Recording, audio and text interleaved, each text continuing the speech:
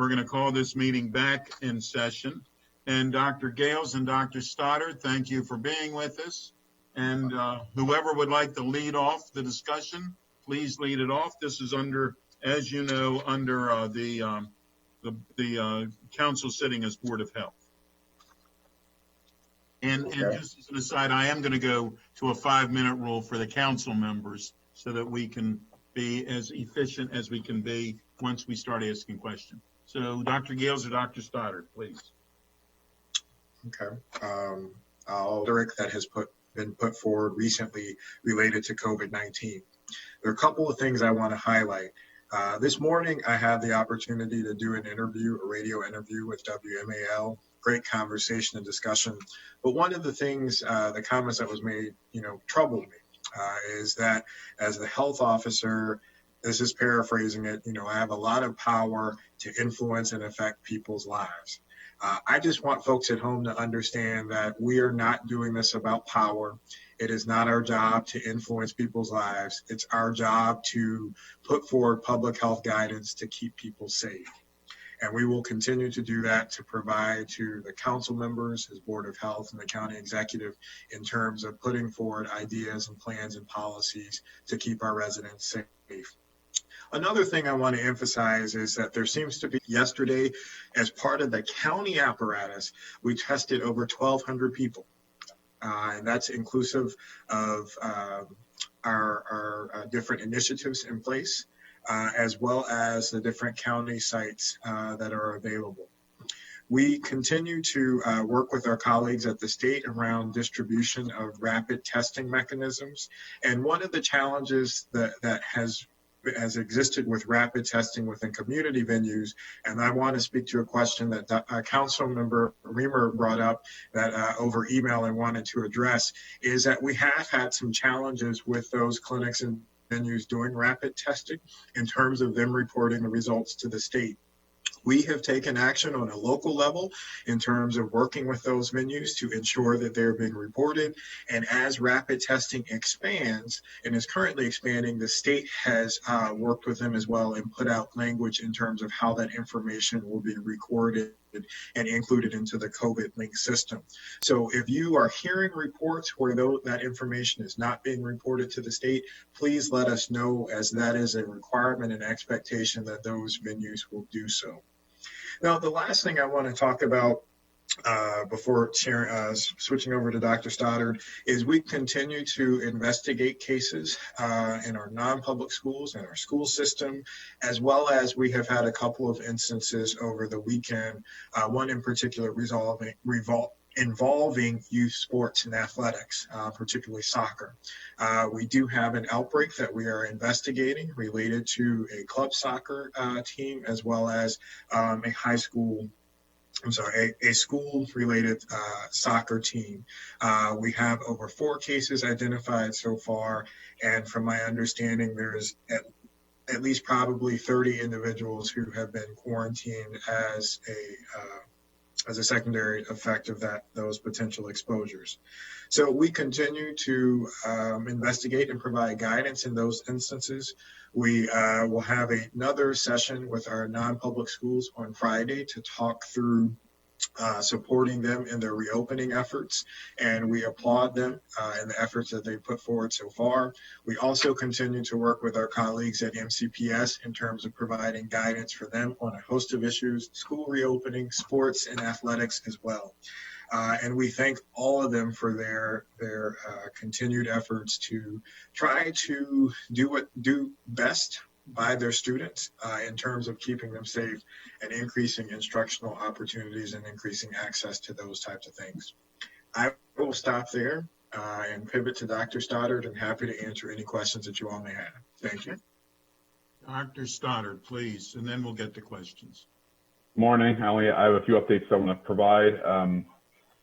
Dr. Yale said we're continuing with our non-public school meetings. We had a meeting last Friday. We'll have another meeting this Friday as well, continuing to provide them support. And we've gotten some excellent feedback from the non-public schools about our continued efforts to provide them answers to questions and provide them areas where we don't have certainty. I think the fact that we've been candid has been very well received by them. Second, we continue to meet with partners to look at opportunities to do some different things. Most notably, we did do a in-person walkthrough at the Soccerplex to consider with them how they could potentially do some tournaments up to and including some out-of-state tournaments whereby they'd actually do as some of the federal some of the professional sports leagues have done, and attach testing protocols to the attendance to the tournaments and things like that. And so we do have some positive movement there, and we're looking for some accommodations there. We had a meeting yesterday to talk with some of the hockey providers to talk about modified hockey, which is if you have not seen, modified hockey was added to the state's list of medium risk sports. And assuming we can get hockey providers that can meet those standards of modified hockey, which reduces some of the contact points, we are looking for opportunities to consider those. We already met with the escape room operators as well, and are looking for ways to address that, assuming we can get the cleaning requirements. As you can imagine, that would be a challenging thing in the skate room. And then we're also meeting with the theaters, both the live performance theaters and the movie theaters this week as well, to talk through what options are there. I'm sure most people are familiar with the news regarding the Regal Cinemas decision to not have their theaters open across the country. To be clear, I think, that is in part because of some of the orders that have been placed locally across the country, but also people are just generally not going to movie theaters. And so we have to recognize that regardless of whether they're open or not, they're not being well attended across the country. And movies aren't being released because the movie companies are not doing so. So just in advance of people hearing about that more, those are things to consider. On the enforcement front, I do want to talk about the late night alcohol permit. We had, as of yesterday afternoon, 153 businesses who have requested and received those permits. As of yesterday, we had not received a complaint related to those late night activities. However, we did have a team go out, and we focused, particularly because we haven't had as many complaints in the Bethesda and North Bethesda areas. We wanted to make sure we're still, just because we're not receiving complaints doesn't mean things aren't happening. We went into those locations, and I'm pleased to report that despite our visits, we found nothing that warranted issuing of a citation or a closure, and only one warning was issued over the weekend with some targeted enforcement in the Bethesda and North Bethesda areas. We'll continue to disperse our teams throughout the county to hit all the areas in an equitable fashion. We're actually going to meet with Chief Equity Officer Ward to talk about our enforcement mechanisms to make sure that we're doing those equitably across the county, and she can help us with some of those, methodologies. We have a handful of businesses who have applied for the permit, but they have previous citations or closures associated with those businesses. And so we will be working on an administrative appeal process for those businesses who would normally, by the executive order, not be permitted to receive the late night alcohol sales permit, but we will be making an individual assessment appeals process for those businesses. We have already decided there was a lot of ambiguity around the live performance issue. So those businesses that had a live performance violation, we did sort of set those to the side and let them apply for and receive.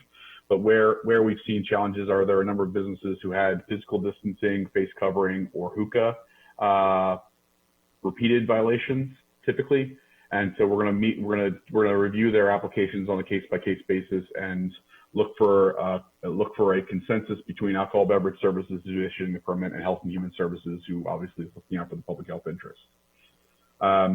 We've talked a lot about the Halloween guidance already. I do want to clarify a point, though, that has come out in the media. Montgomery County is not banning Halloween. This has been a sort of a common catch point. We were asked for guidance. I mean, number one, Halloween is not an activity that government regulates, sponsors, or operates in most cases. We were asked for guidelines on what people should or shouldn't do. We provided some recommendations, and we are providing avenues that people can do certain activities that we believe are more safe and achievable. What people do with those recommendations are up to their individual personal choices. We are not going to have people out issuing citations or making arrests on Halloween night for decisions that are made. We were asked for a set of recommendations. We provided those, and we want people to understand that. The last piece I will touch on is the USDA food boxes. This has been an area of increased concern and interest. And as a reminder for those who aren't aware of this, the county had been receiving approximately 26,000 food boxes from USDA a week. Last week, that number was reduced to 4,000, obviously creating a delta of 22,000 boxes, all of which were being used in the county on a weekly basis. If the county were to replicate purchasing those 22,000 boxes ourselves, that's roughly $750,000 a week worth of supplies, which is obviously not sustainable over a long period of time for the county. So we've done a combination of methods to try and address that gap. First off, we are purchasing bulk produce and we are delivering it to the food access providers for them to break down and box up themselves. Number two, we are providing credits to the food access providers to shop at local distributors for produce as well. We're connecting providers to other producers of source foods so that they can actually acquire them through their normal mechanisms and grant processes themselves. We're working on an agreement with Capillary Food Bank and MANA to provide credits for accounts for additional procurement of supplies and produce. And then we're rotating the 4,000 boxes that we're getting to different providers each week so that we can try and distribute the nutritional foods across as many places as we can. I will note that the 4,000 boxes, and this is just out of a deference to what USDA is doing, those boxes are actually improving in quality. And so they are now including both dairy and meat products as well. And so we very much appreciate the boxes we get from USDA. We just wish we were getting somewhere closer to what we had been getting for a long period of time. We continue to work on our hubs build out. East County is up and operating. We're at Black Rock, Gaithersburg Cares, the Hughes, United Methodist Church, hub. We're also doing pop-up locations where we're doing food provision and other service coordination. The last piece I will touch on is the food access call centers continues to get referral. Last week, we got about 64 referrals between the food access call center and the Gilchrist Center. 32 of those were in Spanish. So obviously about 50% are Spanish call diggers. And year to date, we've just now crossed the 3,000 person mark with the food access call centers, which is, it's great work, but obviously it's telling about how challenging these issues are. Each one of these calls is 45 minutes plus, and there's just a lot of need in our community. We're working to integrate additional services. We've done eviction prevention, SNAP eligibility. We're looking to work in through that process as well. And so it's becoming a much more collaborative and comprehensive call taking process. So I will stop there.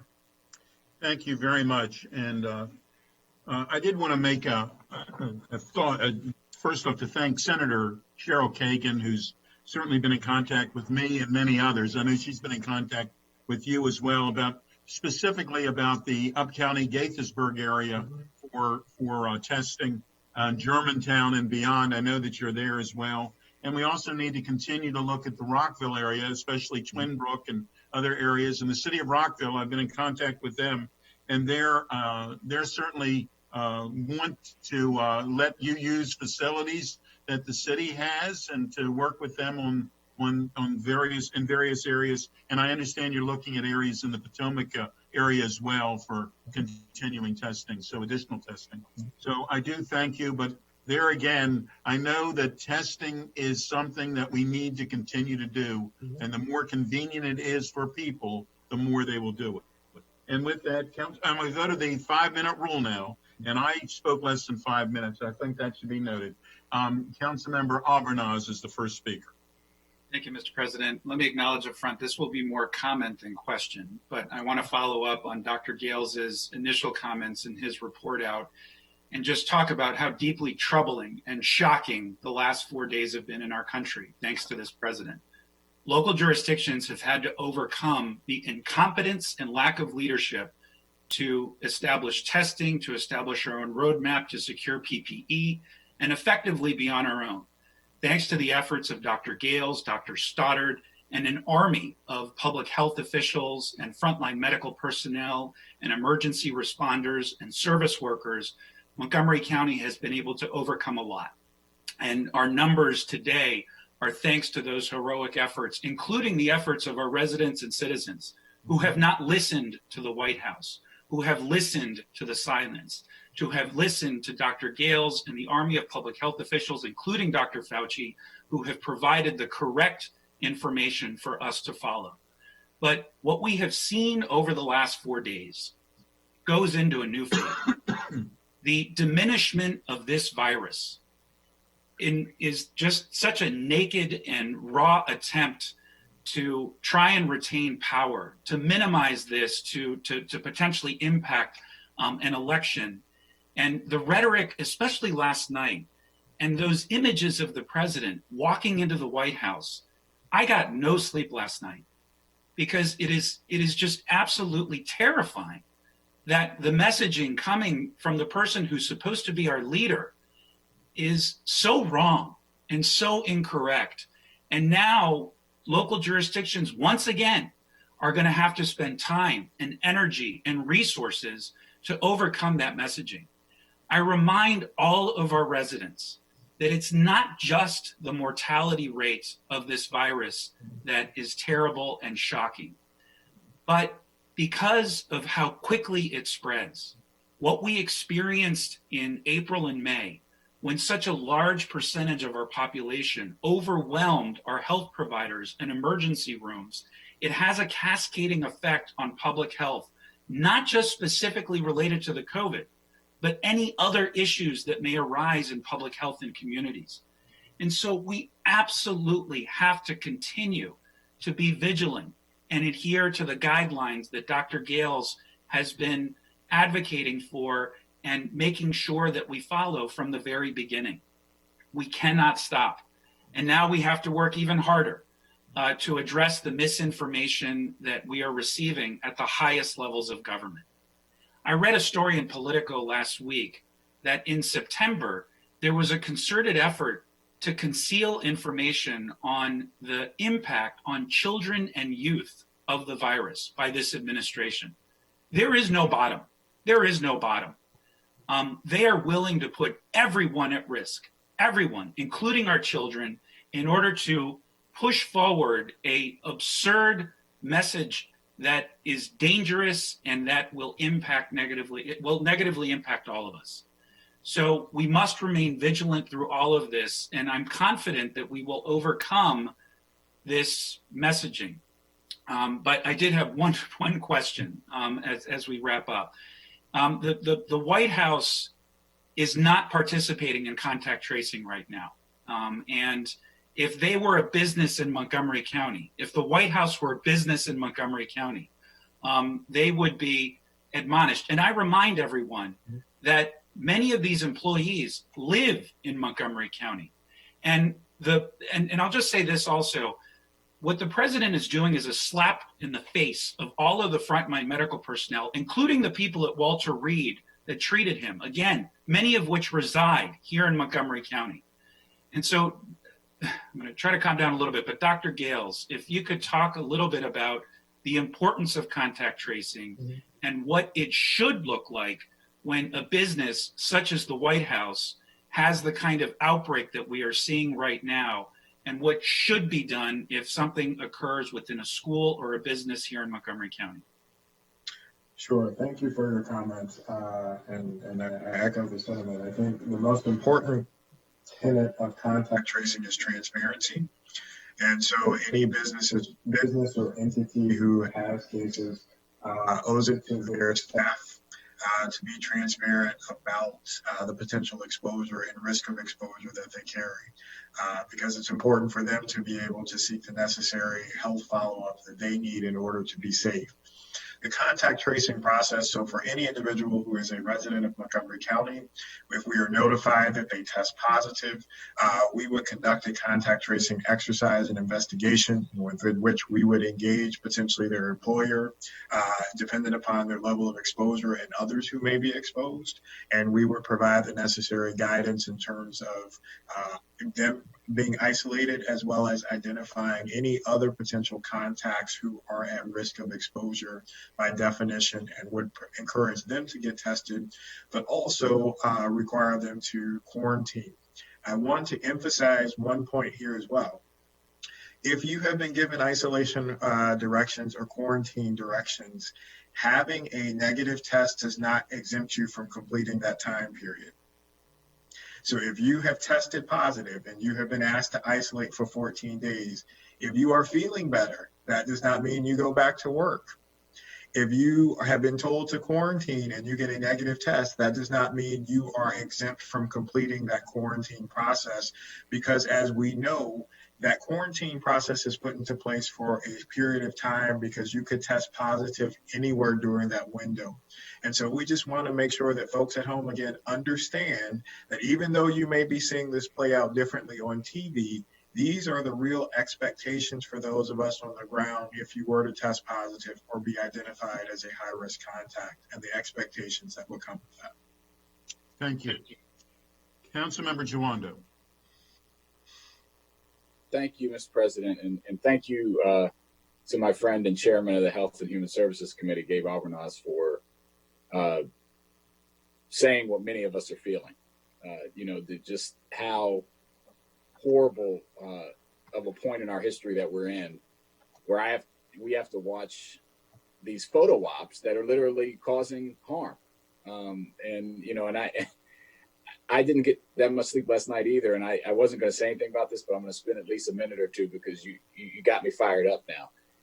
I know butlers and professional staff who have reached out that work in the White House right now, who, as you said, many of whom live in Montgomery County or in this region, who are scared for their lives because of the irresponsibility of this president. And coming off that airplane and taking, not putting on a mask, but taking it off, fist bumping somebody, doing a video to show and say, I had to get the disease because I'm a leader and I did it on purpose.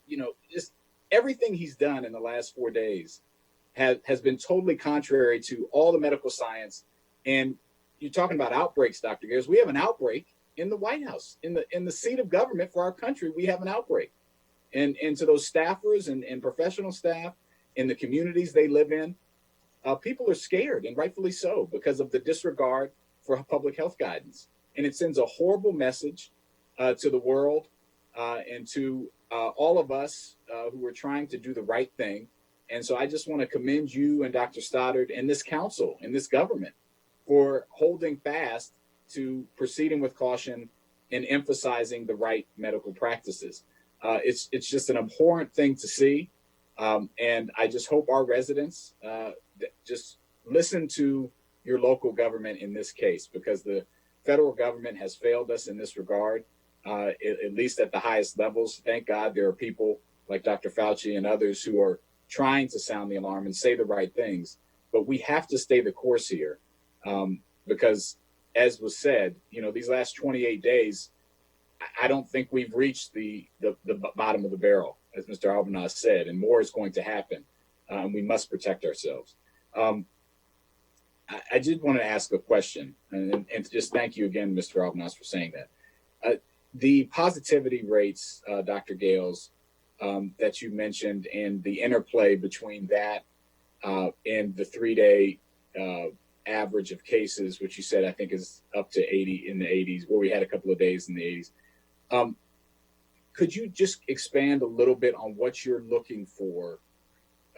You did this a little bit with saying when we move to phase 2, but what markers you're looking for now to move forward? Because I think we still get this form of function of this question. Okay, well, what exactly needs to happen before we move forward? Again, not pushing you. No one on this council is. I just think people need to be clear about it, and so they know what they can track themselves. Sure, and we don't mind continuing to talk about it and discuss it and hopefully make it clearer to folks. So what we're looking to see is, continued decreases or lower test positivity rates. Our test positivity has held below 3 for the most part. We did have a couple days over the last couple of weeks where it did uptick a little bit over 3%. So that's certainly one measure. But then the other measure is looking at the number of new cases, and then not just looking at the number of new cases, but looking at it based upon our population rate, so cases per 100,000. And so what we're looking to see is certainly evidence that we are seeing at minimum a moderate level of transmission within our community. Right now, today's is 8.9 per 100,000. As a point of reference, when we looked at the CDC guidelines for reopening schools, we qualify for the moderate to moderately high risk of transmission based on that number, just for that category, while our test positivity actually qualifies for very low risk of, or lower risk of transmission. So we're looking at those two factors in addition to, looking at making sure that our hospital utilization has not increased significantly, And that's because been pretty we want good. that's held stable. No, that's actually been really good. And our ICU utilization. So all of those measures have held and have performed well. But the challenge is when we still see moderate to higher levels of community transmission, that gives us pause, because that could be, if there's a quick shift in terms of, for example, in the conversation, again, it was a great interview this morning with WMAL. In the conversation, we talked about the percentage of young people impacted. So we know that young people are more likely to have a less severe course of illness based upon what we've seen, but we also know that they are effective transmitters and carriers of the virus. And if they're coming into contact with older relatives or relatives who are vulnerable to more severe outcomes because of their pre-existing conditions, that could turn the tide in a different way and cause an uptick in cases, as well as an uptick in terms of more severe illness, which could impact our hospital systems. Thank you. Can I just real quick, really quick for summarization purposes? You're not under the 5-minute rule, Earl. Go ahead. So you can answer my question as long as you'd like. Yeah, okay. So I believe we went to phase 2 on June 18th. We were averaging approximately 68 cases over a 3-day span. We're 68 cases. Actually, 58, so even better. As of today, our 3-day average is approximately 90 cases a day.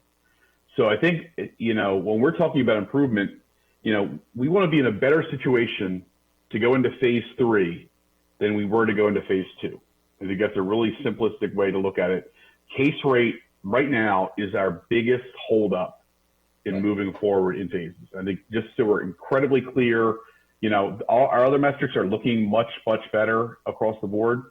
Our case rate is still higher than it was when we went to phase 2, and that we're comfortable moving forward with for phase 3. That's helpful. Thank you. Thank you, Mr. President. Councilmember Navarro. Thank you so much. I really appreciate Councilmember Albornoz's comments. There's no doubt that we are all just very, very worried about the developments of the last 48, 72 hours. I don't even know. Particularly this notion that people should not be afraid of COVID-19 while we have 210,000 deaths in the United States, and I believe something like 2 million worldwide.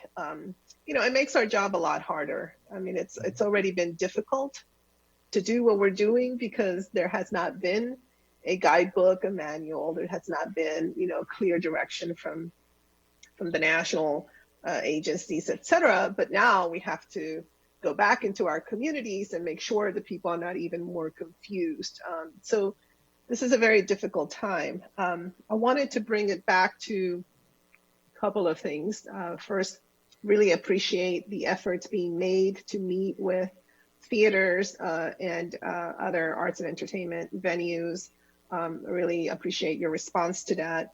Yesterday, we had a committee session with our school system. One of the things that I'm very proud of has been how we've come together to embrace this notion, this concept of hubs as service delivery models around the county. I think that it's a great way to centralize, in different communities, a lot of the service delivery, and they're obviously standing up particular hubs for vulnerable, students, so they can also receive supports. But we know that these are they're the same families, right? So the hubs that we as county government have stood up obviously serve a lot of the same vulnerable families that are now serving those students in MCPS. And we did have a great conversation about, how can we best leverage all of these resources? I suggested that, school system meet with HHS and, with REC, with the appropriate departments to see how we can somehow connect the two efforts in order to leverage the very limited resources that we have. So I just wanted to, just kind of share that with you and, maybe just hear your initial thoughts on something like this. They're concerned about what's going to happen once they start at some point opening up in a hybrid model, because some of the facilities that are being used for the educational hubs would not necessarily be available. And so, looking at how do we address the use of community use of public facilities and prioritize that. So just want to hear your initial thoughts. Obviously, there's going to be, efforts to get together and think about this in a more robust way, maybe come up with a plan. But I think that this concept has been very, very productive in terms of the impact in the communities. So if you guys have any reaction to, perhaps how we can begin to merge some of this and also prioritizing the use of our public facilities. Yeah, I would. So on the public facility side, I know we have already offered to them that we're more than happy to use non-school based buildings for them to do activities in. I've connected them with, we have a DGS lead who's actually helping to coordinate the diversity of activities happening in our facilities, from elections to food distribution facilities, all those things, testing. And so we've got a central point who's tracking all those activities so that we're not overly burdening one particular facility versus another. Now, I've already connected them with MCPS so that they can coordinate on available facilities, whether it be for the hubs themselves, SAT testing, whatever it is. We want to make sure that, we're not opening our libraries generally to the public right now. And so those are excellent spaces they can utilize, rec centers, et cetera. And so we're more than happy to provide those and have offered that up already. I think it's an excellent idea and push, and I've already put it down to follow up with our teams on the community hubs and the school hubs. You're right; they're absolutely serving the same families, and so having those be coordinated and offering consistent and overlapping services makes a whole lot of sense to me. And making sure that we're sharing information across, which is already happening, so we can distribute through the hubs that we're operating, if they're not in all cases the same as the school hubs, because again, there will be facility challenges that make some of those overlaps challenging from the school food distribution perspective and others. So we will absolutely work together. They've been working on the food security task force with us for since the beginning, and so we're already overlapping a lot of services. But I think the idea of the school-based hubs is a great way for us to coordinate more. Thank you. Thank you so much. Thank you. Councilmember Friedson. Thank you, Council President, and thanks for all the comments that have been made in the update. I just want to say I live down the street from Walter Reed, where all of this is happening. It's often on my walk that I take pretty much every day, and I am scared of COVID-19. I just want to be very clear, and I think we all should be, and anybody who isn't concerned about a deadly disease and global pandemic, I question their judgment. I do want to say I agree with everything that Councilmember Albornoz said, but I also think it's important. I don't want to lose sight of the fact that when the president gets sick, regardless of who is the president, they come to Montgomery County for care. And they come to Montgomery County to get the best treatment with the best doctors and the best medical professionals in the world. And I don't want to lose sight of that. I think we've all been very disturbed by some of the activities that took place, the rhetoric, the doctoring of photos and videos, the just absurdity of some of the commentary that has been used, and some of the perverse actions that have been taken. But Montgomery County is the place where the President of the United States comes for care. And I think all of us as Montgomery County residents should be proud of that and thankful for that we live in a place that has world-class treatment, world-class talent, and is a place where the best care is available. And it's something that I don't think that we should take lightly. So I just want to make sure that I noted that. And I take it very seriously that it's something in my own backyard and in the district that I have such a privilege and humbling opportunity to represent. A few items unrelated to that, just wanted to follow up on largely with Dr. Stoddard. First of all, I appreciate you sharing the guidance on Halloween. I appreciate the clarification that these are not, an opportunity for the county to cite anybody. These are health guidelines to try to keep people safe, to try to provide some guidance so families understand what are the best activities in order to address what we know is going to happen or there's an interest in happening, and want to make sure we keep people safe. Appreciate the update on ice hockey and the change. I want to ask a related question. We've been asking or being asked some questions about flag football and some questions of some flag football happening, other organizations not being aware of whether or not they're able to do that. I think there's some discrepancies of what the state guidelines are and whether we're following the state on that. So I just wanted to ask, is organized flag football something that is currently allowed, and under what circumstances? So off the top of my head, I actually don't know the answer to this question. We are following, generally speaking, the state return to play guidelines.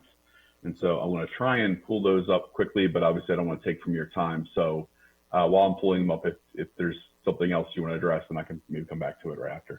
Yeah, no, that's the main one, and you can follow up after this. I just think there was some confusion that folks had, and I know that you had mentioned previously that the goal and the plan is to follow the state return to play guidelines, and I think there was some confusion there that some folks have, and so I just wanted to provide some clarity when folks reach out to us and ask if you could follow that. I will do. Yep. And then sorry, go ahead. No, there is a listing of sports, and I believe flag football is listed in one of the categories, and so I will be pulling directly from there and making that determination. Great. And then I just wanted to note and thank you. I think the after 10 p.m. Guidelines have been implemented very well. I think that's been handled very well. I'm really encouraged to hear that there have been virtually no problems and issues, and that's just a credit to your team and to the businesses working collaboratively to keep people safe and figure out a way to move forward. I think it's a model for some other opportunity there. And the last one, you had mentioned previously an interest on some of the arts institutions and looking at the indoor with strict guidelines, and just wanted to know if there was any update on looking into those after 50 and under indoor performances. Yeah, so we are meeting with the live performances organizations. I believe Only Theater being among them this week. I don't have the exact date, but I think it was being worked out after the hospitality meeting last week.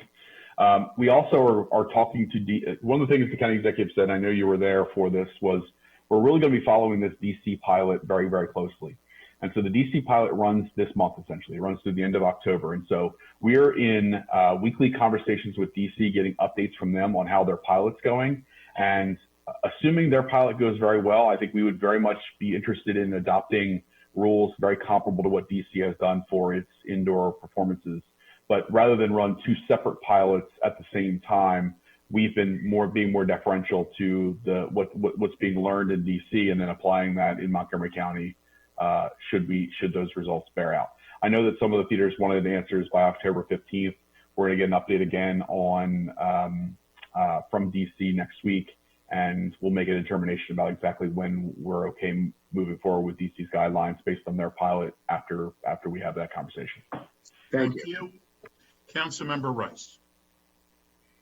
Well, thank you very much, Dr. Gales and Dr. Stoddard. And, my colleague, Councilmember Albornoz, started off at the beginning admonishing the messages that are coming from the top leadership in this country. And it really is a disservice to people who've lost family members due to COVID in terms of the complete disrespect and what it means for those families who have struggled and unfortunately lost their loved ones, who didn't have access to 24-hour round the clock care that's the best in the nation, and also didn't have access to experimental drugs and all kinds of other things that are out there to help to make somebody look as though they're much better off than another. And, the messaging that's sent is very concerning to our communities of color because it makes it seem as though we've all been overblowing this and it's not really a big deal. And we know that who at the end of the day suffers, it's our people of color in our community, our folks who are of lower income and who don't have access to high quality health care. We know that they're the ones whose lives will be lost due to this charade of making it seem as though this virus isn't serious. And so I really appreciate the comments of Councilmember Albornoz. I appreciate your response, Dr. Gales and Dr. Stoddard, and I hope that people understand just how serious this is. That being said, my concern still remains about trying to reopen schools and what that means for us if we're going backwards.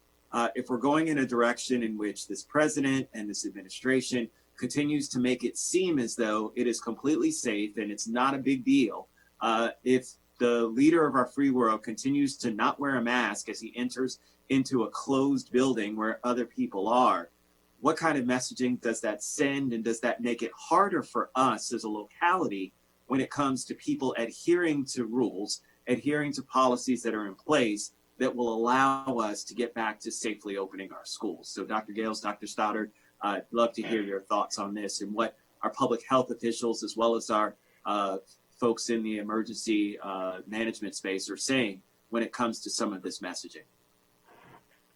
Well, from the health perspective, we continue to support the guidance in terms of requiring face coverings, physical distancing, minimizing social gatherings, minimizing the folks you come into contact with unnecessarily outside of your network, because they are evidence-based practices that have been shown to mitigate and minimize transmission. We will continue to encourage and enforce those rules and requirements and guidelines, whether we're talking about restaurants, schools, or whatever entity we're focused on. We will continue to also use our contact tracing data to guide and determine if we need to make any tweaks to the provisions that have been reopened to date, or if we need to make any changes to that.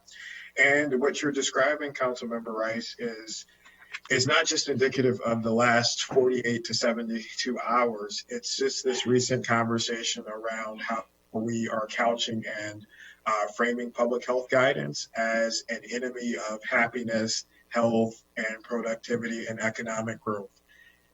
It's not an either or conversation, but it's important to make sure that when we have those conversations, we also talk about the health implications behind it.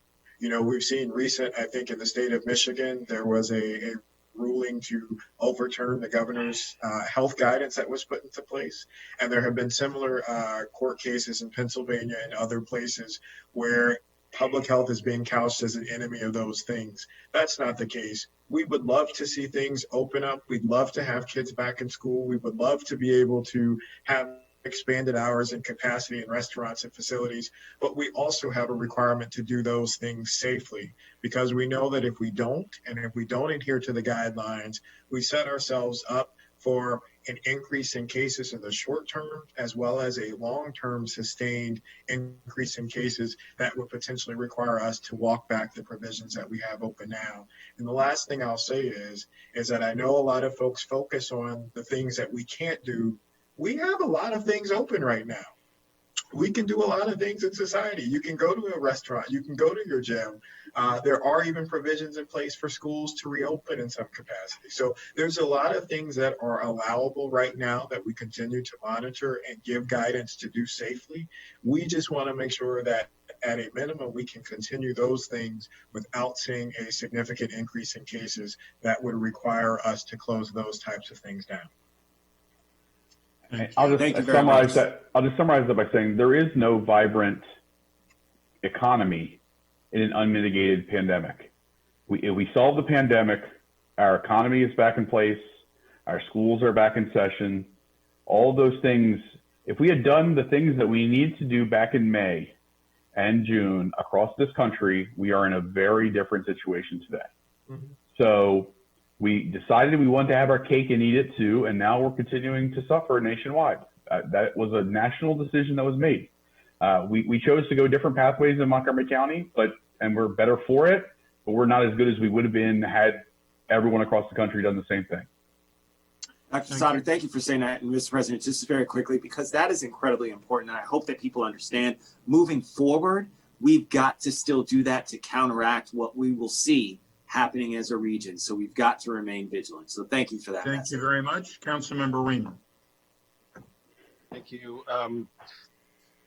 Thanks to our HHS chair, Councilmember Albornoz, for being our voice and the voice of this county about the utter insanity that we have seen over the last few days.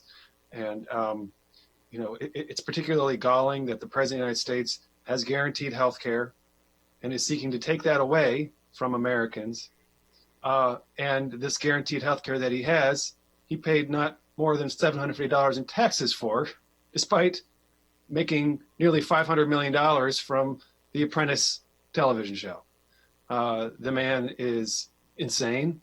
He's a maniac, and he's killing people day by day with his utter intransigence in the face of this virus. I want to talk a bit about the schools issue again. It is the comment that Dr. Stoddard just made that if this country had gotten its act together last spring and gotten the virus under control, we'd be in a different place now, is tragically true. And to Dr. Gales' comment about, there's lots that's open. I went out this weekend, I went and got a pair of shoes. We went and got some pickup meals. There's a lot of people out. You go to downtown Silver Spring, it's vibrant, it's popping. Like there's people everywhere. And I'm not saying that's wrong. I'm just saying that's the reality right now. And so if we're wondering why the virus isn't lower than it is, I think it's because we are, as a community, very active now. We are living our lives very fully with masks. Yes, we are paying many difficult prices in our daily lives, but we are at the same time, in many ways, experiencing a fuller life than we were. But there is a huge problem, and one of the big problems is the schools are not open. And we know that children are going to be paying the price of that every day, more and more and more. Dr. Gales, in your comments about the CDC guidance, you noted that, the case rate, we're too high. The test positivity rate, we are low. The third main thing that they identify is the school system's ability to implement a plan that mitigates the virus.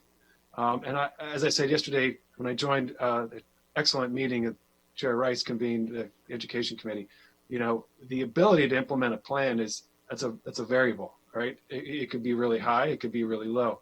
Can you talk about how you weigh those three criteria together? I've been confused about the test positivity versus case rate. I think we just lean to the case rate being more important, and we don't know what to make about the test positivity rate. But could you comment on those three variables, how they fit together, and to what extent do you think a highly successful mitigation plan implemented by MCPS could, allow opening in different levels, different contexts, and so forth? Sure, that's an excellent question. And it goes back to the earlier conversation about distilling the metrics so folks at home get a clear understanding of where we're moving.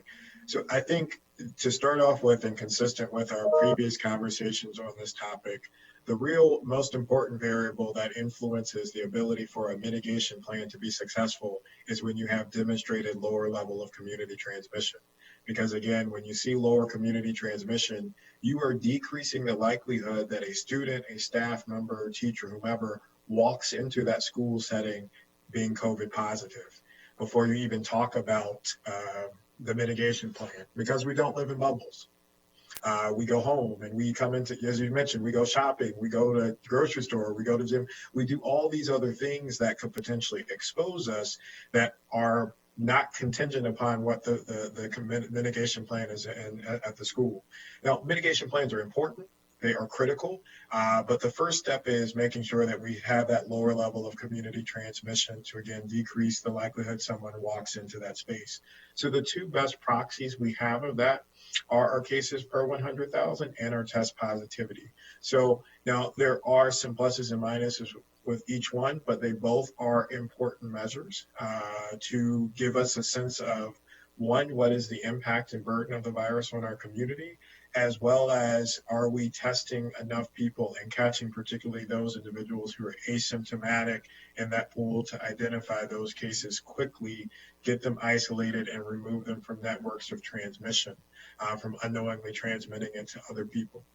So those two variables, again, with the mitigation plans in place, yes, we do need those, but the big factor is the community transmission levels, and why we've really encouraged to drop that number down even further so that the mitigation plans can be effective, because folks are less likely to walk into the building with it. I'm just going to add two comments. The case rate is not more important than positivity rate. They're equally important.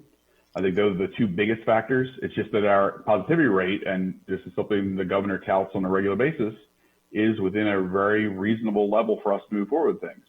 We just choose not to ignore the fact that our case rate is higher than we are comfortable with, and higher than, frankly, the CDC guidance and others say it should be to do a lot of things. And so it's equal measures of those two things. And as you know, the school plans, even back what we talked about before the year started, the MCPS planning was extensive and impressive. And so I think Dr. Yels and I both agree that having kids back in school, particularly vulnerable students, focusing our efforts and building out from there makes a whole lot of sense. And we're supporting MCPS in their planning efforts to do just that. But obviously we want to make sure that we're doing it in a manner that's consistent with the best interest, not just of students, but of faculty and staff as well, and make sure that they are accommodated in this process as well. And I know MCPS is doing that. And so I think what you're going to see is over the coming weeks, and I don't want to, this is Board of Education, they get to decide this. What I expect to see based on our conversations with MCPS is some opportunities begin to be announced in the November timeframe that gets some students back and starts us with the learning process that every school system in the state and country will face when they open up. You start out small and you expand from there. You start out with your special education, your ESOL, and your other students who have the most challenges, and you expand from there to your young learners who are new to a grade level, or our sixth graders who are new to middle school, our freshmen who are new to high school, those transitional periods. And then you expand out from there as you get more comfortable with the methodology. And so I think that's what you're very likely to see. That's what Dr. Yales and I have been supportive of. Now, obviously that's in the context of what we're seeing today. I think we're incredibly concerned about what happens in a month with the overall, we may be on the rise again nationally, and then it throws even our best laid plans aside. But I think that's where we'd like to see this go over the next, month to 6 weeks. Thank you very much. Council Vice President Hooker. Thank you, Mr. President. A lot has been said, but I don't want to belabor things, but I do want to thank Councilmember Albornoz and really all my colleagues for all your comments on the reckless comments and actions by the president this weekend and last night in particular. I know there will be people on Twitter and elsewhere saying that it doesn't really have anything to do with us. This not only puts our residents at risk all over the region, but it taxes our resources as we had to respond to the demonstrations outside Walter Reed. Doctors Gales and Stoddard, this is a very helpful briefing as always. Thank you for everything you're doing. I'm really glad to hear, and I echo what Councilmember Friedson said about that the late night alcohol service seems to have been rolled out really, I think, clearly and responsibly, and reflects what I and others had pushed for about coming up with a creative way to allow restaurant owners who want to take on more responsibility to keep their businesses going without punishing everyone for the reckless actions of a few owners. So I'm glad to hear that the service has been so widely utilized. 153 is a really impressive number. I didn't think it'd be that high. And that it's actually 160. I got nothing while we've been on the call. It's over 160 now. Excellent. Okay. So that'll be really good news for a lot of not just restaurant owners, but the staff that rely on those jobs and the patrons. And it would indicate that restaurant owners and managers and the employees are really rising to the challenge and the privilege that comes with it of avoiding actions that put diners and staff at risk. So, I think we have high expectations for our residents, and it seems like they're rising to the challenge. So I'm glad you all went in this direction, and I'm glad people seem to be taking it very seriously. And thanks for working with the theaters and the hospitality group. I know they've been waiting a long time on their recommendations, and they're hanging on by a thread, many of them, and I'm grateful for your attention to that issue as well. And finally, kudos for going on WAML. Their hosts and their listeners, like everyone in the region, really need to hear voices like yours. And I know some people might think it's a hostile environment, but I personally try to go on there every time I'm asked. The whole nation and our whole civic discourse really suffers from confirmation bias. This has been very well documented. We all tend to talk to those we agree with disproportionately and listen to those we agree with disproportionately. And it might be comforting psychologically, but it's not a recipe for widely adopted and thoughtful public policy. So I'm really glad you're there. And I'm really glad their listeners are hearing from you. This is tough and it's complicated stuff. I think everybody needs to hear your data-driven decision-making and your level-headed guidance firsthand, particularly their listeners, like everyone in the region. So kudos again for reaching out to them and not just some others that cover the council a little more than that station might. Thank you. Thank you. And the last council member that's going to speak this afternoon is Councilmember Glass, and we are right at 11:29. So Dr. Gales, we're almost there. Councilmember Glass. I'll make this quick. I want to associate myself with all the comments of my colleagues and really succinctly thank you, Dr. Gales and Dr. Stoddard, for working so hard to keep our residents safe and for also trying to keep our guests safe. But, we know, as was evident over the last number of days, some guests seem to ignore federal and local guidelines and best policies and protocols. And one guest in particular, the COVID in chief, continues to make a mockery of this deadly virus and putting his staff and everybody he interacts with at risk. But thankfully here in Montgomery County, we are home to Walter Reed. We are home to the National Institutes of Health, and we're home to the Food and Drug Administration, whose staff are working day in and day out to keep our county, our country, and the world safe. And we're also home to Novavax, which is leading the global pharmaceutical efforts to produce a vaccine, all things that we are proud of and should be proud of. And the predicament that we're in is because of the presidents, right? Let's just be honest about that. And as we look around the world and see how other nations and other areas are handling this pandemic, we know that they're doing better than we are. And that's not up for debate. And no doctor can spin it. And other world leaders are making tough decisions while our top decision maker in the United States is abdicating that responsibility, which is why this conversation is so important, and which is why I so appreciate the leadership that the two of you, Dr. Gales and Dr. Stoddard, are putting forth to guide us, to educate us, and to help create policies that balance all the interests in our community. And I know it's not easy, but I just want to say thank you. And hopefully come January 20th, we'll have new leadership in the White House that we can count on to be true partners in our efforts to protect our residents and keep everybody safe. So thank you very much, and I yield back. Thank you very much. Thank you very much to Dr. Stoddard and Dr. Gales. Thank you for being with us. Go ahead.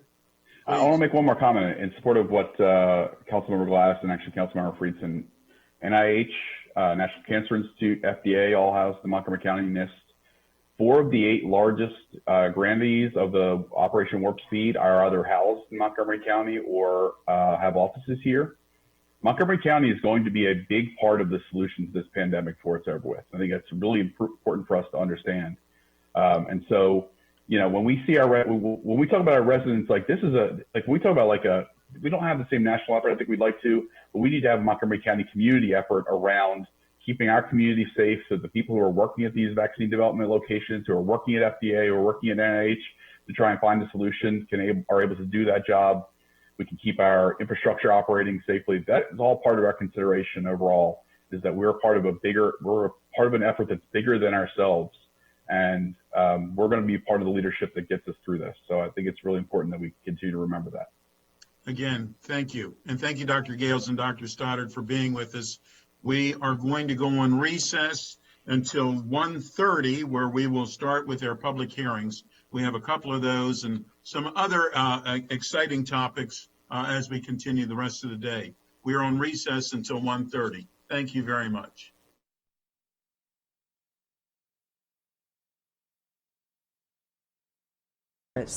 A medida que el brote de COVID-19 continúa evolucionando,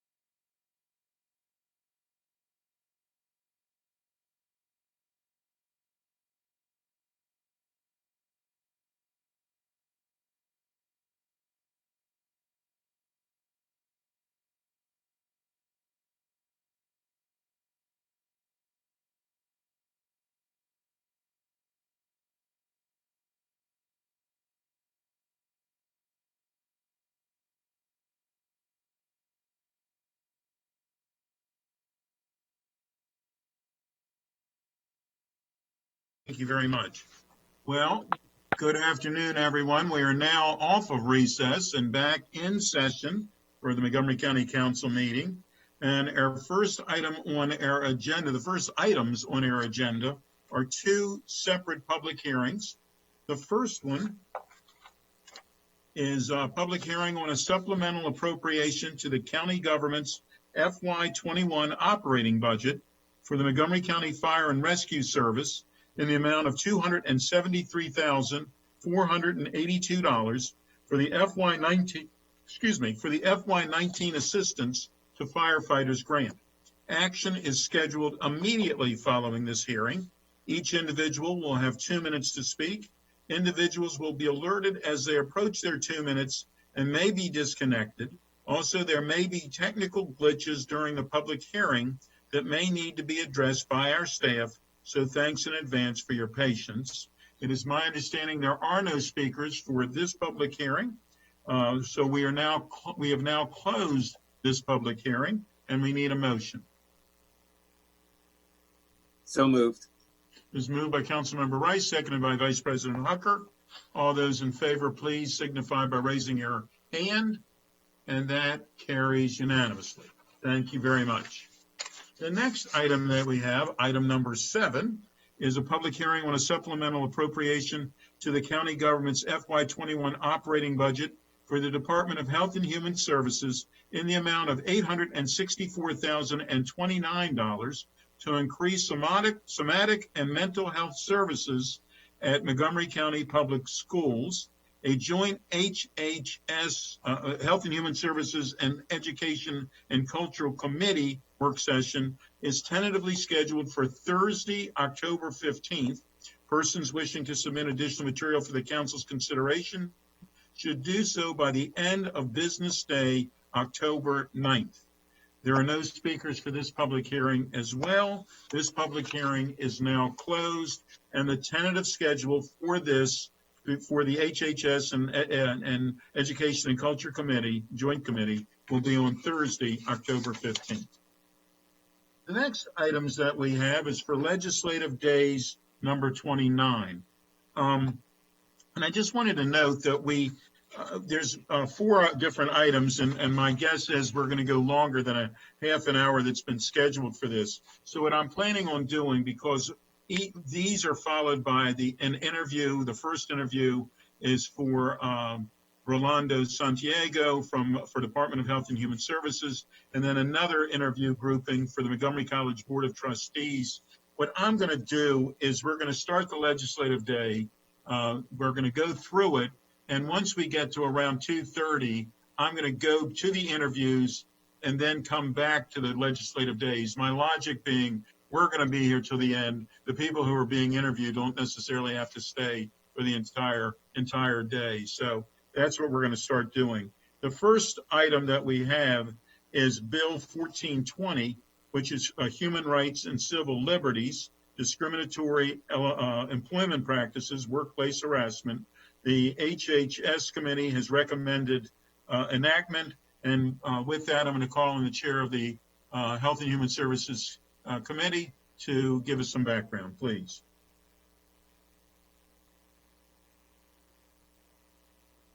Councilmember Albernos, there we go. I knew you were trying. Okay. Thank you very much, Mr. President. We had a robust discussion regarding Bill 1420 in committee.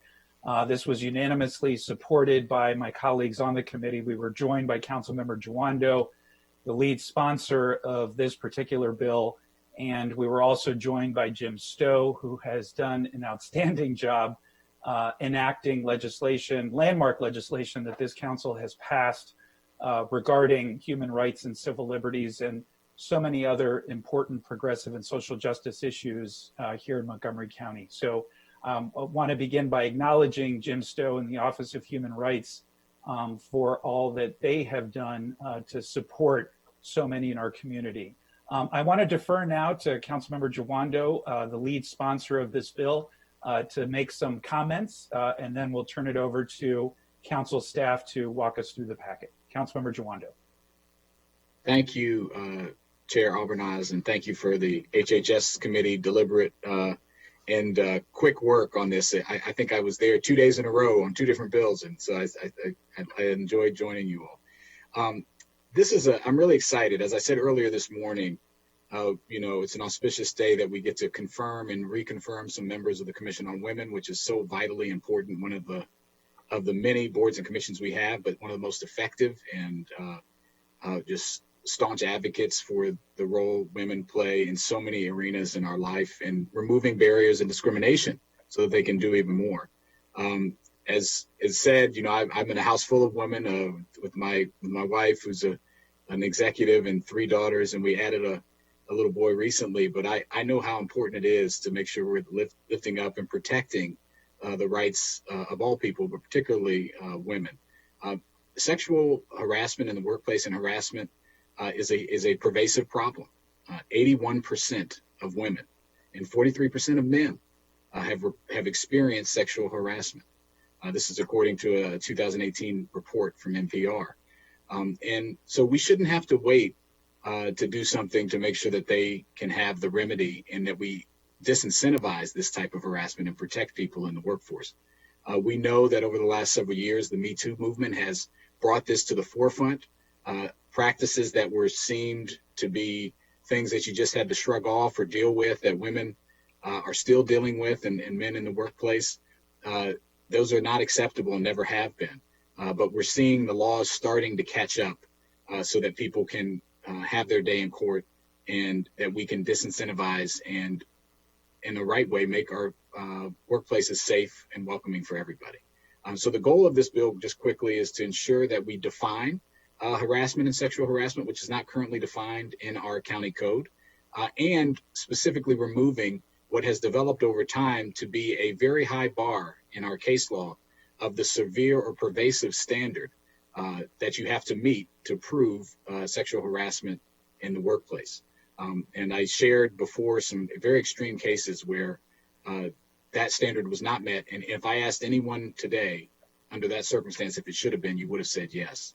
And so this defines, allows allegations to move forward and be investigated by our Office of Human Rights if a reasonable victim of discrimination would consider the contact to be more than a petty slight, trivial inconvenience, or minor annoyance. So simply put, we're making the workplace more professional, more safe, and more welcoming for everybody. Finally, I'd like to thank the many broad coalition of groups that worked with us and gave us feedback on this bill.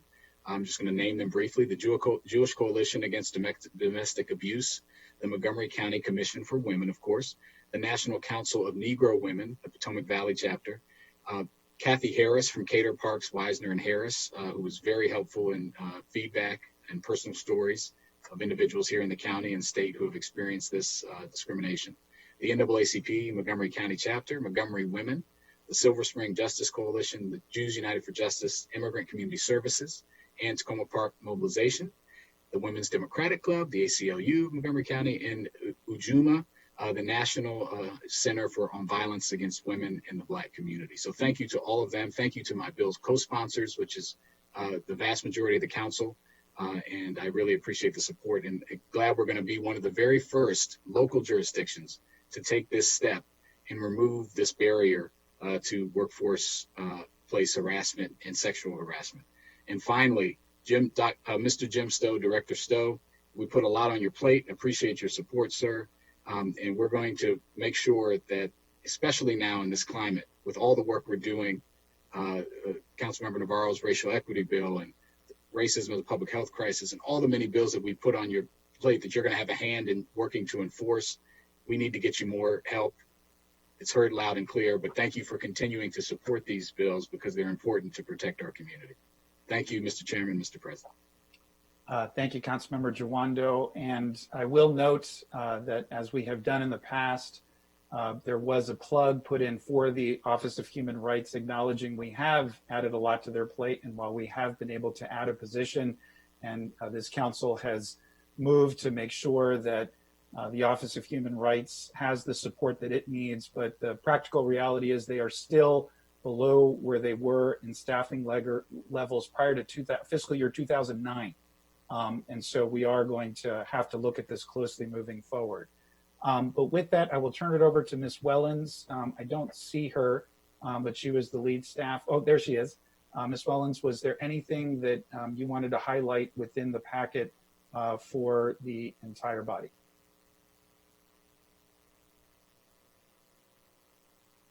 I think you're still on mute. Oh dear. We can hear you now.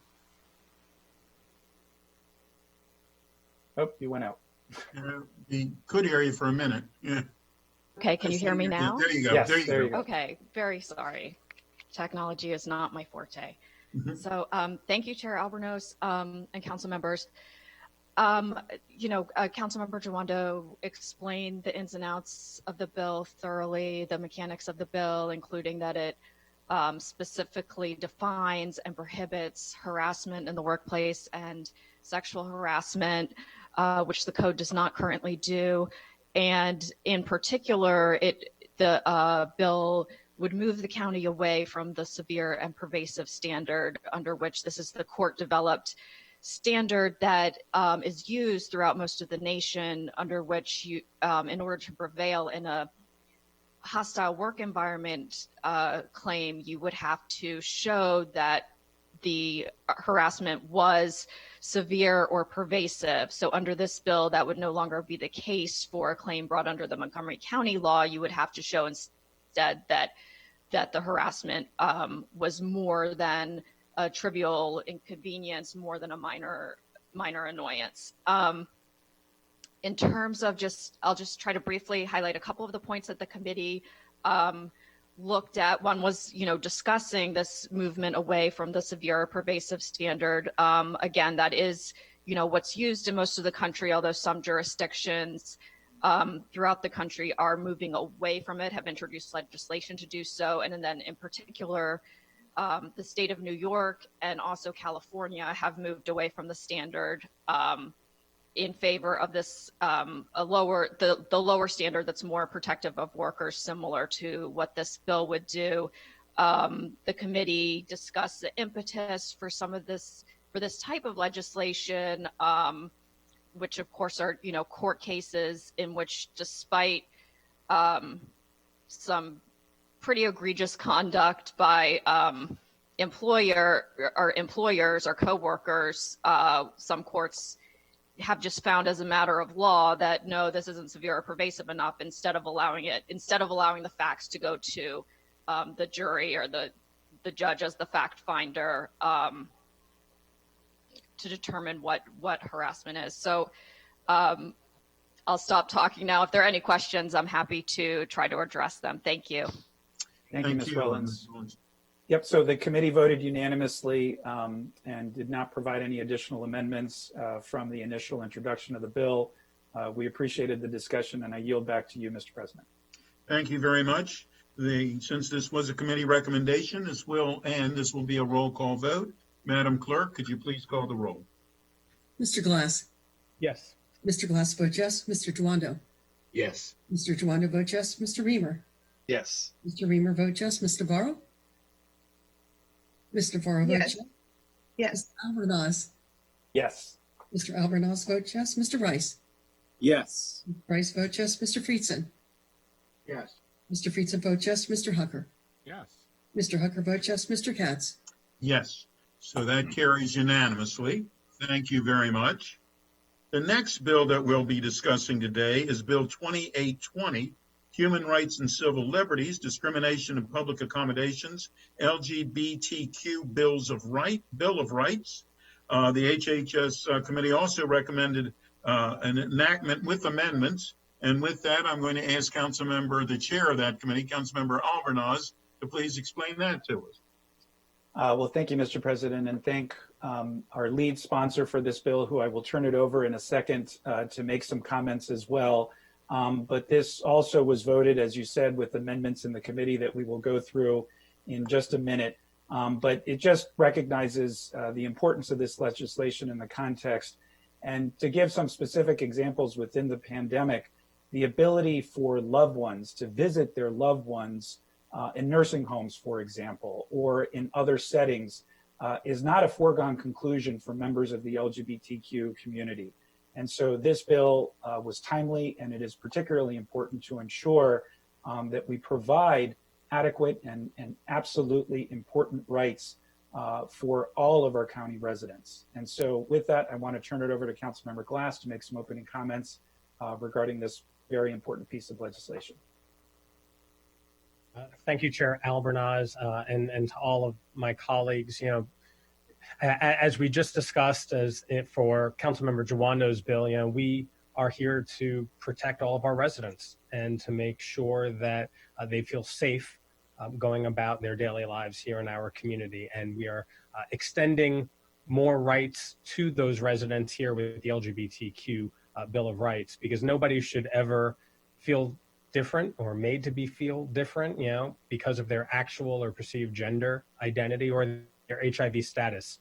And this bill in particular is very meaningful for members of the senior community, because our senior population, as all of us know, continues to increase. And by the year 2040, it is estimated to make up 21% of our population here in Montgomery County. And so with this Bill of Rights, you know, seniors will be afforded more protections in healthcare facilities, nursing homes, and personal care facilities, making it a welcoming place for them and all residents. And then, you know, lastly, I'll say, with the political uncertainty down at the Supreme Court and the potential shift in power, you know, we need to continue doing everything to protect everyone's civil liberties here in Montgomery County, because it was only a few months ago that the Supreme Court, by a very narrow margin, afforded protections to members of the trans community. So this is, again, doubling down on the fact that Montgomery County remains an inclusive and welcoming place for everybody. And with that, I would also just like to thank, again, all of my colleagues, all of you, for co-sponsoring this legislation, and then also thank the Maryland AARP for providing some really important information about the senior population here, and also the Westmoreland Congregation United Church of Christ, the LGBTQ Democrats of Montgomery County, and then personally on my staff, I want to thank Valeria Carranza, Bianca Laura, and Pete Tomeo. And I yield back. Thank you. Thank you very much, Councilmember Glass. So there were two specific amendments that I'm going to ask Ms. Wellens to elaborate on. They are articulated in your packet. Both are important. One is that to require anti-discrimination notices under the bill to state that, quote, the law prohibits discrimination rather than, quote, the facility does not discriminate or allow discrimination. And then secondly, the use of pronouns is very important as we appropriately refer to our community residents in a way that they feel comfortable and confident. And so lines 133 through 134 were amended, and this includes, quote, a person that willfully and repeatedly uses an individual's incorrect name or pronoun after being clearly informed of the correct name or pronouns. This was language recommended by the county attorney, which the committee approved as amended. So with that, Ms. Wellens, I'll turn it over to you to give any other highlights that you think are relevant or important within this important bill as well. Thank you, Chair Albornoz. I believe that most everything has been covered. I would just add that these amendments that were unanimously supported by the HHS committee when it recommended enactment of the bill, these amendments are essentially clarifying, and also, as you noted, the Office of the County Attorney had requested amendments, and this is the result of that. They were concerned that some of the original wording could be construed as having some First Amendment implications, and so these amendments just clear that up to mitigate those concerns. I'm happy to answer any questions. Thank you. Thank you, Ms. Wellens. I yield back to you, Mr. President. Thank you very much. There again, this was a HHS committee recommendation. So with that, it will be a roll call vote. And Madam Clerk, if you could please call the roll.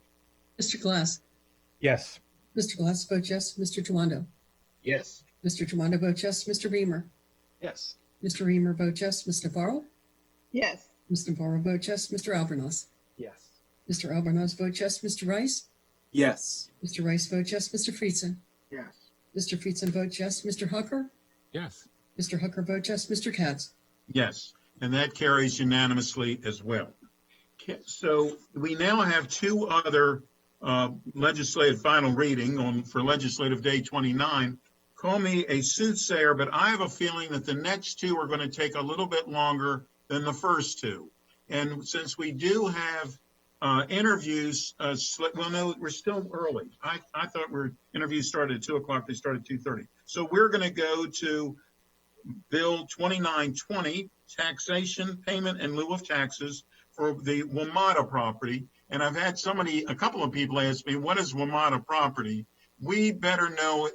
We know it better by the words metro. It is metro property. It's Washington Metropolitan Area Transit Authority property, which is established. The Fed Committee, the Planning, Housing, and Economic Development Committee recommended enactment with amendments, and I'm going to call on FedGeo. Excuse wasn't me? Wasn't it joint committee?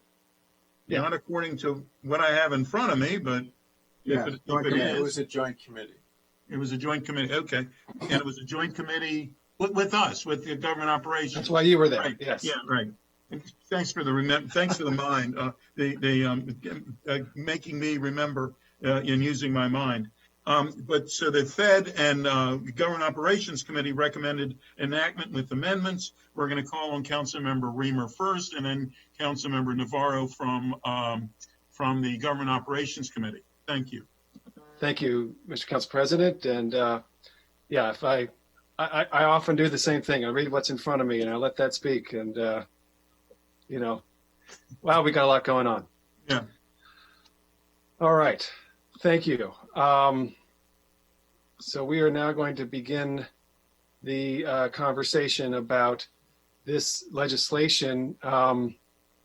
So before we get into the packet and everything, I'm going to make some remarks and invite the co-chair of our joint committee, Councilmember Navarro, GO Chair Navarro. I know she'll also want to make some remarks as well.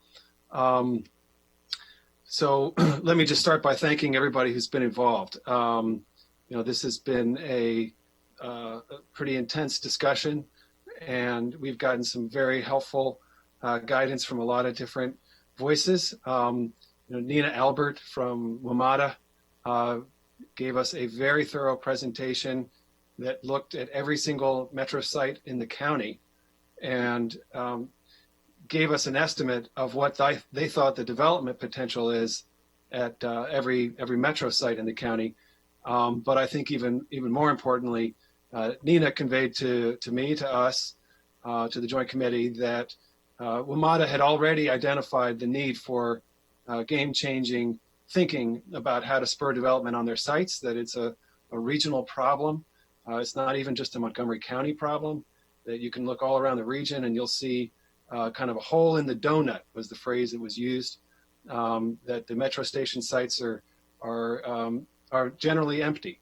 And Montgomery County is no different. In fact, we're facing some significant issues there. So Nina gave us the WMATA's professional real estate expertise as to the nature of the problem, the nature of the cost differential for high-rise construction, and why that was the specific challenge, as well as reminding us that Metro had abandoned developers had abandoned developments in the past with Metro's understanding because they didn't want to do low-rise or mid-rise. They wanted to do high-rise because that was what Montgomery County wanted. And unless Montgomery County wanted to change what we want, then they're holding out for what we have said we want, which is high-rise at Metro, but they're stuck and not much is happening, and they're very appreciative of what we might be able to do. The Sierra Club, Coalition for Smarter Growth, Action in Montgomery, the Action Committee for Transit, Friends of Forest Glen, all have been very active and engaged as we worked through the committee process. And of course, and Friends of White Flint, The planning board gave this a very thorough review, and I thought provided some very helpful comments to us at our committee. I know they're here, and WMATA's here today, among others, as a resource for us. And I certainly want to thank, again, the co-chair of the Joint Committee, Nancy Navarro, and my co-lead sponsor on the legislation, Andrew Friedson. We've been working together as a team, along with many of you, and it has been a very significant effort. This is a big proposal, and it's a heavy lift, and everyone has been playing really important roles. So I'm going to just make a few comments, and then again turn it back to my co-chair. As I mentioned, we are underachieving at our prime smart growth locations, which is the land at the metro station. If you look near the metro station, you will often see some development. But if you come out of the escalator, if you come off the elevator, walk up the stairs at the station, you will see empty land. You'll see parking lots. You'll see just about anything but high rises right there at the station. And that is despite decades of effort by Metro to work with developers to support development there. And it's despite the commitment of millions of dollars of infrastructure by Metro to support joint development agreements, despite willingness to spend significant money, despite open bidding and solicitations, developers securing contracts to do the development. Developers have walked away time and time again from these metro station sites for a variety of reasons, fundamentally about the strength of the market, the demand, versus the expected rent versus the cost, and the cost being a function of the rather intense requirements for building on metro land. Building on metro land is nothing like building next door to metro. Next door to metro, you might just have ground. That's all you have to do. At a metro site, you have to probably provide for parking that is already there. You have to replace. So you have to build far more than your own share of parking. You have to provide very specialized engineering if you're building over the station. As a matter of fact, when County Executive Leggett proposed a Wheaton redevelopment over the metro bus station, he recommended to the council that the council spend $40 million to build a bus bay. And then a developer would come in and put office or residential on top of the bus bay. But the proposal was for a $40 million expenditure by the county to build a bus bay. County council ultimately felt that that was not the wisest strategy for that area, and we adopted the one that you see now up, but it's not on the metro site.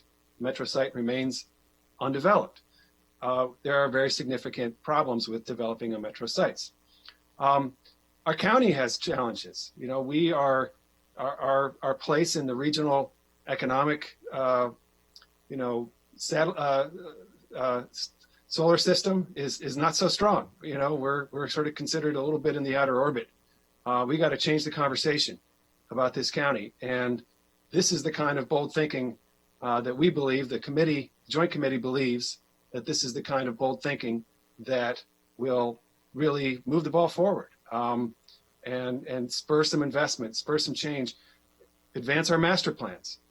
We have these incredible master plans that present compelling visions of what community life could be like, what our future can be, based on certain development, certain kinds of development, and smart growth on top of metro is a big part of that.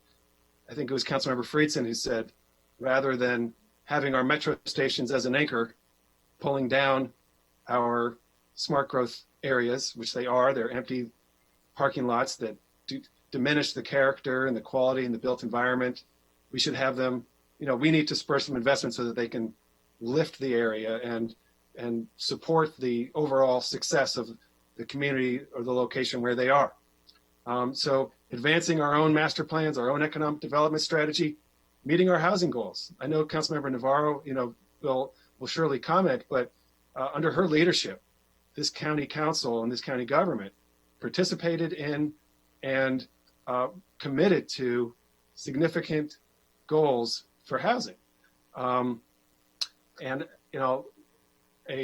We were all emailed today on a different topic, but a quote that I'm going to write down and remember by a DC council member that said, goals are only as good as your willingness to make changes to support them.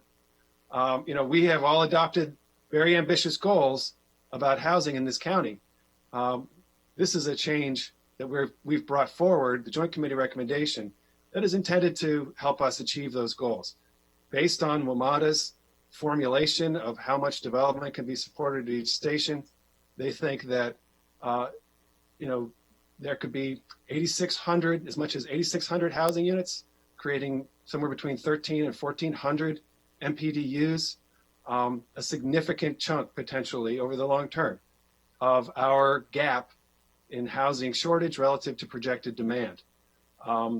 So it's a meaningful solution around housing, and it provides transportation benefits. It's people who drive less because they're located at on Metro.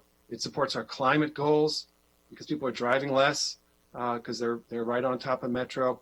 It even preserves agriculture. This is partly how we fund preservation of ag land, and as well as reduce the pressure to develop farmland. So there are so many public virtues, public benefits, public goals tied up in securing development at Metro that we felt that it's worth doing something significant to get those benefits. And that's where the incentive comes in. So the proposal is to provide an incentive to a development there to not collect property tax for the first 15 years of development. We had modeled this out for Grosvenor and found that the income tax that is paid by people who live in the housing there more than makes up for what is lost in property tax. So it is a net fiscal positive to the county. There is some, I know we've heard about the fiscal impact of this proposal, and I just want to say very plainly, if I thought that these developments would happen, if we thought these developments would happen without this incentive, there would be no need for this. We would never have brought it forward. But it is our belief, based on the very plain evidence around us, that is vividly clear, but also projections and real estate expertise, that this development is not coming, that it will not happen without significant support from the public sector.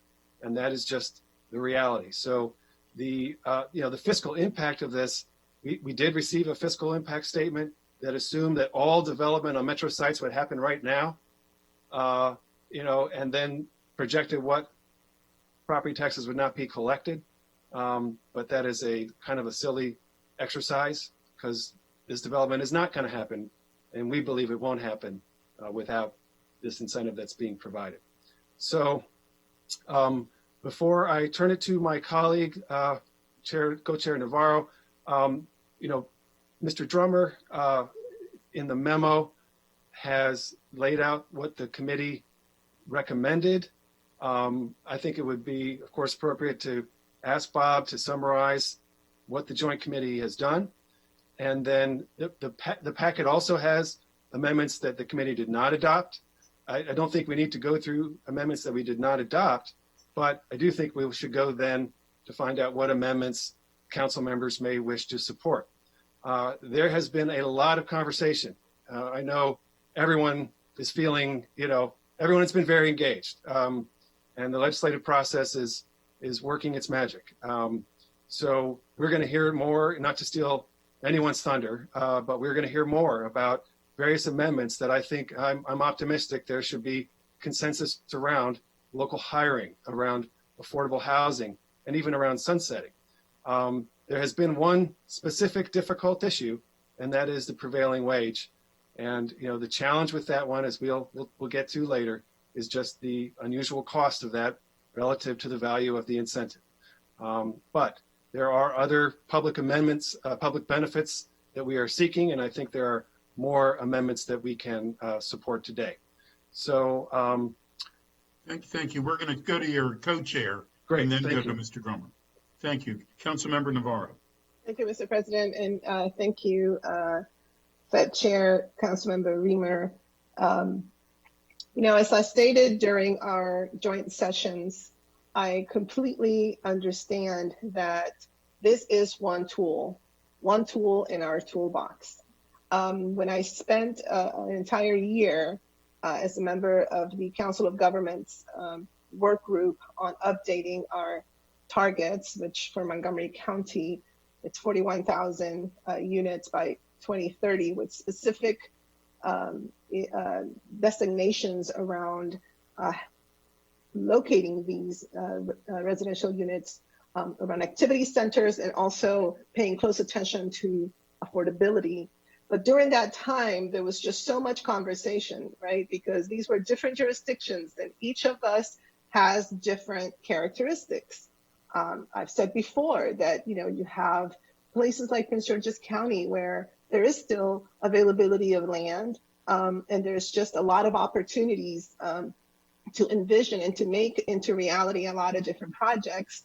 You have Washington, D.C., which is really booming. And if you go to Washington, D.C. at any time, you will see all of these cranes everywhere you look. They're just cranes going up.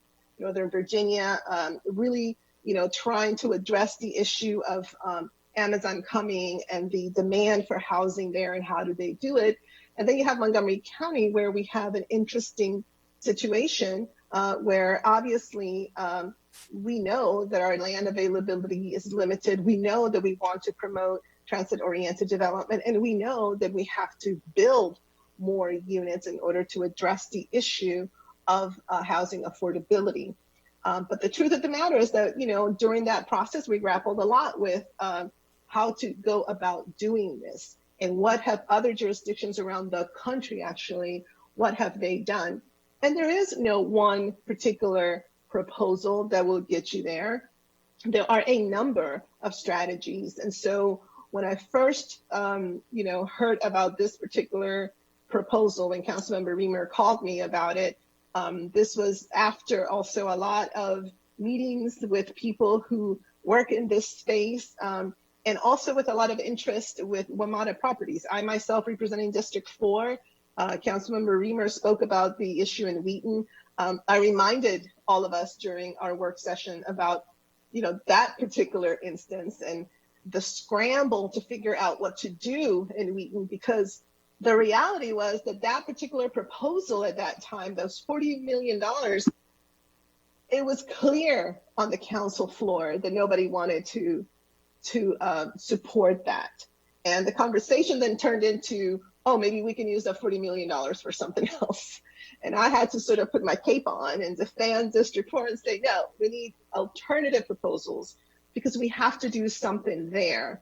And that's what we have today. But there's also the Glenmont Metro Station, right, where I have been, in innumerable meetings trying to figure out what we can do, not only on top of the metro station, but also surrounding it. And it's a huge challenge, right? It's a huge challenge because in that particular situation in Glenmont, the site is not that conducive. It has a lot of restrictions. And so every single case, it's a little bit different.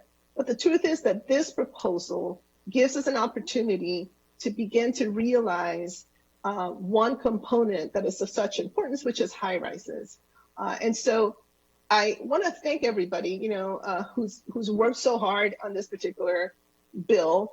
I want to acknowledge that, yes, we had some conversations about a particular proposal that Councilmember Jawando brought forth about housing affordability. And I feel that I can actually support that. I've been thinking a lot about what that means. And I think it is something that we can fit into this. So I will be definitely supporting that when the moment comes. And of course, Councilmember Albornoz has, another particular proposal that I think would be important. But I do want to say that it is a tough balance because at the same time that we want to provide the incentive because we want to see something happen, it's tough to not be so tempted to add more and more and more restrictions that then make the actual incentive not viable. And ultimately, what we want is to create that buzz, to create that activity, to create those opportunities for people to consider Montgomery County as a place to live, and those other benefits that accrue with all these people moving there, et cetera. It's something that then we can realize in terms of revenue. So it is a win-win. And I think I'm excited to see what will happen with this proposal. So I want to thank again both my colleagues on both committees and the public who has been so great in giving us feedback, around this. And again, I look forward to discussing the amendments and, and hopefully coming out with a really good product. Thank you very much. Thank you. Mr. Drummer, please. Good afternoon. The original bill, as introduced, required a pilot, which is a payment in lieu of taxes for 15 years of 100% of the property tax for a qualifying project.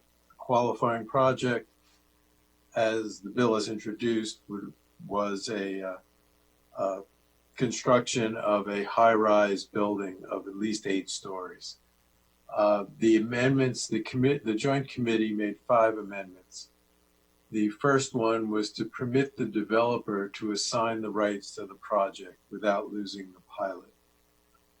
The second amendment was the Joint Committee added a labor provision that required the developer to agree not to, or to avoid hiring a contractor or a subcontractor who had a history of wage and hour violations.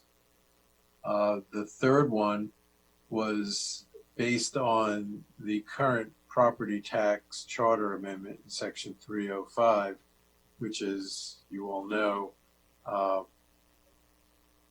limits the amount of revenue the county can receive to the amount received the year before. So if you have an exemption for this project from day one, then the actual amount of revenue will never go up, or as the cap won't get expanded.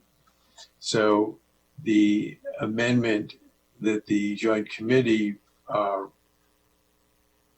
approved was to give the finance director authority to start the pilot in either year 1 or year 2, depending essentially on what happens with in the November 3rd election on the ballot question on the charter amendment. If it starts in year 2, then the county would get the bump in the charter total revenue if the charter state remains the same, the charter limit remains the same. The fourth amendment was to exclude special area taxes from the exemption.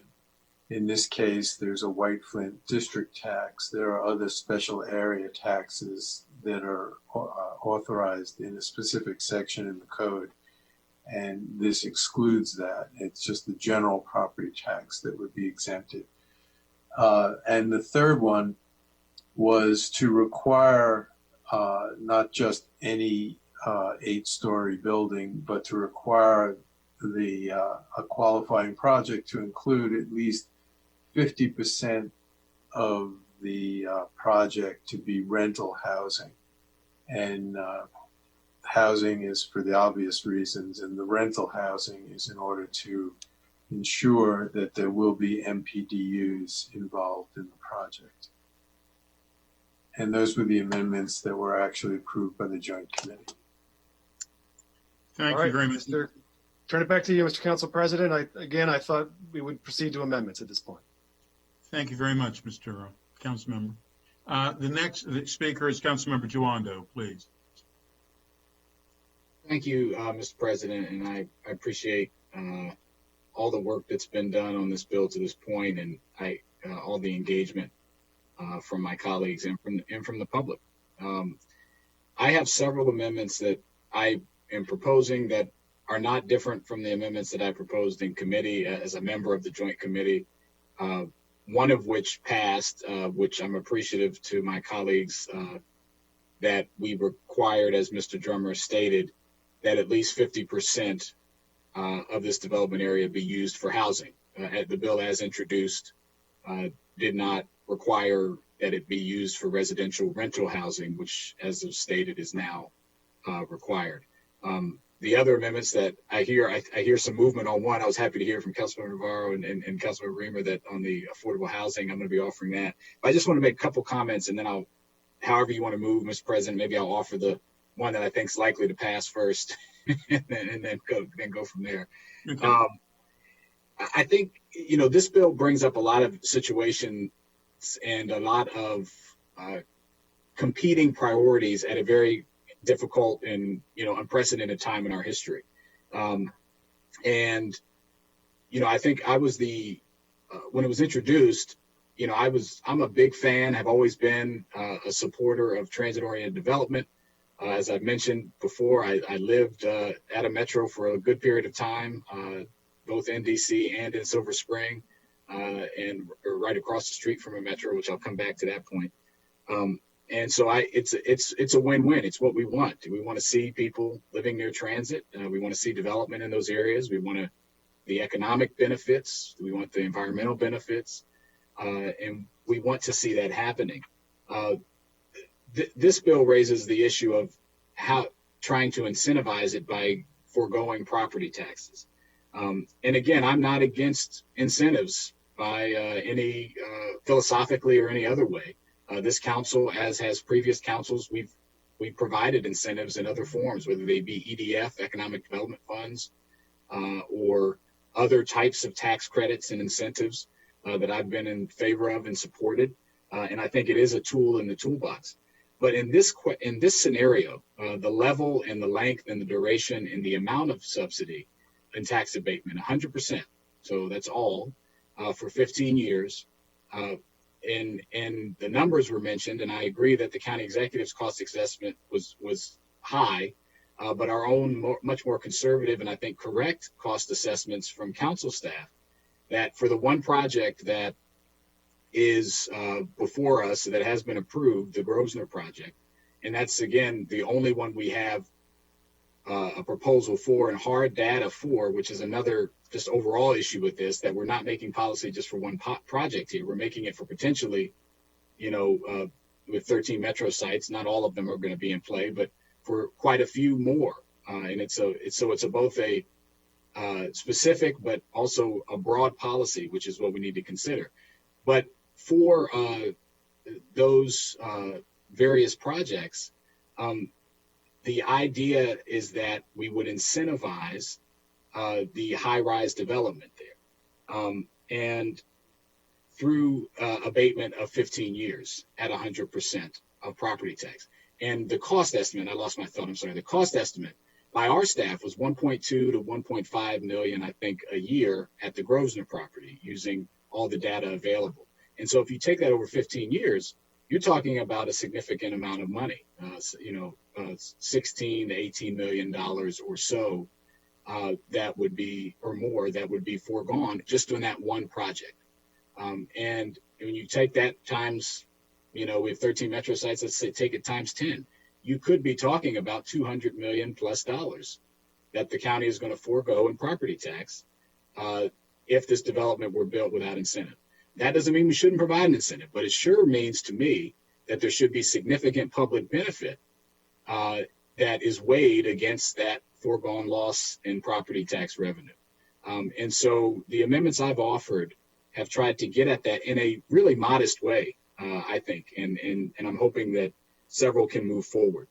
Because when you do these types of payments, and there were some folks who pointed out throughout this process, is that they don't always pay off. It's a gamble for us that if we do this, it may or may not work, and we may or may not get what we want, but it's not a guaranteed thing. The other thing I wanted to say that's important is that to remember in this process is about income inequality and the ramifications that this could have for that. And as has been stated, which there's no disagreement on, this is the most expensive type of housing to build, high-rise construction on top of metro, because of the public accommodation that is Metro, why it's there and why that land was given to Metro in the compact between DC, Maryland, and Virginia to support public transit as a public good. It's expensive because you have to maintain the tunnels and the elevators and all the things that are part of that public infrastructure. So it is very expensive. It's also some of the highest cost housing because it's expensive. And having lived across the street from a Metro, I can testify to that it's the highest cost housing. So it becomes particularly important that if we're using public dollars, again, maybe upwards tens of millions of dollars over time here, we should get some sort of guarantee that we're going to have diversity of income that can live in these rental apartments, and that people who building them get paid a fair wage and a prevailing wage, which I'm going to talk about also. And so that's why several of my amendments address that income inequality point, because I think it's really important. We want to ask ourselves, do we want to give that level of subsidy for that level of time and not have serious affordability? So one of the amendments that I will offer first is related to that point, in that this will require 15% MPDUs to be in these properties as required by law. And I'm saying of those 15%, let's put aside 25% of those. So in the case of a 500 unit property like that is proposed at Grosvenor, 75 are MPDUs, then 20 some odd would be reserved for people making 50% of AMI or below, which is $50,000 a year or roughly that level. And so that's the First Amendment I'd like to propose, along with a couple of others. So I can pause there, Mr. President, maybe, and propose that amendment. And I do have others, but I'll pause there and make a motion to renew the proposal that I put forward in committee to ensure that 25% of the MPDUs be dedicated to those making 50% or below of AMI. Second. Who did the second? Councilmember Reamer did the second. Okay. Is there any discussion on this amendment? Yes. Please. Thank you. We discussed this at length at the committee, and I think a lot of us had a lot of interest in it, but the legislative process still had many steps to play out. And so I know, speaking for myself, and perhaps that's a view that calculation others were making, just wanted to wait a little bit to come to a final decision on this one.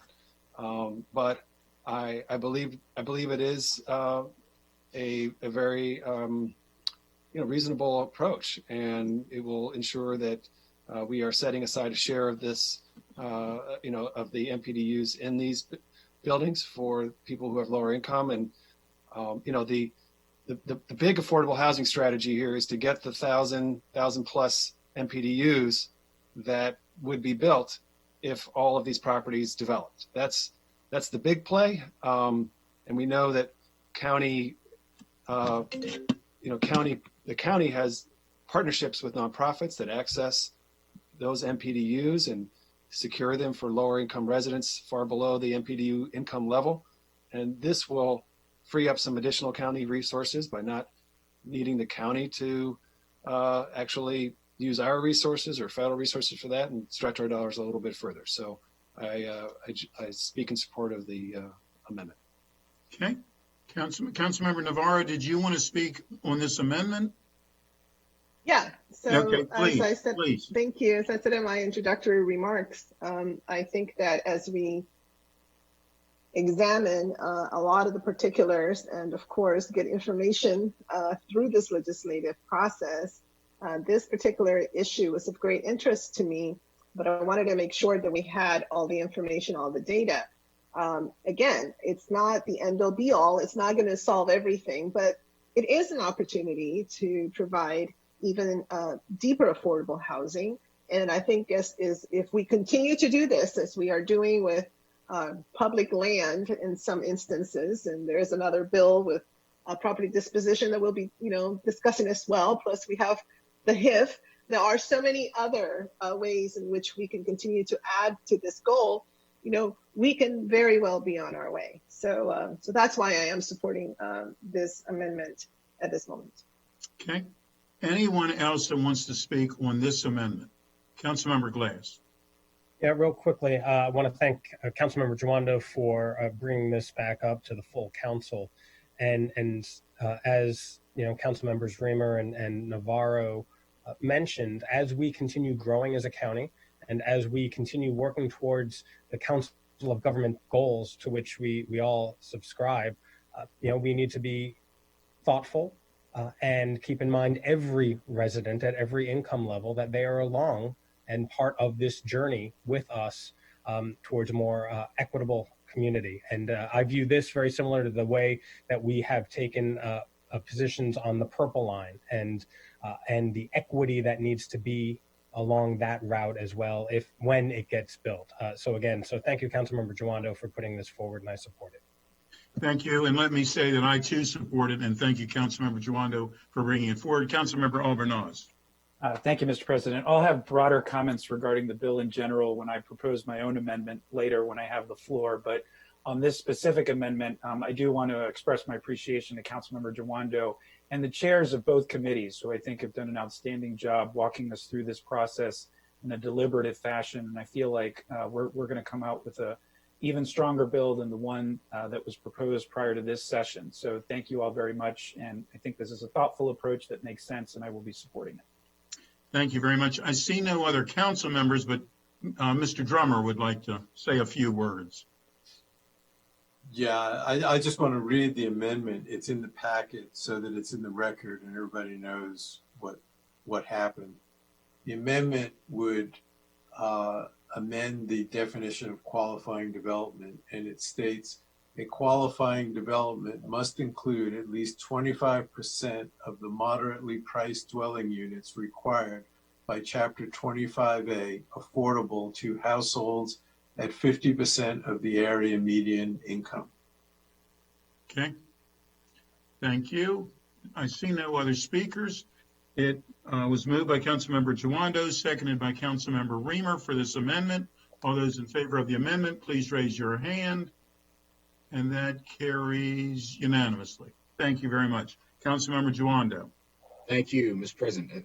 I like to start off with the 9-0. keep it going.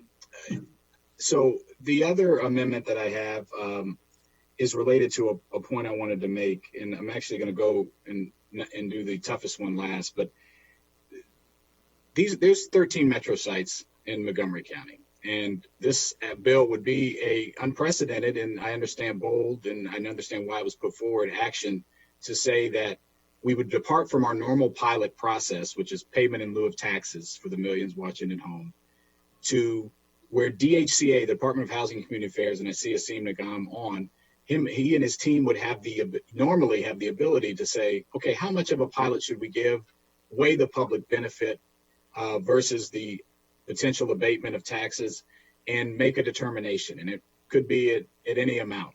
In this bill, the departure is that saying, no, by right, you get 100% of the tax abatement, and you get it for 15 years, which is a dramatic difference.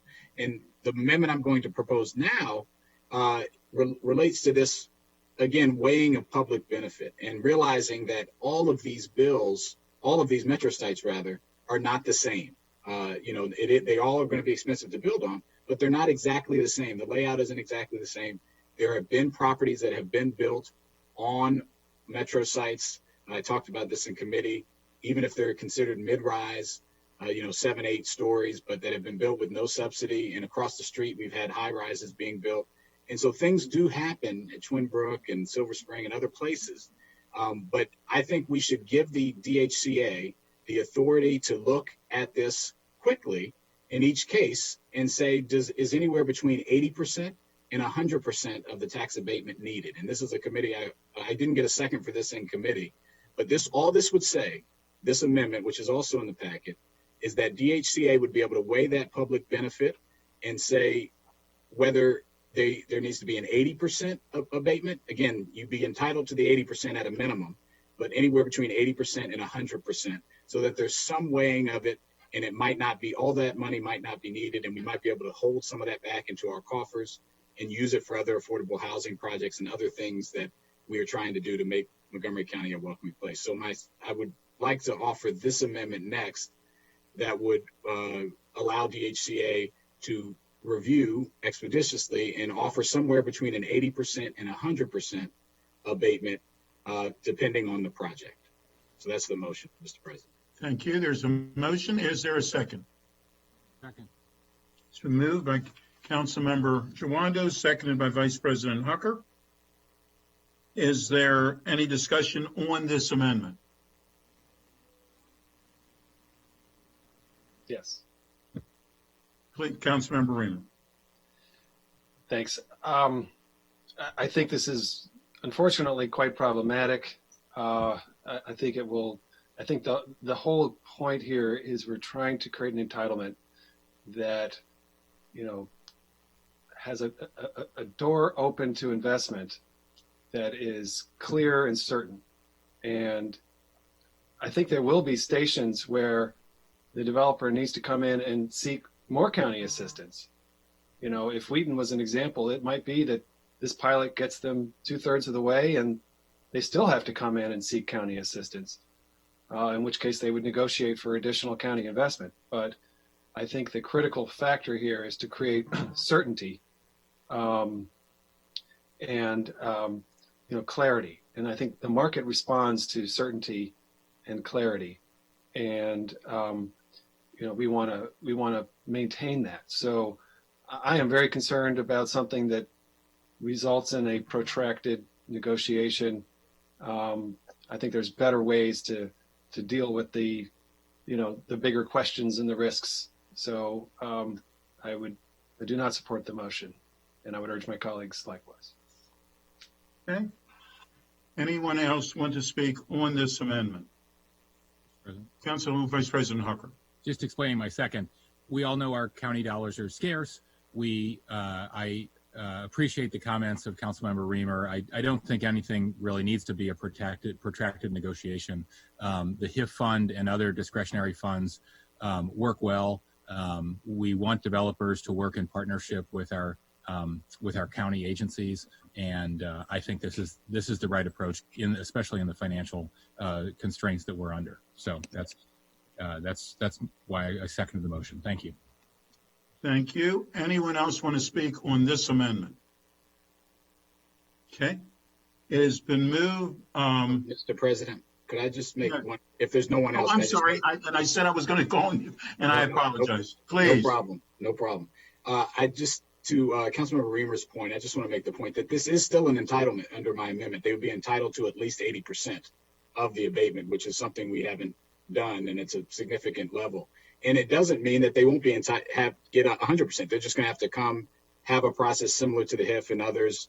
And again, I think for this level of abatement, a conversation, a kicking of the tires, we called it consideration in law school. If you're giving somebody something, just the conversation about here's what you're going to get in return and why we need the money, I think is all we're asking for here, considering this level. And so I just think it's a reasonable approach and would still give the certainty that you're asked that you're going to get a minimum of 80%. We just need to have a conversation to show why. So that's all I'd say. Thank you, Mr. President. Thank you. Councilmember Albornoz. I'll just be really quick. I understand and respect the intent of the amendment and don't disagree that, we're talking about a lot of resources on the table here. But you said a word that, Councilmember Jawando, in your description of expeditious. And expeditious is not normally something that the county utilizes when dealing with matters like this. And so that, and I say that having worked in the executive branch and knowing sort of the wheels of government sometimes don't move as quickly as we need them to in some cases with projects that can be very complex. So while I appreciate very much the intent of the bill or of the amendment, excuse me, I don't support this specific amendment because I'm not confident that it will be expeditious as we review these particular cases and contracts. But I appreciate where you're coming from. Thank you. Mr. Drummer, did you want to give us an explanation on this, please? Thank you. The amendment that Mr. Jawando had proposed in committee is in the packet on page 7, and there's two components. One is 80, the finance director must exempt between 80 and 100% of the real property tax that would otherwise be levied for a period of between 10 and 15 years. I'm not sure if the motion in front of you still includes the 10 to 15 I'm years. sorry, I left that out, and I didn't intend to include the years as well. It was the same thing. It was 80 to 100 and 10 to 15. I'm sorry, I left the second part. Okay. And Then Council that's Vice the President amendment. Hucker, do you agree with that? Yes, okay. Please, And- Mr. Drummer, continue.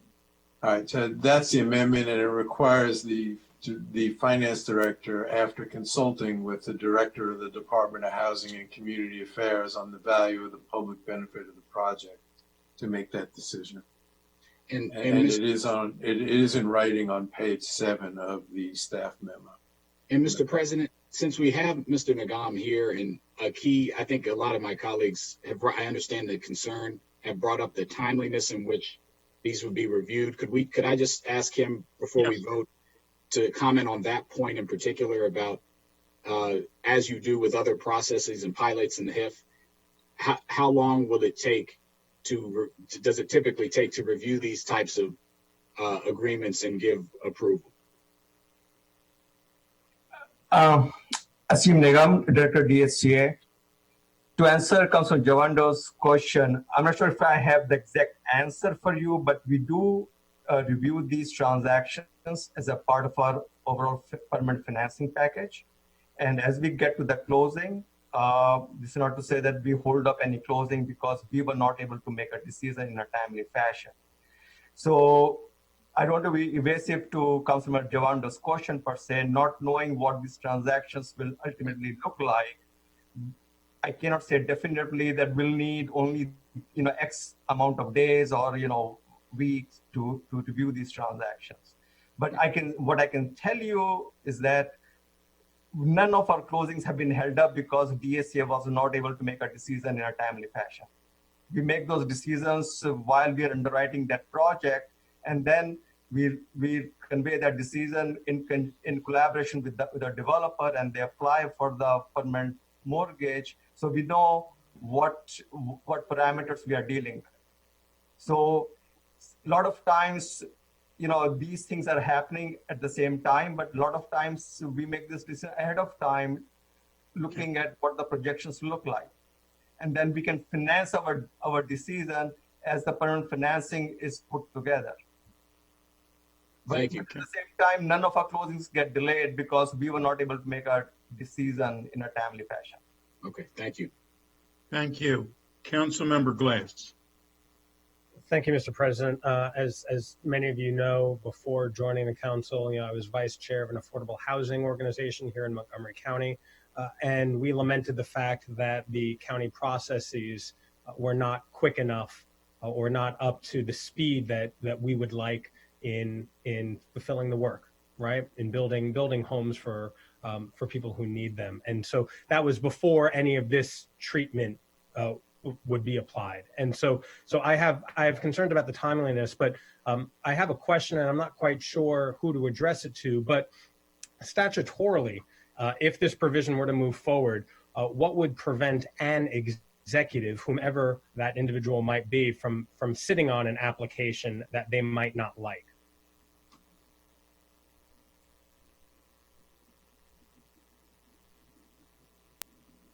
I'll take a shot at that one. I mean, he would have to at least propose 80% for 10 years. I think beyond that, you could file a mandamus action, I guess, in court to force him to do that. He has no discretion to just say no way. It would have to be at least 80% pilot for 10 years. Okay. Beyond that could then take, would be negotiation.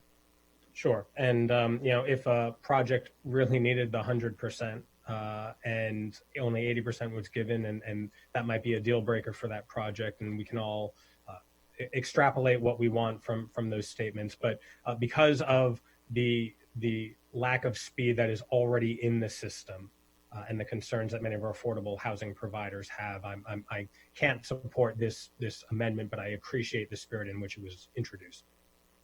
Thank you. Councilmember Reamer. Thank you. Just wanted to highlight by allowing the discretion of from 15 to 10 years and from 100% to 80%, you're basically allowing the executive branch to negotiate over 40+% of the value of the incentive. Now, the statute doesn't allow them to say no, but it doesn't require them to say yes in any particular time either. And so you have a huge amount of money on the table for which there's no specific definite resolution over a negotiation. So I think that is the core issue. Is this really says we're not going to offer this incentive. We're going to offer, with certainty 60% of this incentive, and the rest will be up to negotiation.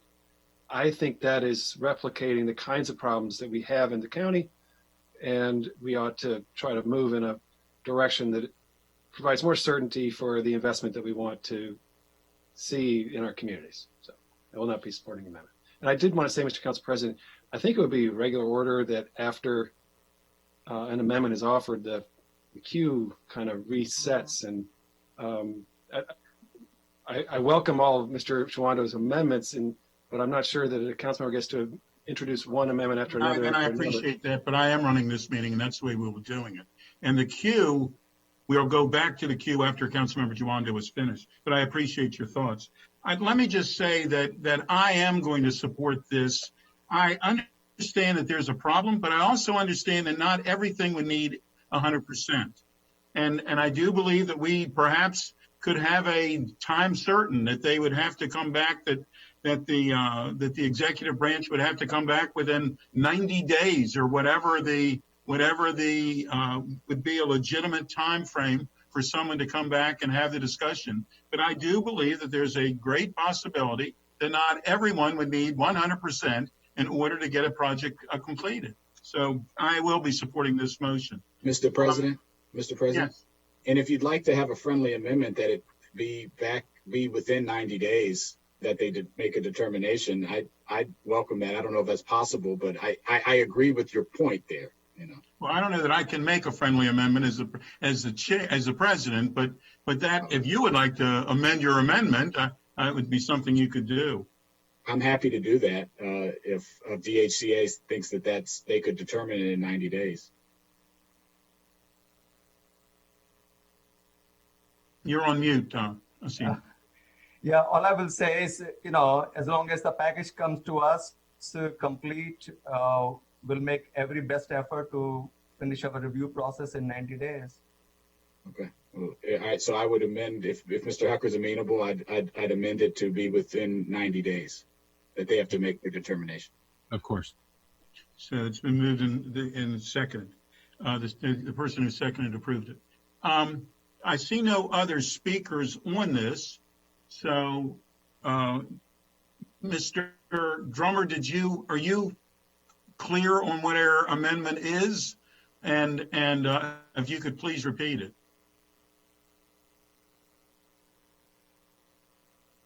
All right, I'm writing this as we speak. So, okay. If you go on page 7 of the packet, and at the end of the subparagraph or subsection B, I would add a new sentence. Maybe I'll put it after C. I would put it after C. It be the director of finance must decide on the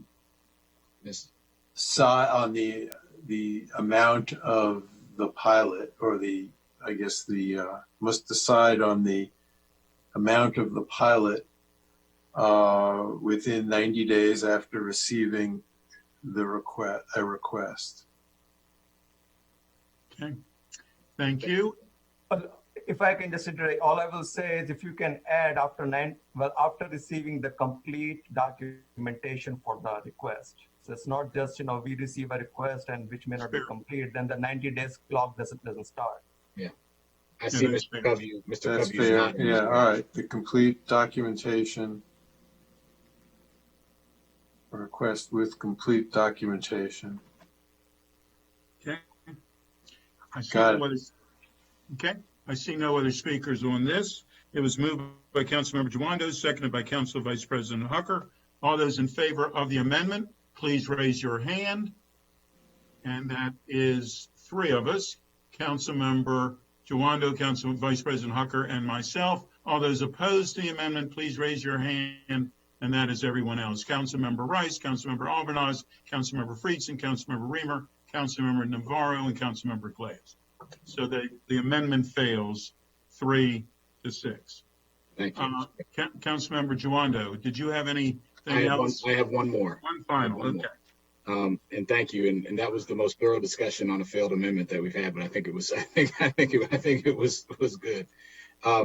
This next one is the prevailing wage amendment. And, construction jobs offer an opportunity to gain a skill and a trade and earn above minimum wage because they're hard jobs and they're important jobs. Most apprentices or entry-level construction workers are people of color. And this offers an opportunity to be self-sufficient and financially stable. I think that I offered this as well in committee unsuccessfully, but this is an important point. I talked about income inequality earlier, and I really appreciate us addressing some levels of deeper affordability in the being required if this abatement is granted. We could be in a situation on county projects, we require a school bill, or not in case of school, but in county projects, we require, if we're building a county building, prevailing wage to be paid. And obviously cost of living here is very high. And so what this amendment would do would say that the people who build this, again, the most expensive type of housing that we have to live in and to build would be paid a prevailing and fair wage for doing the work.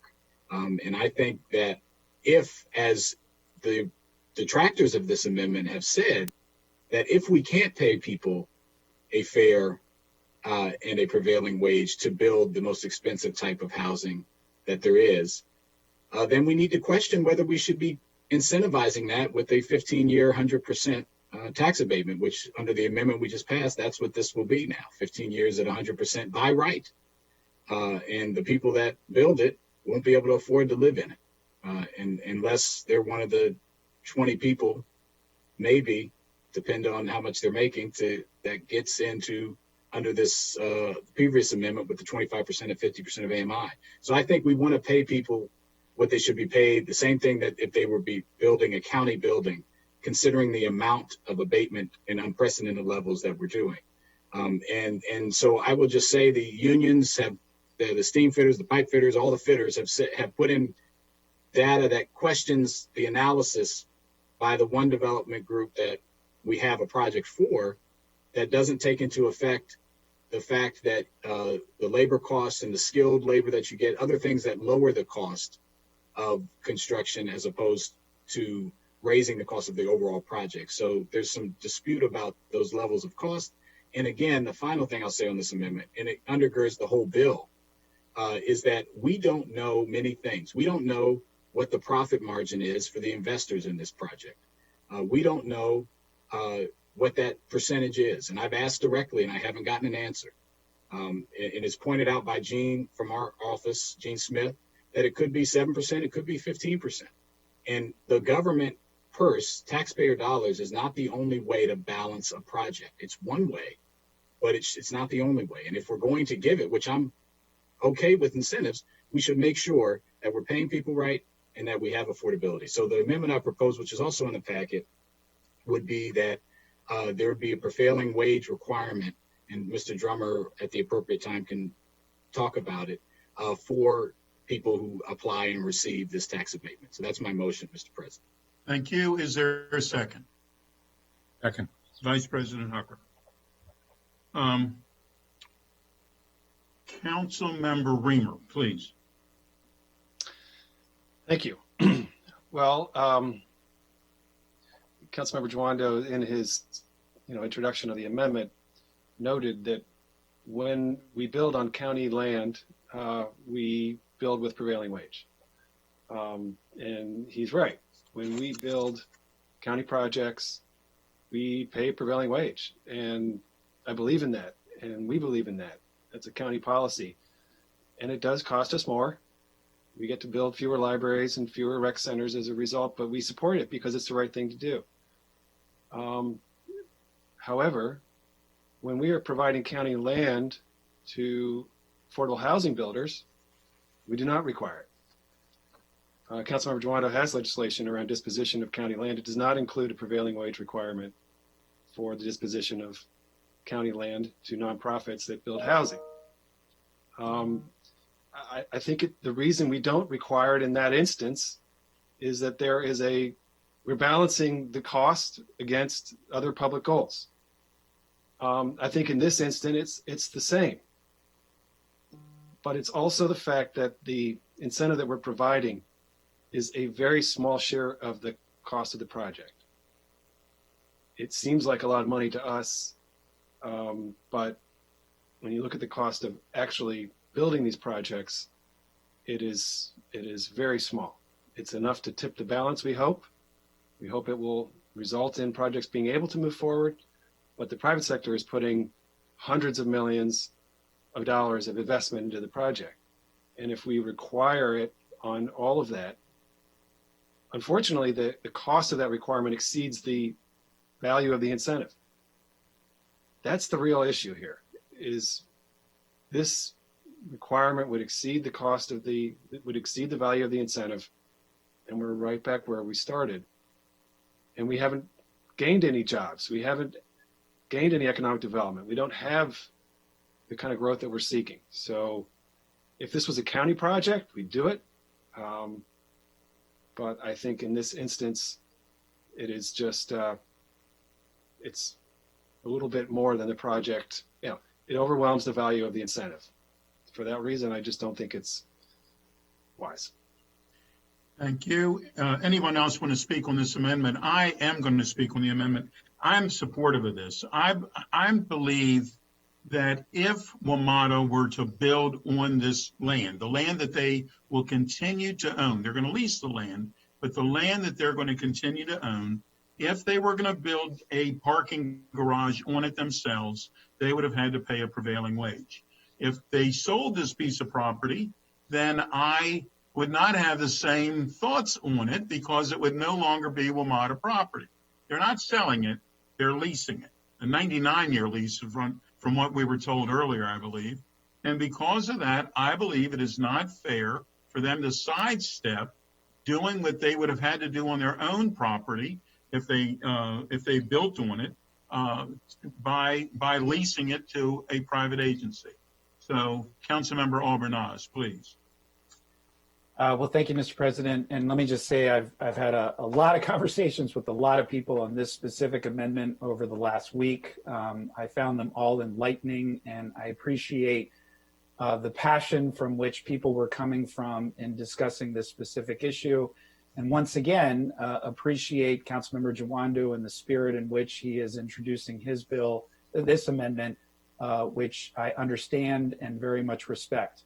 But in looking at the numbers, I do agree with Councilmember Reamer that the cost of this particular amendment would at least equal, and if not supersede, what we are trying to do with the financial support to incentivize the development on these particular properties. And this will bring housing that has been well documented that we need in our region. This will bring economic development opportunities, not just through the short term within the construction of these projects, but there's a chicken and an egg in terms of economic development and having housing and economic development. And it's a critical piece to this puzzle. And so for those reasons, I'm not supportive of this amendment, but appreciate the spirit from which it has come from. I will be introducing another amendment after Councilmember Jawando is finished on the floor that does provide an additional public benefit, I believe. But I wrestled with this one definitively, but ultimately came down on the fact that the numbers just don't support it. Thank you. Thank you. Councilmember Navarro. Thank you, Mr. President.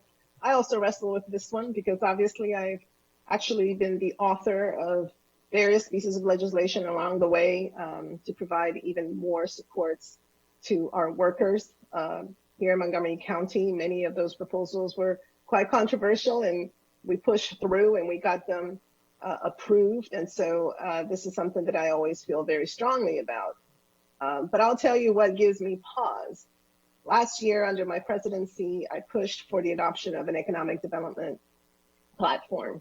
And I did that because it became clear to me that we are in a situation in the county where we have to very aggressively continue to push the assets that we have, leverage them, but have a clear-cut strategic direction for economic development. And I've always said, I said it when I ran for office, that I believe strongly in an aggressive economic development strategy so that we can have the revenues necessary to fund those needs, those budget items that the most vulnerable depend on, that our county residents depend on. But we know, and we've seen it during this pandemic, that there is a large proportion in our community, people who are in desperate situation with incredible need. We're not getting any help from the federal government. We heard earlier today when it came to even food, they are suspending, they've eliminated a lot of that. And so for me, I am not confused that in order for us to continue to address those important goals, when we talk about racial equity and social justice, you know, it's also about how are we going to fund a lot of the initiatives and a lot of the supports that our community needs. When we look at the farms rate in our school system, it's not lost on me that it's going to require more and more revenue. And that revenue is not going to happen unless we position the county in a space where folks are going to want to come, they're going to want to invest, where people see activity centers that are buzzing, where we can start to balance all of that. And so for me, that has been what has motivated a lot of my work, especially lately, because we have to be frank. I mean, you know, before the recession hit, we were already talking about the need for us to own, as the council, and implement an aggressive economic development strategy. Now with this pandemic, it's even more important. So those are the many reasons why I don't believe that in this particular instance that we should do this, because it does add to the cost. It actually subtracts from the incentive. And what I'm interested in is to see some of these places activated. You know, I've talked to many of the advocates and I've said, you know, I've been here when we've had to adopt so many master plans and really try to put in place, you know, zoning and many things. And it has worked in some parts of the county, but there are many other parts where it has not.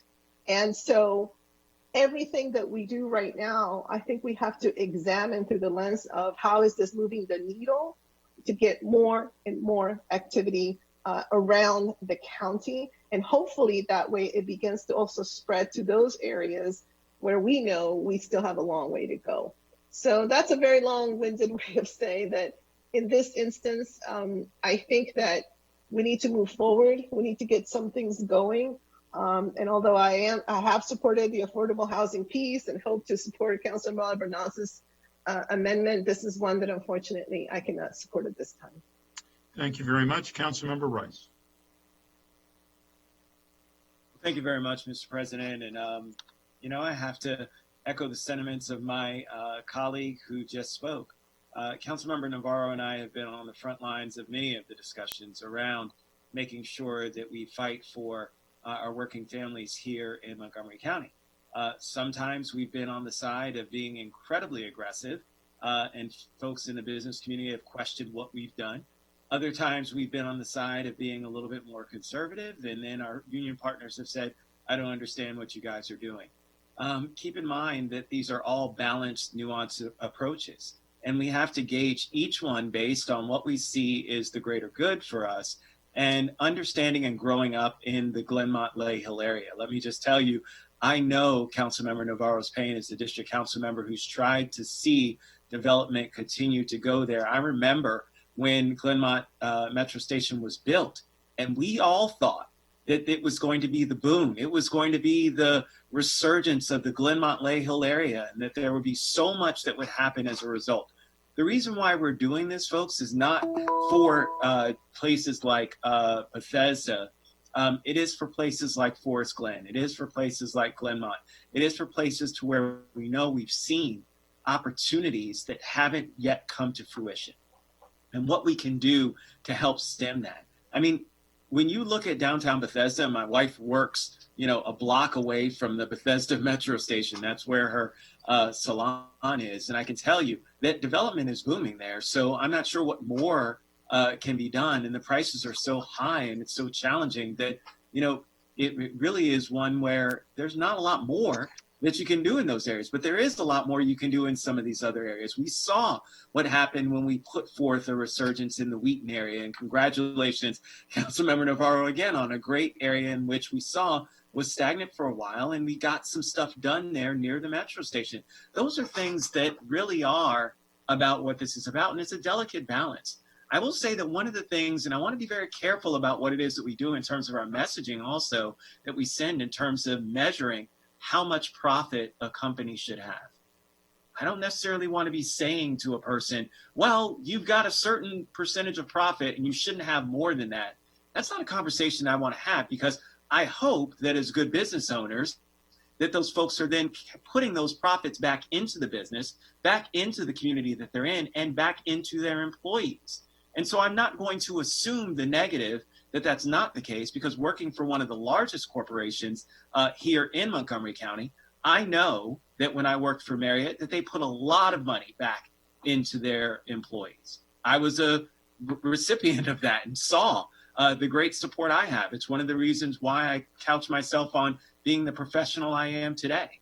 And so from that perspective, I really have to say that, again, I think that this bill that we have before us strikes a fine balance. I think that trying to make some changes to it actually tips the balance and makes it a little bit uncomfortable for me to support. And so I won't be supporting this amendment. I understand the spirit.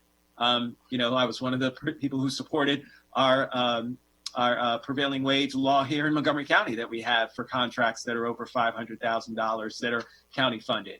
So I'm already on record in supporting prevailing wage. It's just that in this instance, I don't feel as though it's the right piece of balance for us and us moving forward to really stem some great investment in some of the areas in this county that we really need it in. So thank you very much, Mr. President. Thank you. Councilmember Glass.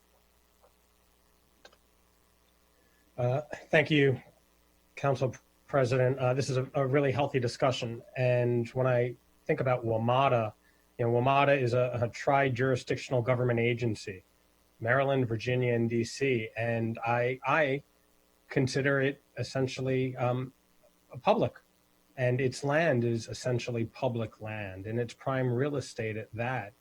And similar to the conversation that we had an amendment or two ago about MPDUs and income thresholds, I apply that same standard to this, in that as we grow, literally and figuratively, we need to support all of our residents, and we need to support the residents who are working on these projects on what I consider to be public land.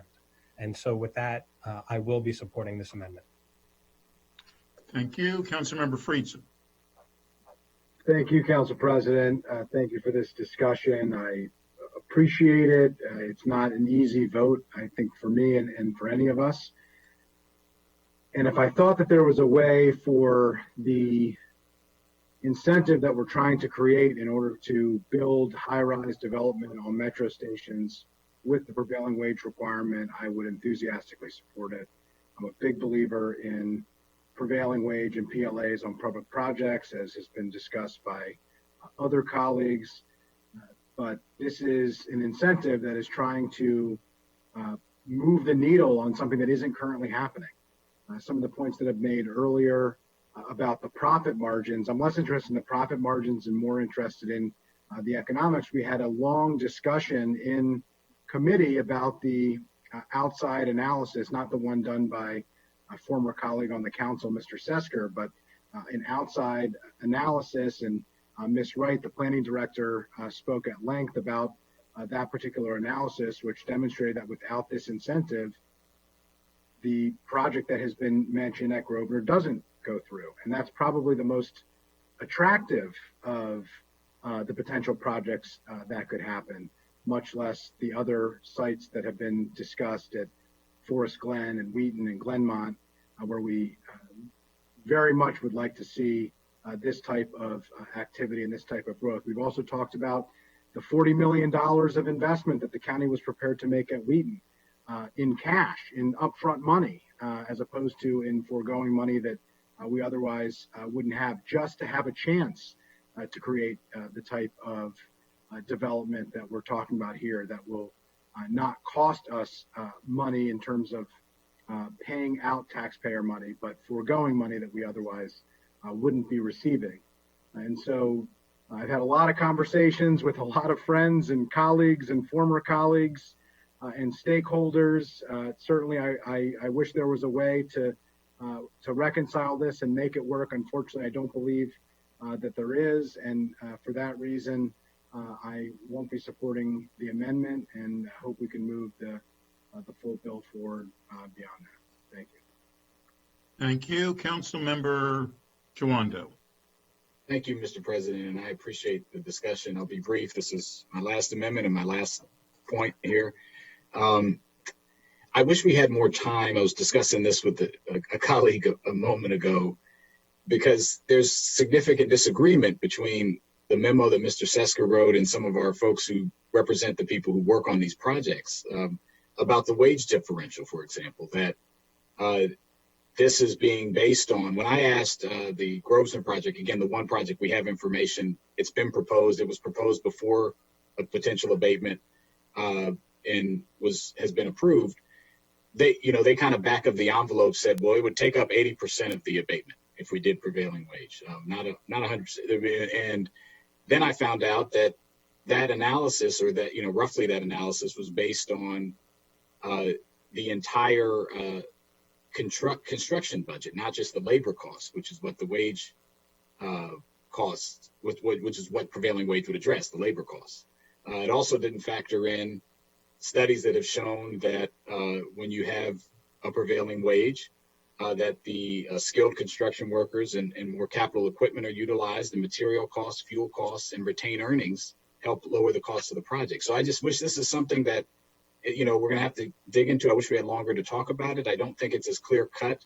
I understand my colleagues wanting to protect the meaningful nature of the incentive, which I understand, but having folks being able to be paid a prevailing wage, working on what I agree with Councilmember Glass is, for all intents and purposes, public land used for public purposes, is an important point. And, I think it's something that, I would hope we would think about in this case in going forward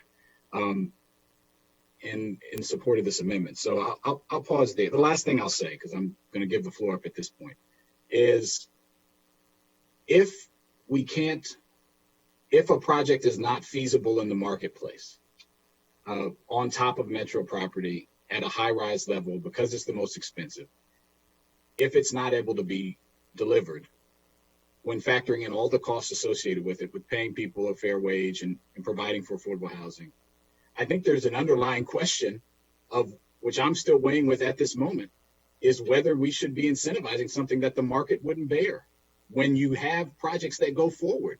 And it's not an all or nothing. Again, I lived in Lenox Park across from Silver Spring Metro, high-rise development, on top of metros in other parts of the county, in Twin Brook and Wheaton.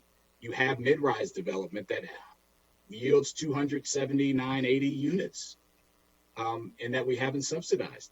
I think we have to ask that core question: should we be giving up potentially hundreds of millions of dollars in potential property tax revenue to subsidize something that's unaffordable for most of our residents, and that the market wouldn't bear? So I appreciate the conversation and the amendments on the floor. Thank you, Mr. President. Thank you, Councilmember Friedson. Yeah, I appreciate it. I don't want to belabor the point. I just, as a point of clarification, the whole idea of incentivizing something that the market wouldn't bear is the premise behind an incentive. I'm not sure when and why we would provide an incentive to something that the market does bear. I do recognize the fact that the payment of working folks and what they're able to pay and whether or not they can live in the county and whether or not they can afford their lives is a really important question. I think it's a similarly important and very difficult question on affordable housing projects like the recreation department on public land, which does not have a prevailing wage, and like just about every other affordable housing project that the county invests in one form or another. A lot of times that's through a combination of foregoing taxes and the payment of HIF funds and other significant millions or tens of millions of dollars in outright investment. I do think that these are big questions, things that we really ought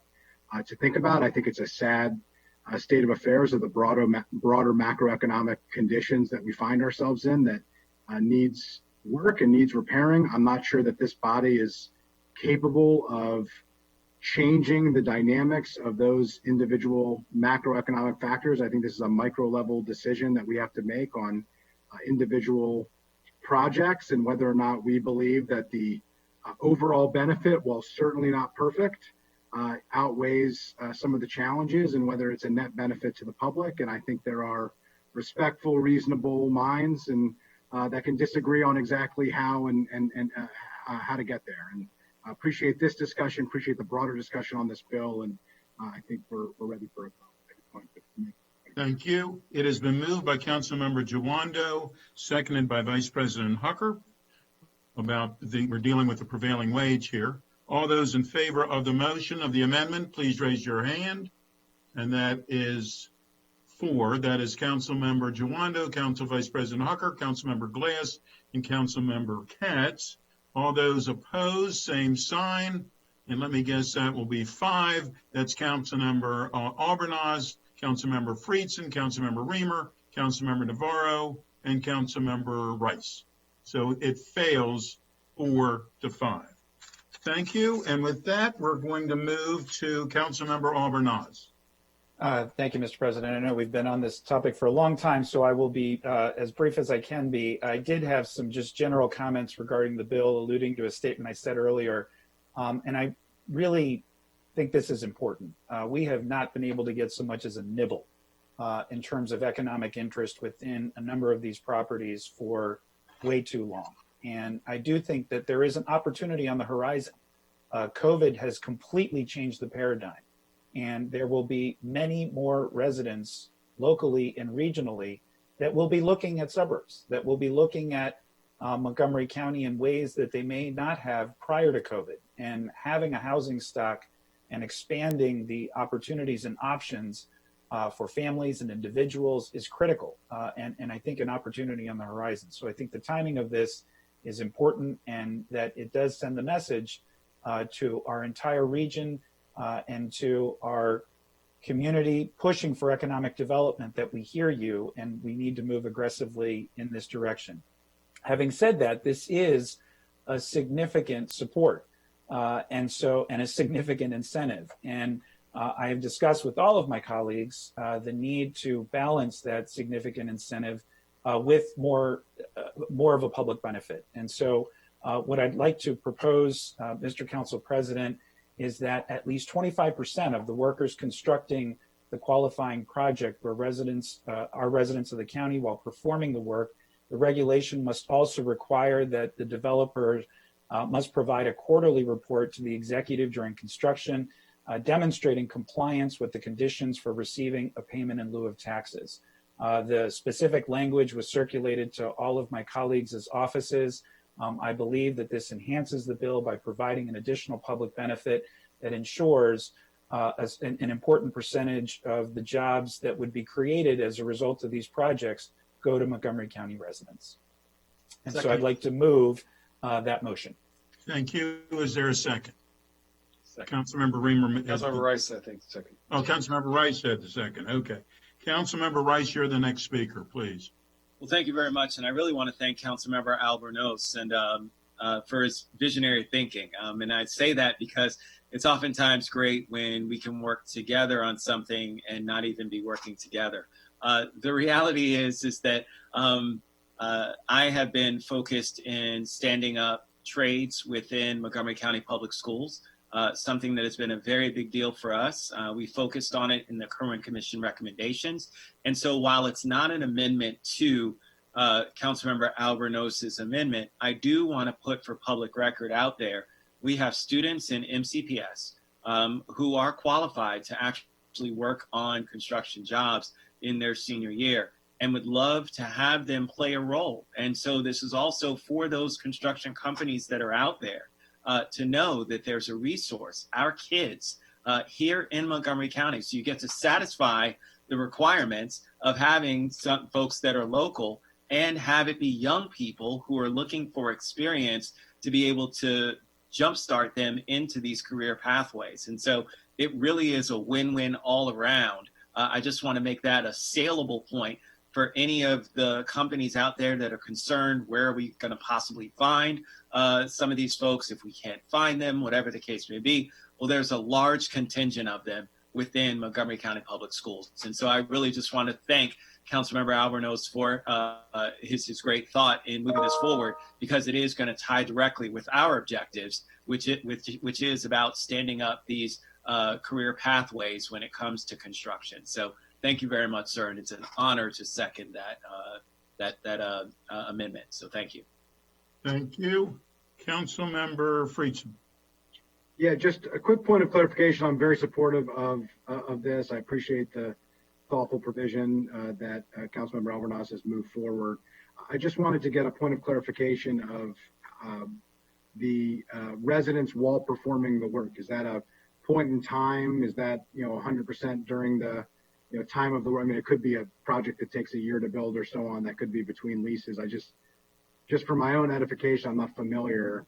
I'm just wondering, how that was going to be determined, and and I probably should have asked Councilmember Albornoz before, but this has been fast moving, to be honest with you. So I apologize for not asking before. Well, it's a good question, Councilmember Friedson. I'm going to defer to Mr. Drummer on the specifics, but I believe that the residency requirement is certainly, I don't know if it's 100%, but it certainly is during the duration of the construction project. At least that's the intent of the amendment. And so I guess to answer your question, I would say that they have to be a resident throughout the duration of the entire construction project. Okay, I don't know if Mr. Drummer wanted to chime in, but that may answer it. Happy to take a shot at that. The actual language is at least 25% of the workers constructing the qualifying project were residents of the county while performing the work.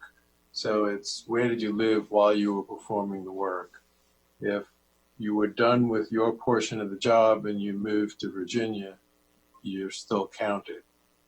If you didn't live in the county throughout the time you're working on the job, then you're not counted. I will say that this is all going to have to be worked out in a regulation that's already required in the bill, that they could, define that better, or we can take a shot at it here. This is the language that I wrote just recently. So that would be my interpretation, is that you have to be a resident for all the time that you're working on the project, not for the entire project. We're only worried about when you're working on the project. Okay, I'm comfortable with that. Thanks for the clarification. I think it was an important point of clarification. Sorry I didn't ask it prior, and happy to support this particular amendment. Okay. Councilmember Navarro. Thank you, Mr. President. So I too am supportive, and I want to thank Councilmember Albornoz and Rice for having the same thought. I think that this will go a long way to have that kind of benefit. I agree that we're constantly looking for opportunities for some of our young people who are so qualified, so capable. But also, I think that, this follows on many of the procurement decisions that we have made and other efforts that we have made to make sure that our local residents have access and opportunities here. So I think this is a great amendment, and I will be supporting it. Thank you. Vice President Hucker. Just clarification, Mr. President, and apologies that my phone had died. Thank you for recognizing me. But maybe it's a question for Mr. Drummer. What does this do? And I support this amendment, and thank you for Councilmember Albornoz for suggesting it. What does this do about the contractors, low-wage contractors who are often brought into this county from the South or other lower wage markets, and then they put their workers up in a hotel to work during the duration of the project, and then they send them home? They're not residents. Yeah. I mean, to be a resident has to be your permanent, residence. You have to have, right. Living in a hotel while you're working wouldn't be a resident. Thank you for clarifying. Right. The fact that you're sleeping here does not make you a resident, Right. I believe that's the case. Thank you very much. Councilmember Chawando.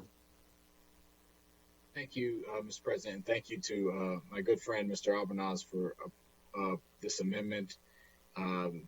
I will support it. I think, a job, we want more jobs, and having jobs reserved for our own residents who need them is a good thing. I would, obviously I would like to see, is obviously a double-edged sword in some ways, that our cost of living, to Councilmember Hucker's point, oftentimes folks are brought in from other areas and paid less, and they go back to those areas where that money actually means more. And in this case, the residents who will get these jobs that live here will have to live here, which is a very high cost of living place. So it's connected to the prevailing wage for me, but I think on balance, while I'd like to see them have that wage, I think it's a good amendment to reserve some jobs, so I will be supporting it. Thank you.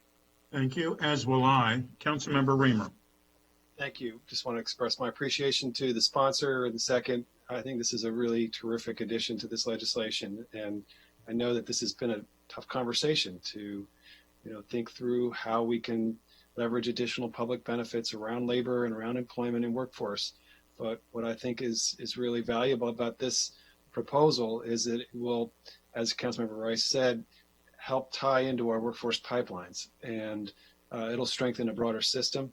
And, I think that's really beneficial. So I think it's a good way for us to expand the public benefit of the proposal.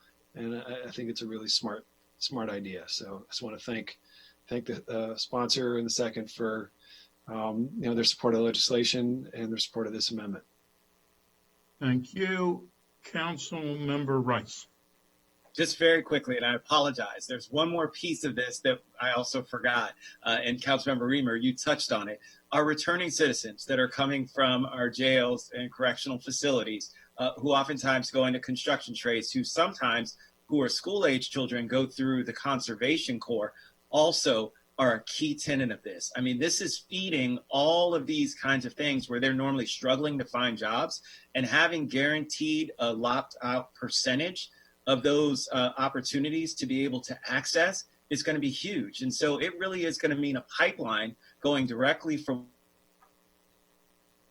You just froze. Councilmember Rice, you just froze. We're going to have to come back to you. Thank you. Let me see if I can get him back. Mr. Council President, it's almost 3:30. I think you had said you were going to break anyway. I know that, but I wasn't going to interrupt this Right. discussion. We will go to the interviews right after this. Councilmember Rice, are you still there?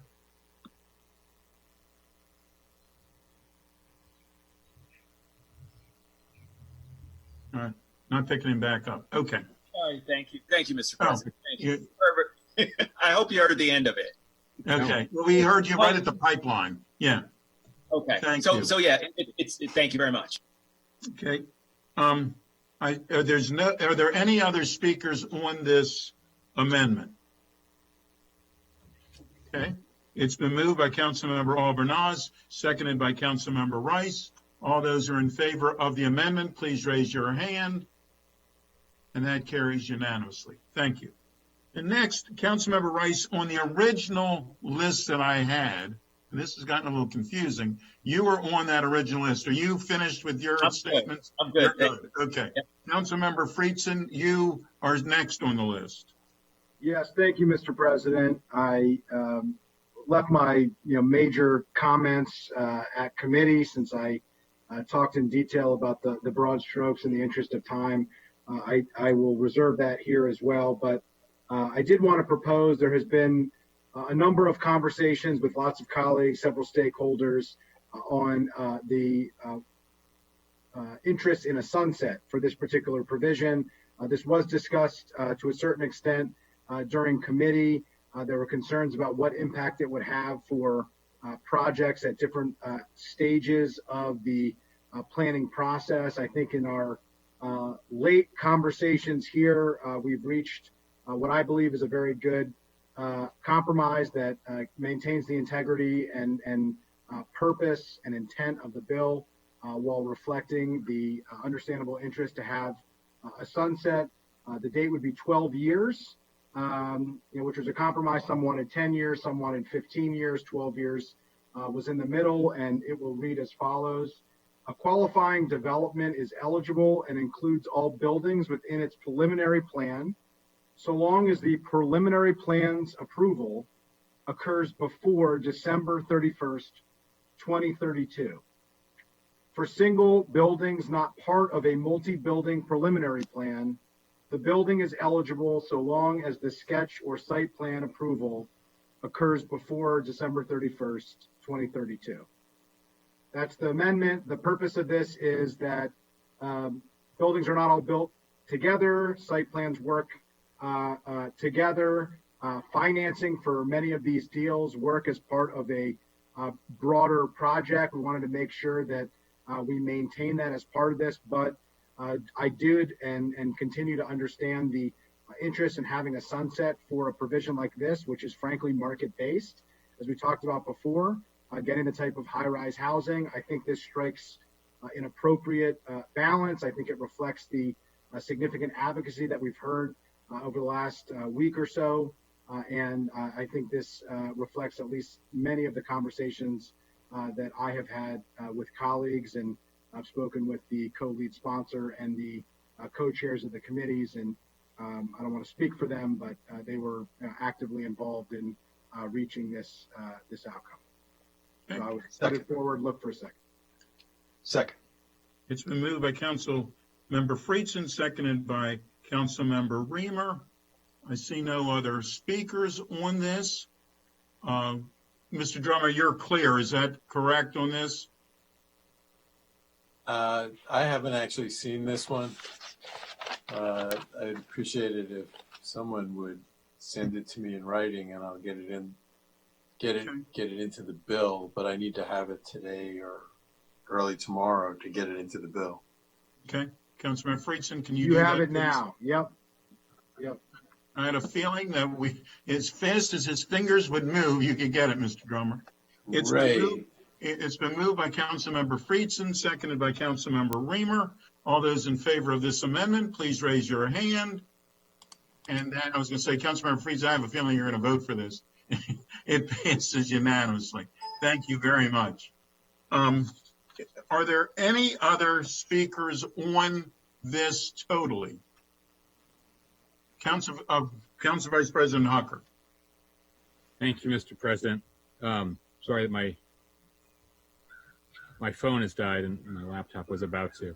I just want to chime in. I appreciate all the amendments, and I certainly appreciate the hard work from both the lead sponsors.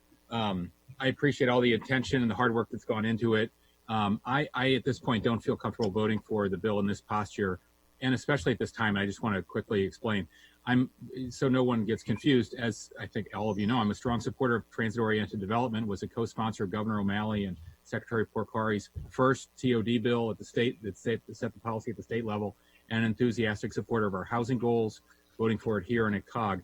But as Councilmember Jawando explained very well, this bill is really all about competing priority, and there are judgment calls involved in how we reach those competing goals. I know we need to incentivize development that meets our policy goals. Often the market is not enough, but I believe it's best done on a targeted and case-by-case basis in ways that use our limited public dollars to meet as many public priorities as possible. For example, I talked to United Therapeutics yesterday. They want to expand in Silver Spring, which is terrific. They're not looking for an incentive from the county. If they or Jeff Bezos or Dan Snyder wanted to build a luxury high-rise at Metro, I don't believe United Therapeutics would ask for it. I don't believe they all would need our help. I don't want to let the perfect be the enemy of the good. I appreciate what Councilmember Navarro said about the competing priorities here, and I'm not waiting for the perfect bill. This is a judgment call. But two final points. One, the developers I've spoken to who have considered developing at Metro say their reluctance has a lot to do with Metro's bureaucracy and their leasing costs and not the property itself. There has been a discussion of the market, but this is, to me, less about the market in many cases than the cost, certainly at the 13 stations, less about the market than the cost of dealing with Metro, both financially and the hassle of having them as your landlord. Many of you have mentioned that there's been lots of development right next to Metro and not on Metro properties. I think that underscores the argument that this has more to do with Metro than it does with the market. And ideally, I hope we could use our leverage with COG and with the state to work with Metro to remove some of those remaining barriers of developing on top of Metro properties. And second, voters are already voting on the Ficker Amendment, which would put a stranglehold, as we all know, on future county budgets. And to me, it would be better to put off taking up broad, long-range incentives until we know more about our future budget outlook, which is very uncertain at this time. I understand the year 2 issue. That doesn't fully address the concern. Councilmember Reamer said last week that reasonable, well-intentioned people can disagree, and it's at this spirit. I think this bill's not quite good enough, and I'm more comfortable respectfully voting against the bill at this time. I certainly would be happy to work with anyone involved on additional targeted ways to meet our housing and our TOD goals. Thank you, Mr. President. Thank you, Councilmember Jawando. Thank you, Mr. President. I'll be brief as well. I literally didn't know where I was going to be depending on where this conversation went. And I think that shows how hard and difficult and how many factors were weighing in this conversation about public benefit. One of the things that I think has weighed on me, and there's a point in any discussion, or whether it's a bill vote or a discussion with your spouse, or you know what you're going to do when you listen to your gut. And I think in this instance, I'm not going to be able to support the bill either. When I thought about the price, what we're foregoing in potential property tax revenue, I mentioned the $1.2 million, for example, on the Grosvenor property, which is based on the Strathmore number, which is, relative numbers that Gene Smith, our great council staff, did. That was actually for one building. And the proposed project would have 7 buildings. So that amount is going to be magnified by some level. And I think though the low estimate is in tens of millions, potentially hundreds of millions of dollars, and we're not going to be able to pay a prevailing wage.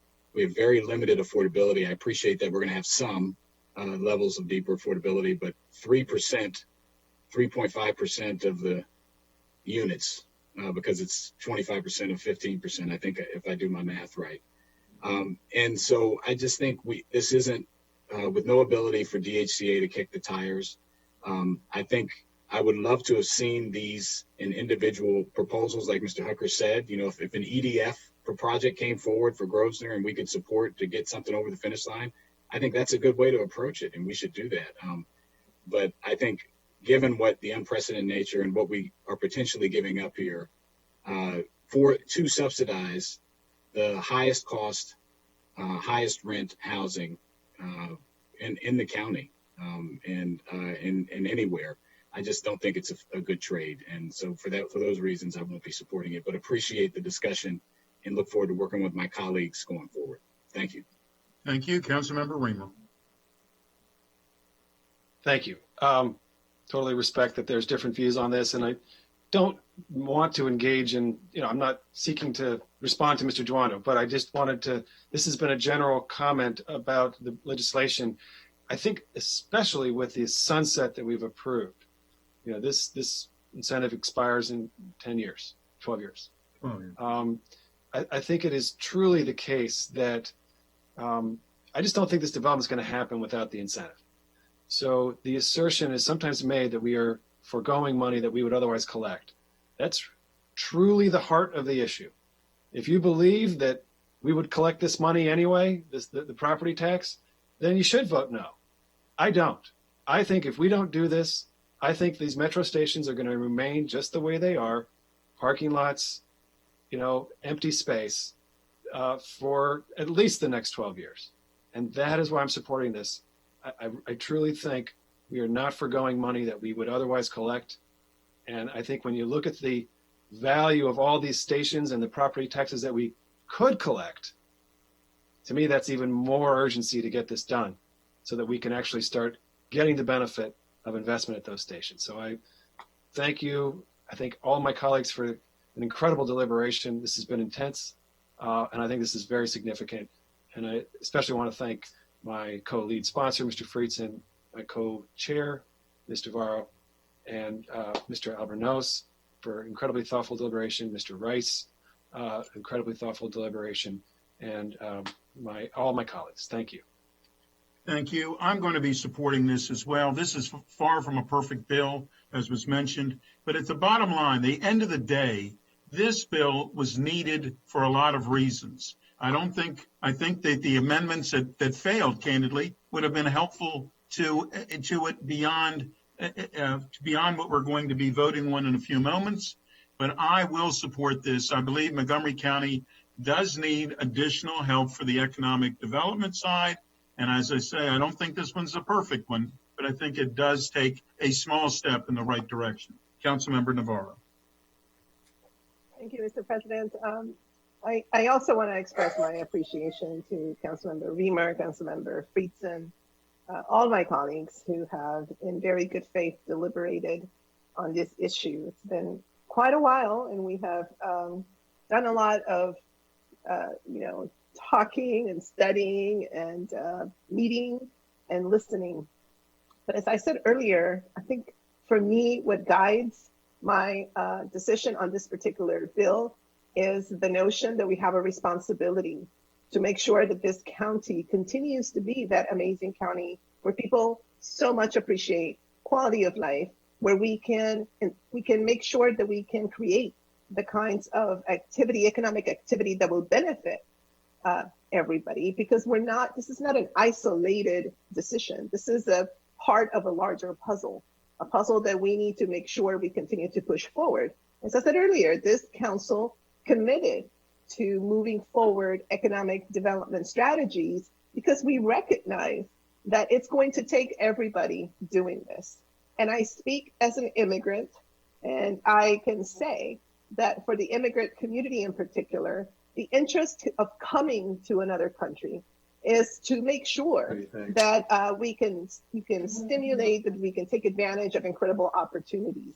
It is to make sure that we can promote economic development and expand on access to opportunities. And so I think it is our responsibility to look at the larger picture and understand that no one particular proposal is going to be 100% perfect, but we're going to have to be bold, because it is absolutely the case that although many of us have tried very hard and have succeeded in many ways, in totality, this county needs to move forward, to have more economic activity, to realize this issue of housing, to produce more housing units.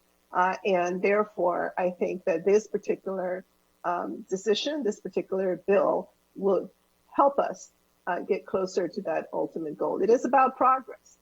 And to be progressive means that you're looking at how do you expand those opportunities and access to those opportunities. So thank you to all my colleagues. And of course, I will be supporting the bill as amended. Thank you. Councilmember Friedson. Thank you, Council President. Thank you to the co-chairs of the committee. Thanks to all colleagues in committee, in this session, in between sessions. There have been significant, deliberative, sober, and serious conversations. And the details of this bill are really hard and were difficult. And I would be the first to admit that not all of them were easy. Some of them, there were changing views and evolving views over time as we worked through it. But the overarching goal of the bill, to me, is not difficult at all. If we want to create the type of livable, walkable, accessible communities that we talk about, if we want to realize the visions that we sell to the public of these beautiful master plans that we've created, if we want to attract the type of residents and businesses and private investment that we need to maintain our quality of life in Montgomery County, if we want to turn parking lots into actual places for people, and if we want to be serious and turn the rhetoric of our housing targets and our housing goals, our environmental sustainability goals, and our economic development goals into a reality, we can't accept the status quo. We can't allow ourselves to do nothing and expect for things to change. For too long, we have rested on our laurels that this is in fact and will continue to be a really great place as everybody else around us stepped up their game. And that regional competition has gotten harder and harder for the type of residents we need, businesses that we need, talent that we need, investment that we need in order to keep moving the envelope like we always have, and being a place where we're willing to take risks and we're asking residents and businesses and investors to take risks, betting on Montgomery County. And we have to take a bet on ourselves sometimes, and we have to take a bet on all the assets that we have. And if not now, then when? If not at our metro stations, at our most desirable places, then where? And if not on the key areas of housing and environmental sustainability and economic development, then I'm not sure why we're here. So there are tough votes here. There were tough votes on these amendments. I appreciate that. Many of them were tough for me too. We were elected to take tough votes. I take that seriously. I take that obligation and responsibility soberly.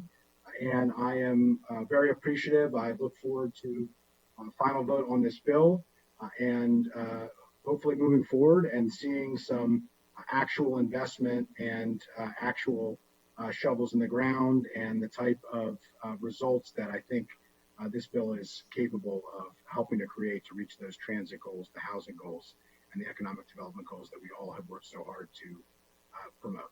Thank you, Mr. President. Thank you, Councilmember Rice. Thank you very much, Council President. And you know, it's kind of interesting because living here and living here all my life, it's easy to get caught up in the, well, you know, maybe we're doing too much development. Maybe it shouldn't be that we should try and seize every opportunity to develop more in this county. You live here, you have a home, you have a place. But for those folks who continue to come here, to want to be a part of Montgomery County and the special place that we call home, means that we need to develop more. If we are to try and keep those prices at least stagnant, that means more inventory. That means having more ability for folks to locate at places that are convenient. If we want to be real about our goals when it comes to climate change and saying that we need to develop more around metro stations, this is an opportunity. You know, these are the kinds of things where, again, we have to sometimes put our money where our mouth is and not just preach about these things, but actually make them come to fruition. And the simple fact of the matter is that we also get these other ancillary goals as a part of it, right? And these aren't things like I was saying before, and unfortunately my computer cut off, but I mean, it's real when you talk about a person being able to have a job and work on a construction site and have that change their lives as they're coming out of jail. That's a big deal. That is something that is a part of our goals as well, beyond the simple fact of, yes, we need to collect property taxes and make sure that we keep our government running. We need to do all of them, but I don't put one as higher than the other. They're all things that we need to attain and we need to strive for. And so while this bill isn't perfect, it certainly gets us and checks on a lot of those levels of a lot of things that are going to do a lot of good for our community. And if we have to give up a little bit in terms of property tax to achieve a lot of those things, then I think it's well worth it. I do understand, again, that this is a judgment call. And so no one can say what judgment is right for another person and what's right for the general community. We've heard from community members who support it. We've heard from community members who are concerned. But at the end of the day, let me just say this. For those of you who have metro stations in your district, count yourself lucky. Those are things where my constituents are saying, hey, they support this ideology and wish we had a metro station where we could see development and have additional accoutrements coming to those areas, because we know that development helps to spawn some of the additional resources that come along with that. We've seen it throughout this county. It's one of the reasons why our residents fight for it, because they know that it's not just about that development that goes there, but it's the parks and the transportation and all the other development, the ancillary things that go along with it from commercial development that help support our great way of life here in Montgomery County that also are attached. And so from that perspective, that's the reason why I think this is the right thing for us to do.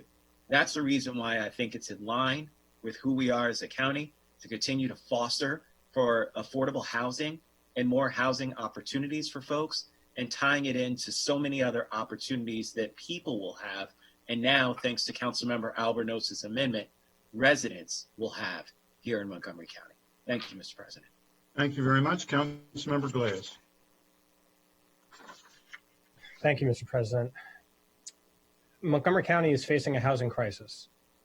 And according to the Washington Council of Governments, COG, we have to build 41,000 units by the year 2030. And of those 41,000 units, 23,100 units need to be affordable. And these are goals that we all have subscribed to. And as a council passed a resolution to 19 months ago or so under then Council President Navarro's leadership. And we need to keep working towards those goals. And the amendment that we unanimously approved here today for this piece of legislation supports affordable housing by changing the formulas that this piece of legislation would promote. And so I think those are steps in the right direction, because we know we need to have more housing and more affordable housing.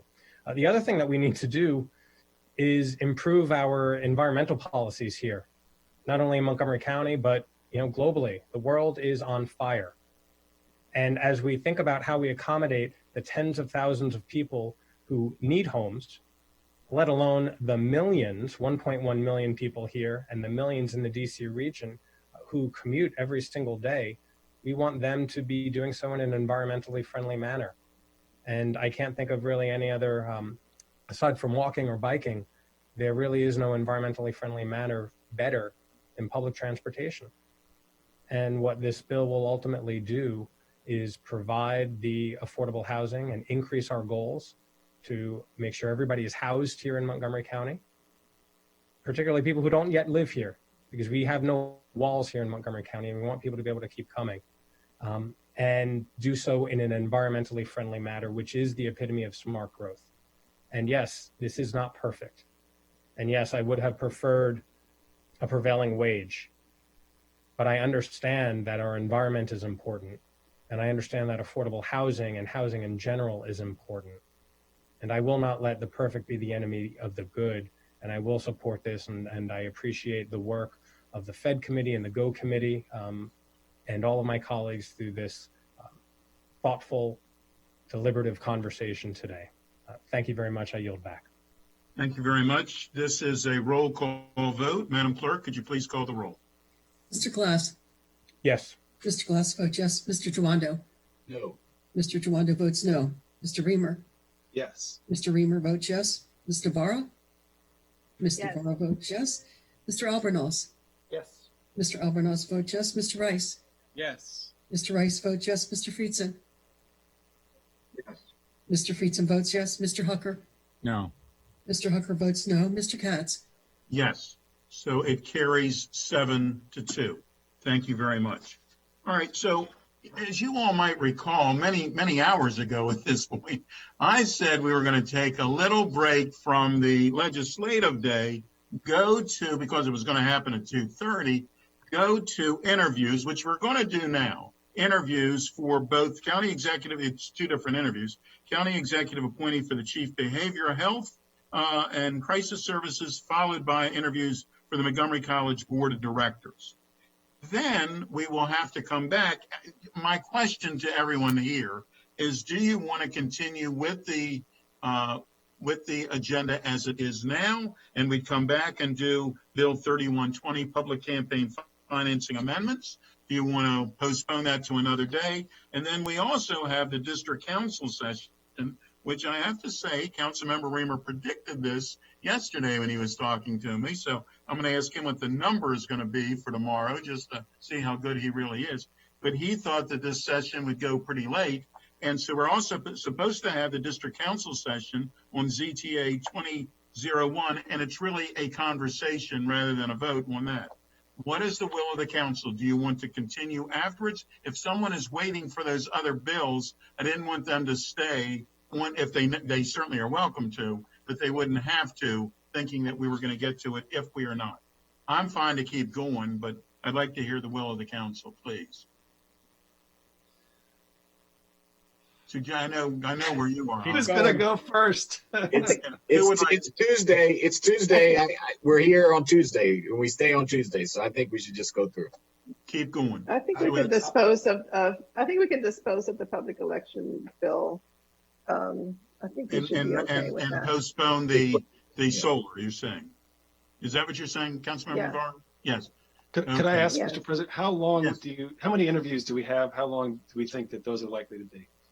Well, first off, you can predict just as well as I can or can't. We have we have two different interviews. We have one for the first one for the Dr. Santiago, and then the second one is for Chief Behavior Health and Crisis Services. And then the second interview grouping that we'll have is Dr. Sharice Hunter and Ms. Aletha Lloyd-White, who are for the nominating committee for the Montgomery College Board of Trustees, those interviews. So it's 3 people total, but it's 2 different interviews. So I think we'd likely at 5 o'clock, before we finish the GO committee bill and the 2 interviews. I think that would be fair. I think that we'd have to be moving along to be doing that, but I think that would be fair. I mean, I would defer to the will of the body. I think it'd be fine to have our discussion of the farm solar issue next week, but I'm certainly comfortable proceeding post 5 o'clock myself. So, okay. I have a hard stop at 5:30, Mr. Council President, but other than that, I'm good. Well, that's sort of that's a deal breaker for me. Then I would hate to not have the full council here for the farm solar discussion. So I think it's fine to postpone personally. Well, then let's postpone that. I do want to say before we get into that, it is my intention to ask about a task force for solar, and the people who are listening today about solar have probably heard me say that on many more than one occasion. So what I am going to do is hopefully we can put this on for next week on our agenda. And I will, as a part of that agenda, put on that a discussion about a resolution for a task force, so that we don't have to. It would be an introduction for that resolution, and so that we can then go forward to have the discussion, or to actually cause the task force to go forward the following week, so it doesn't keep dragging on. That's part of the concern for this. So, to be clear, at this point, we will not have the discussion on the ZTA 2001 solar collection system and the AR zone standards. That will be next week for that. But we are going to do the interviews and come back and do Bill 3120 for the public campaign financing amendments. And hopefully we'll be finished that by 5:30. Yes, sir, Mr. Reamer. Councilmember Reamer. Since we will not be taking up farm solar today, but you have raised your interest in a task force, I just wanted to say I was planning to say why I thought that was not the direction we would want to go. So we're not going to get into it today, but I do think that we all need to give some real thought to that over the course of the next week. So. And I will ask people to do the same from a positive side. So thank you very much. All right. So with that, we are now going to item number 9. We'll then go to item number 10 and then come back and do item 8D. So item number 9 is Dr. Yes, he is. I see his picture on. Dr. Santiago is here. Dr. Raymond Crowell is here. Dr. Santiago, are you able to? Yes, there you are. How are you? Thank you for waiting. My intentions were good. They didn't work out, but they were good to try to do this a little earlier for you. We have a series of 8 questions, and then if my colleagues have any questions beyond that, they will ask them afterwards. I have the formal questions. So thank you, Dr. Santiago, for being with us, and we will move right along on this if it's possible. Number 1, please describe your experience, background, and education as each relates to the position of Chief Behavioral Health and Crisis Services for the Department of Health and Human Services. You're on mute. I think all conversations anymore start, am I on mute or you are on mute? All conversations from here on out have done that. And you're still on mute. There you go. Okay, thank you for the opportunity. I've really enjoyed actually the entire hour. I saw a lot of resilience, a lot of behavioral health in the wonderful dialogue. Yeah, that's right. You can get another PhD based on it. Yeah, go ahead. Absolutely. Dr. Kroll was going to make some initial comments, and if that's okay with you. That's perfectly all right. Dr. Kroll, please. So good afternoon, Council President Katz and HHS Committee Chairman Albornoz and members of the County Council. Making decisions and getting to the right place takes time, and it just simply does. So I'm delighted to introduce Rolando Santiago to you today and to recommend him to you for confirmation as the new Chair of Behavioral Health and Crisis Services. I've had a chance to know him since the 1990s when I had noticeably less gray hair than I do today. When we were doing systems of care work for children and families with emotional disturbances.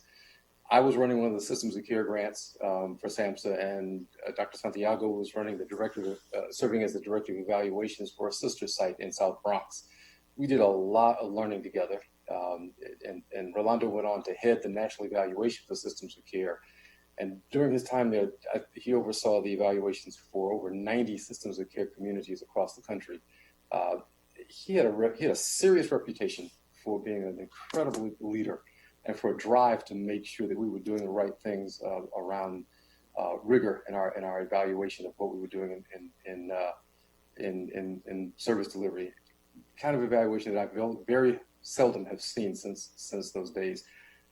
As a young clinician, I understood a lot about clinical services. I was a hot shot, and I just knew everything that I was doing was right, and I was totally sure of the correctness of what I was doing. But I knew a lot less about the importance of evaluating my efforts to make sure they were working, and then how to promote those programs that were working. And I was not alone in that sort of position, sureness of my position. Dr. Santiago had some patient guidance for us, and over time he gave us some much needed skills that have stayed with me over the years. How to think about outcomes and goals, understanding the difference between an outcome and a goal, and how you measure that, and understanding what was actually making a difference in the lives of children and families, which was often not what we thought it was. And he guided our thinking around creating sustainable practices in mental health.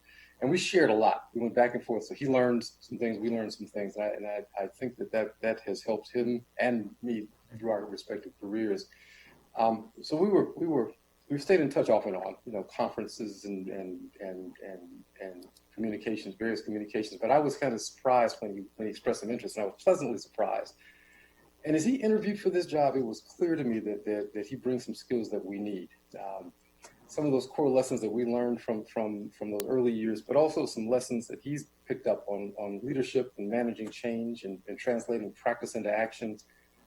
The importance that we share around service integration and the vital role of family and community in healing, just to name a few things.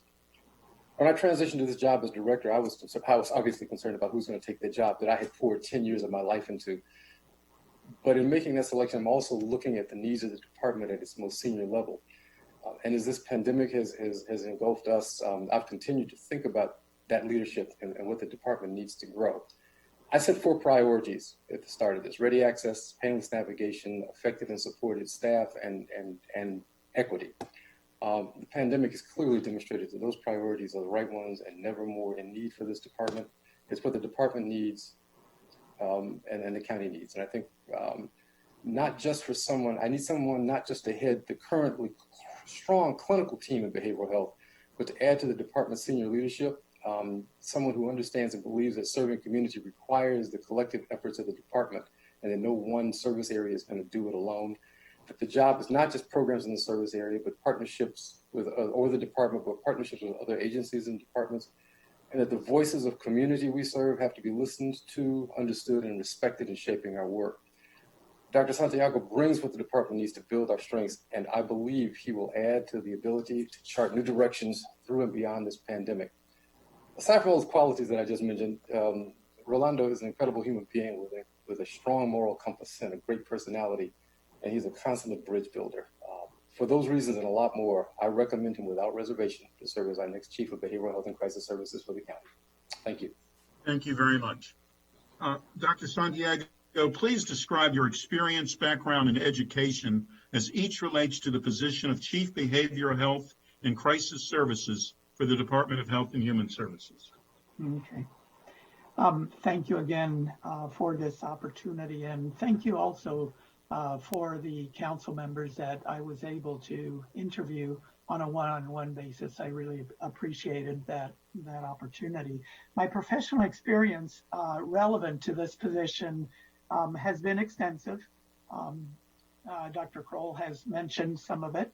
I spent 10 years directing large-scale evaluations of community-based services for children and adolescents with serious emotional disturbances in the South Bronx, but also at the federal level when I directed the national evaluation of over 90 systems of care funded through the Substance Abuse and Mental Health Services Administration, commonly known as SAMHSA. SAMHSA also, at SAMHSA, I also had the opportunity to visit several county-based systems of care in places like Pima County, Arizona, Greenwood County, South Carolina, also the systems of care in the state of Delaware, the city of New York, and Puerto Rico. In addition, my background includes serving for 5 years on the National Board of Mennonite Health Services Alliance. This is an association of faith-based healthcare providers across the country with combined assets of about $2 billion, if not more. I served another 6 years on the board of the Partnership for Public Health here in Lancaster County, Pennsylvania, that advocated for a new public health department. They continue to advocate for that. More locally in Montgomery County, I served for 7 years on the board and on the senior staff of Jubilee Association of Maryland, whom many of you will recognize as a high quality service provider in the area of intellectual and developmental disabilities. I have also lectured at the Johns Hopkins School of Public Health, Bloomberg School of Public Health for the last 15 years in the area of faith-based organizations involved in public health and global health. I also have 15 years of executive leadership and senior management experience in the nonprofit sector, and I believe this experience in leadership provides me with the type of know-how and experience that is needed to lead behavioral health and crisis services. Let me mention a couple other experiences in my work history that I treasure and I consider also relevant. In my junior year in college, I served as a caseworker at Ayuda Incorporated, which is a legal aid immigration agency in the Washington, D.C. metropolitan area. It helped me engage deeply with the immigrant community from Central America, from South America, the Caribbean, and even other countries around the world. And those populations were very, very similar to the ones that we have in Montgomery County. During graduate school, I also taught in college prep courses in maximum and medium security prisons in the state of New York. And that made me, I became, through that experience, intimately familiar with the incarceration experience. And some of that will be important in the types of relationships that we will need to build in behavioral health and crisis services. My PhD training is in educational psychology. It is not clinical psychology.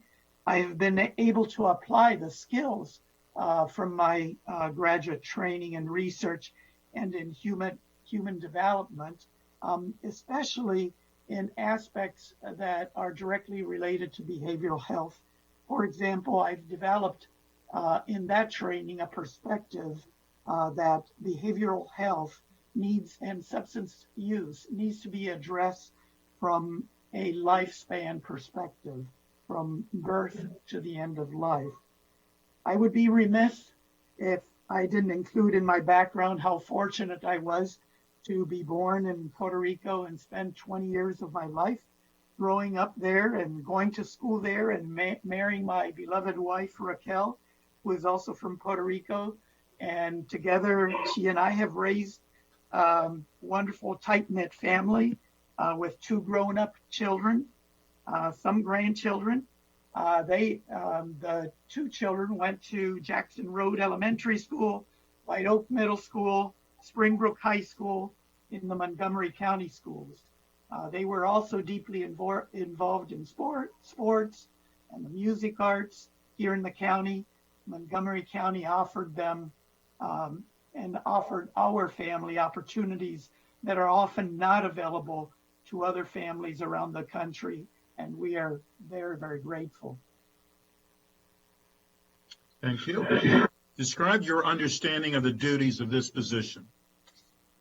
Yeah, thank you for this question. Rather than listing the duties one by one in the job description, let me summarize what I feel are the 3 key areas. The first area is management. I will be managing an amazing array of behavioral health and substance use services and professionals that are aiming to increase the well-being of the people of Montgomery County and that allow them to thrive, to feel welcomed, and to feel safe in this county. To manage these services effectively, I need to ensure that I plan and supervise the functions of assessment, policy development, education, and quality assurance, and also to encourage staff to participate actively in these efforts. I also need to ensure that services are effective, well evaluated, and that we exercise effective fiscal and management controls. And I also need to make sure that staff have available the best possible training opportunities for their own professional development. The second area is building partnerships. Dr. Crow mentioned that in his opening statements. I will need to create partnerships between agencies in the public and private sectors so that services provided through behavioral health and crisis services are very well coordinated. And the third area is serving as ambassador. I need to be an ambassador for behavioral health and crisis services of the county among clients, but also among all the residents of Montgomery County if we continue to apply a public health approach. I will need to communicate effectively with our county residents about the excellent services that we provide in behavioral health and substance use. But then I also need to serve as an ambassador among representatives of government offices at the local, state, and federal levels that are relevant to the work of behavioral health, substance use, and crisis services. Okay, thank you. Please explain your understanding of your role as it relates to the council. Yeah, thank you for the question. I see my role with the council in three important ways. First, I need to ensure that there is a strong flow of information from behavioral health and crisis services to the council and to the council staff to support the council's efforts to enact innovative policies that will strengthen a system of coordinated behavioral health, substance use, and crisis services accessible to people living in Montgomery County. Second, when we're in the process of enacting, or when you are in the process of enacting the county budget that the executive has submitted to you, I need to be available to you to explain clearly the needs and the outcomes that justify the behavioral health and crisis services budget items. In the end, my goal will be to provide you with information that you need to enact a sound and sustainable budget for the county. And then third, I believe that behavioral health and crisis services and the council can be strong partners in communicating messages to the community about how residents can access our services, but also communicating messages on how all our county residents can promote and build their own behavioral health and well-being. But perhaps most importantly, I hope I can develop a strong collegial relationship with each of you that allows for constructive dialogue on how to best serve our county residents together, especially in the area of behavioral health, substance use, and crisis services. Thank you. Mental health support and addiction treatment has always been critical, but they have taken on different characteristics and urgencies from the impact of the pandemic. These impacts may stay with people of all ages for a long time after the virus threat is mitigated. What are some of the ways you think the county can improve its response and treatment for both mental health and substance abuse addiction? One of the benefits of the last 4 months of this vetting process, if you will, has been that I've had the chance to study and also to monitor the work that the county has been doing, that you've been doing as well. And from what I've observed, I believe there can be improvements to the pandemic response in three areas. The first is the area of identifying people who are experiencing isolation and becoming invisible. I've noticed from conversations with staff, with community members, and also with many of you that there is a concern that people experiencing mental health and substance use are falling through the cracks or are becoming invisible to our system because they're not coming in for treatment. So this leads me to believe that we need to improve the tools we have for identifying these persons. So when I'm in the position, I will be asking these questions. Do we need to increase outreach personnel? Do we need to improve all forms of outreach and communication, like growing our telehealth efforts? And I know that is currently being done. Do we need to do more in that area? Increasing the use of technological tools like phone and texting and social media, increasing the use of social networks with our clients, and even increasing the use of media to send strong public messages that encourage people to reach out for help. We probably will need to do all of the above. Second, is the area of improving access to behavioral health and substance use services. I have also observed from my conversations that there are indications that mental health and substance use concerns have actually gotten worse during the pandemic, and that we need to ensure that the county has the capacity to deal with a worsening situation. So this leads me to believe that we need to improve our system for accessing services, which means we may need to improve outreach, response times, and service capacity.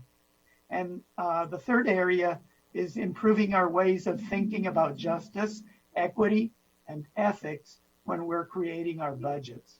And I observed some of that during the previous discussion. So I know you're committed to those values. From conversations with several of you about possible budget shortfalls during and after the pandemic, no doubt that we will need to prioritize service needs, which means that we will need to apply our best thinking about justice, equity, and ethics when we are establishing these budgets. I'm a firm believer that dollars appropriated for behavioral health and substance use promotion and prevention can go a long way to reducing the need for expensive treatments. One prevention intervention that I have been familiar with for the past 15 years, which I believe can reduce high-end treatment and crisis services, especially among the Latinx and other immigrant populations, is a Bienvenido curriculum.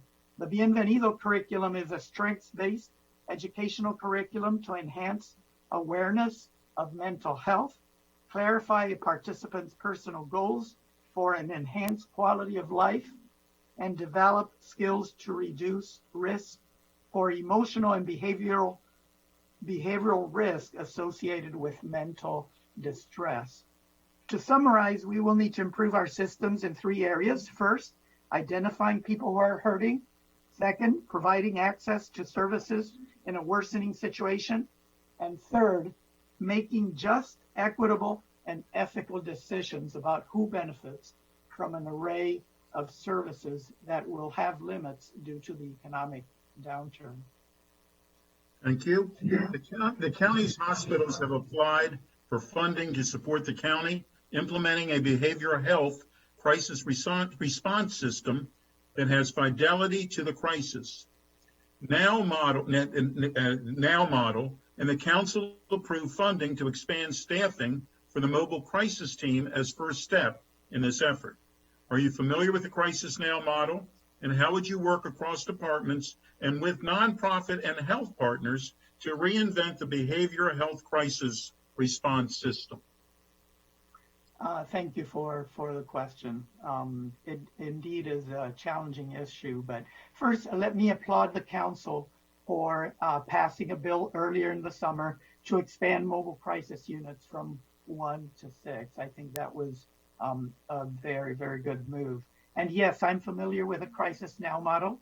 I believe it provides Montgomery County with a good roadmap on how to develop its crisis intervention system to prevent suicides and deaths in violent situations involving mental or substance use issues. And I know you're familiar with some of the incidents that have occurred in the last few years. The 3 main goals of this model are a regional call center, having a regional 24/7 crisis call center that provides crisis intervention capabilities, and it resembles an air traffic control system. The call center connects mobile crisis teams to clients who are experiencing a crisis, and it connects these clients to crisis stabilization programs and then on to outpatient and inpatient services that these clients in crisis may need. Second, the second component is mobile crisis teams. So the second goal is to have mobile crisis teams available to reach any person in the service area in his or her home, workplace, or other settings. And then the third component is crisis stabilization facilities. And this third goal is to establish crisis stabilization facilities that provide short-term observation and support in a home-like non-hospital environment. Now, to implement this model, I'd have to work with different departments in the Montgomery County government and also with the nonprofit in the health sectors. For example, to develop a regional call center that has the capacity of an air traffic control system, we'll have to partner with the state of Maryland and possibly with other governments in the region.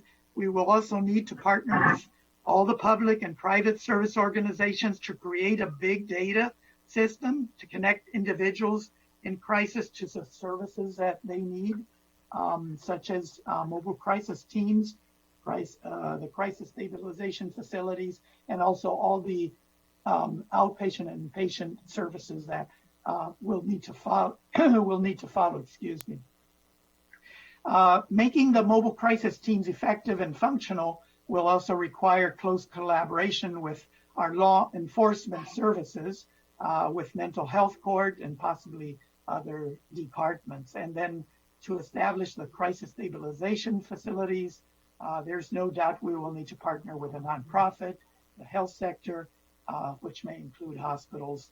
And financing is also important. So we'll need to work with many different public and private sources of funding at the local, state, and national levels. And let me underline public and private sources of funding for different components of this model. Thank you. How do you envision collaborating with council members and council staff on constituent issues and policy initiatives? Yeah, I feel I've gotten a nice start by being able to get to know almost all of you in person in our calls. So I'm looking forward to working closely with all of you, all council members, and also the council staff on constituent issues and policy initiatives. In dealing with constituent issues, let me suggest two situations that I think myself and the staff of behavioral health and crisis services can be helpful. The first situation has to do with times when residents or groups of residents call you or your staff with a particular concern.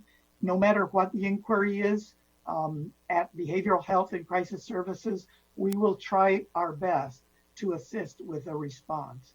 And I'd like our section to be as responsive as possible to you and of course, to the constituents who are calling. The second situation has to do with the various relevant committees and commissions where we have constituents that are part of those. It will be important that myself and our staff make ourselves present and available to these commissions and committees. With respect to policy initiatives, I hope there is a strong working relationship between behavioral health and crisis services and you as a council so that our respective staffs can work with each other to develop the best possible policy initiatives that will strengthen an already excellent array of behavioral health, substance use, and crisis services in the county. Thank you. As you are aware, the Racial Equity and Social Justice Bill became effective on March 2nd, 2020. And on June 16th, 2020, the council passed a resolution declaring racism a public health crisis. What role will your office take in addressing racial equity and social justice issues? In particular, how can we grow the number of mental health professionals, including social workers, psychologists, and psychiatrists, that reflect the diversity and languages of our residents? Yeah.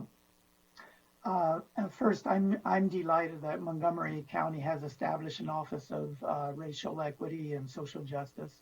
I'm also appreciative that racism has been declared a public health crisis because it recognizes that public health, including behavioral health, has a role to play in eliminating racism and its effects on all the people living in Montgomery County. Behavioral health and crisis services can play three important roles to address racial equity and social justice issues.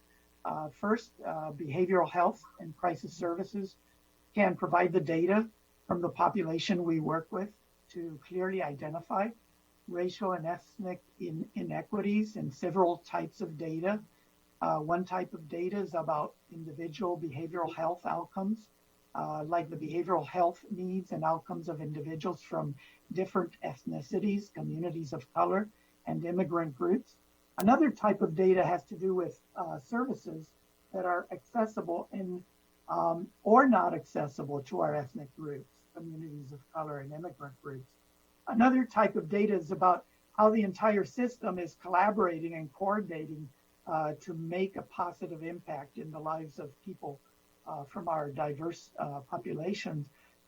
Second, I believe that behavioral health and crisis services should play a role of ensuring that the types of behavioral health and substance use services to our various racial and ethnic communities are appropriate.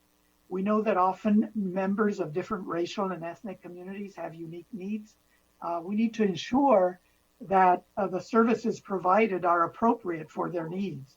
That is what justice looks like in the delivery of services for our diverse communities in Montgomery County. And third, and maybe the most important one, is that as public servants, we need to engage with many different communities and make up this great county that we live in. We need to increase efforts to communicate effectively in the languages of these communities, but we also need to make ourselves present in these communities and demonstrate a strong sense of curiosity and interest and passion in connecting with people who are different from us. Very good. Are there any potential conflicts of interest of which the council should be aware? I am not aware of any conflicts of interest. Thank you. We're going to call on the chair of the Health and Human Services Committee, Councilmember Albornoz. Thank you, Mr. Council President. I know the hour is late, and I've made a note to myself to buy a more comfortable chair moving forward. I want to just express my appreciation to Dr. Crowell for the thoughtful and deliberative approach that he took to filling this position, because as we know, it's a critically important position, particularly now. And Dr. Santiago, I enjoyed our conversation and had the opportunity to meet you when you were at Jubilee, and so was familiar with your work, but really appreciated the open and honest discussion we had. I think you expressed two qualities that I think will serve you well in this role. One is humility, and the other is patience, which I think you're going to need in spades, especially as we deal with everything that we're dealing with right now. We could talk for a long time, but I won't. I promise to my colleagues. We need real system building change in the county. If we hired 1,000 clinical clinicians in public health tomorrow around mental health issues, it still wouldn't be enough to meet the demand that we're seeing in the community, and that's crossing over into our children and youth in ways that are difficult to process and imagine right now. Our senior citizens who are feeling anxious and just the distance that they have felt from their communities. And as you referenced, the changes in criminal justice reform, and I was proud to work with my colleague Tom Hucker on leading that legislation with the full support of all of my colleagues as we look at a paradigm shift in how we address the mental health needs, and so that we don't have to rely so heavily on law enforcement to address those needs. So there is so much to unpack, and it gone are the days, particularly within behavioral health, where it's a standalone division. It crosses over, and always did, into everything else, but never more so than now. And so there's going to be a huge need for significant coalition building with community-based organizations, sister county agencies, and we're going to have to think through that system building to even come close to addressing the needs that we're seeing in the community right now. And I know a lot of people within HHS who I'm very close to and have a lot of friends over there are excited about the opportunity to work with you. And you're going to feel immediately just the list of items that you're going to have to get to is very long and growing every day. And I think that another important thing to note that I've observed is that Dr. Crowell has done a very good job of understanding the strengths of his team. And people are not just staying in their lanes because they can't. We don't have that luxury anymore.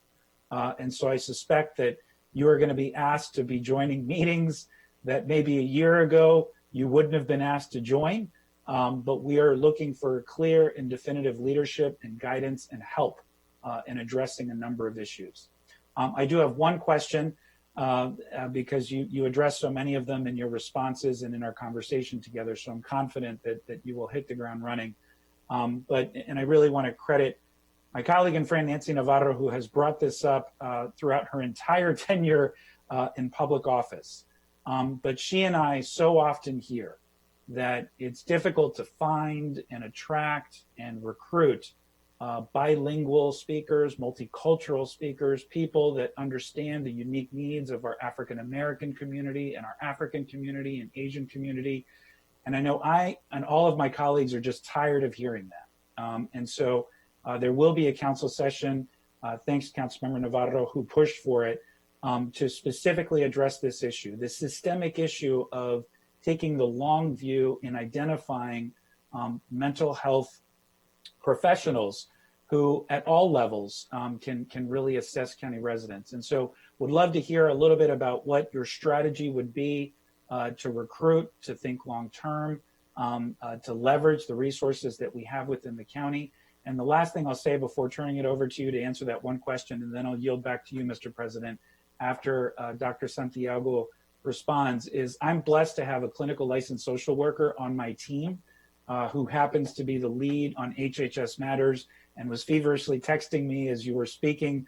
And so we look forward to being a partner with you, sir, because we know that we have to collaborate on those constituent issues, on those policy challenges. And you have a council that is very, very interested and passionate about mental health issues. I've talked to every single one of my colleagues who each agrees that this has to be among our highest priorities. So lots to unpack there, more comment than question, but if you can answer that one question about recruitment and a long-term strategy to ensure that we have mental health staff that meets the needs of our diverse community.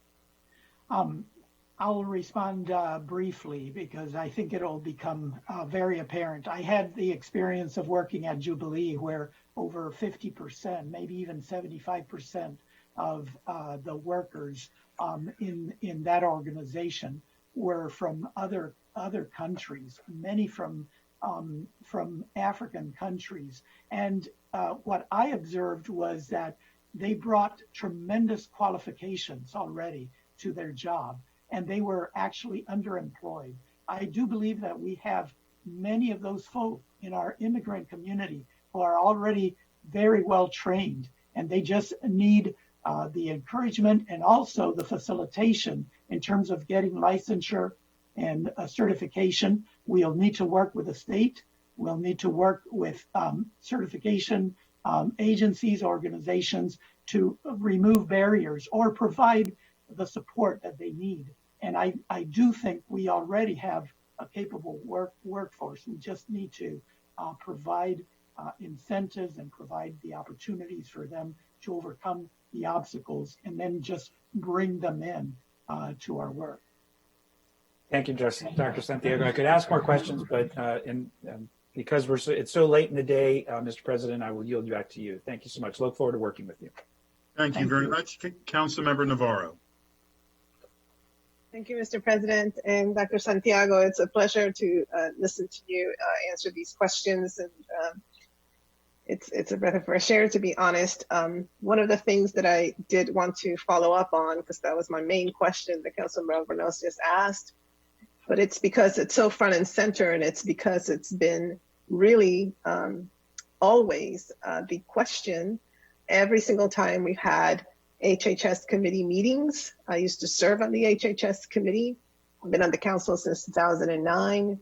And this has always come up. So it is absolutely a very important issue. And I would say that at the time when this was coming up, we did have, of course, a growing immigrant community, a growing Spanish-speaking community. Now with COVID-19, it's just become so apparent that this is such an important challenge. I launched a Latino Civic Project from my office in 2011. And in our last check-in with this group, in the middle of the meeting, of the Zoom meeting, one of the founding leaders just broke down, just broke down. And it was sort of a cascade where we were all in tears because I think everybody is trying so hard to put in the best foot forward right now and, address our obligations, except that there is this very heavy toll that is taking on everyone. And I don't have to tell you that, of course, in our immigrant communities, there's an additional barrier, and also in our communities of color, let's just be frank, when it comes to the stigma of mental health issues and accessing those services. And so I am just thrilled with your selection. I want to caution that I think when it comes to, leaders of color, we tend to have this additional layer of responsibility. We have to be really good at serving everyone, but also very well versed in the issues that affect particular communities because they are disproportionately affected by all of these disparities. And so what my colleague said, we're here to support you. We are partners in all of this. But Councilmember Albornoz is right. This is going to be a very, very difficult process to get to all the corners and to get to all these communities. But since it's late in the day, what I will say is that I really look forward to learning more about your Bienvenido curriculum. I hope that during the joint session that we're going to have, I hope we can pinpoint some specific strategies in partnership with our, with Montgomery College, with universities at Shady Grove. We have a Welcome Back Center. So I know we have assets, but we just need to kind of like strategically develop them so we can get to that point of having a nice pipeline of mental health professionals at every level that are linguistic, but also culturally proficient. Because it's just, I don't have words to describe how vast this problem is right now, more than ever. So anyway, again, I know that the time is late, but I'm just very relieved that you have been nominated for this task. Dr. Kroll did a great job in introducing you, and I really look forward to the shared work so that we can hopefully begin to address this very dire need right now that, as Councilmember Albornoz said, it's the youth, our seniors, our immigrant communities. It's everyone. It's everyone, really, at this moment. So thank you. And again, look forward to the partnership and to the shared work. Thank you, Councilmember Navarro. Thank you. Councilmember Rice. Mr. Santiago, I'm going to be brief and just say amen to everything that my colleague said. We had a great conversation in which we talked very intently about our children and the challenges that our children are facing when it comes to mental health. And so I really appreciate your perspective. I also appreciate your expertise when it comes to that area and some of the ideas that you put forth during the meeting together. And I look forward to working with you and Dr. Kroll to bring many of those things to fruition after your confirmation. Thank you so much, sir. Thank you, Councilmember Rice.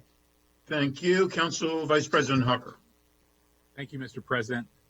Dr. Santiago, thank you so much. I really appreciated our meeting a couple weeks ago, and I'm really glad to have the opportunity to follow up today. I really appreciate your emphasis on the importance of community outreach and engagement of all our communities and of the language challenges we face, and love what you said about serving as an ambassador to help them understand the services that are available to them.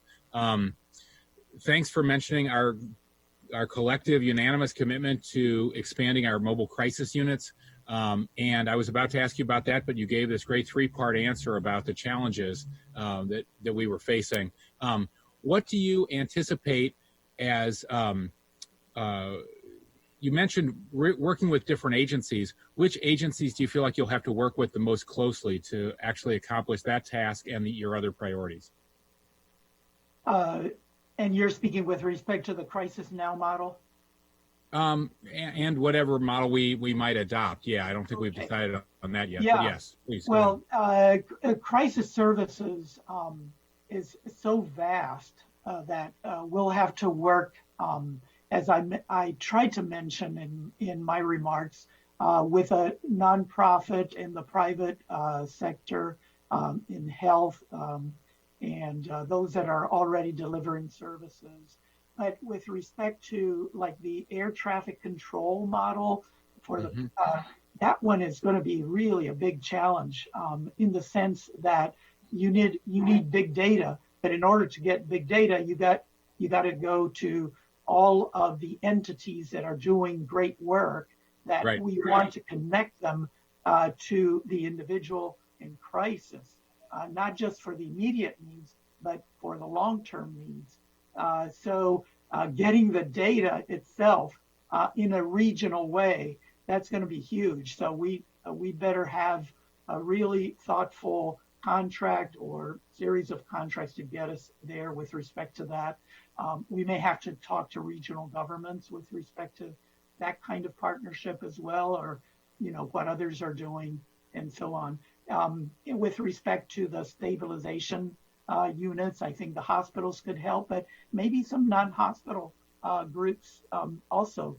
I mean, that's a whole idea that you should be able to stabilize a person in a comfortable non-hospital kind of environment. Right. Thank you. One last question and then a comment.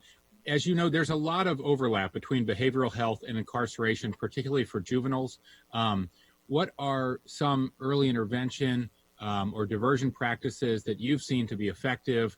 What are you most interested in implementing here, and how would you work with DOCR and juvenile services to coordinate the care and the treatment and rehabilitation in Montgomery County? Yeah, from my experience over many years that I had some years ago in the state of New York, I know that to address recidivism in particular, really strong support for educational programs for inmates is really, especially our youth, is important. So I was involved in that, and I saw the results, and I believe in it, even though sometimes you get pushback about providing resources. But that's a very critical role, and I know that's not behavioral health, but it's education, and it's getting them to jobs that you were talking about just a little earlier ago. All of that is connected to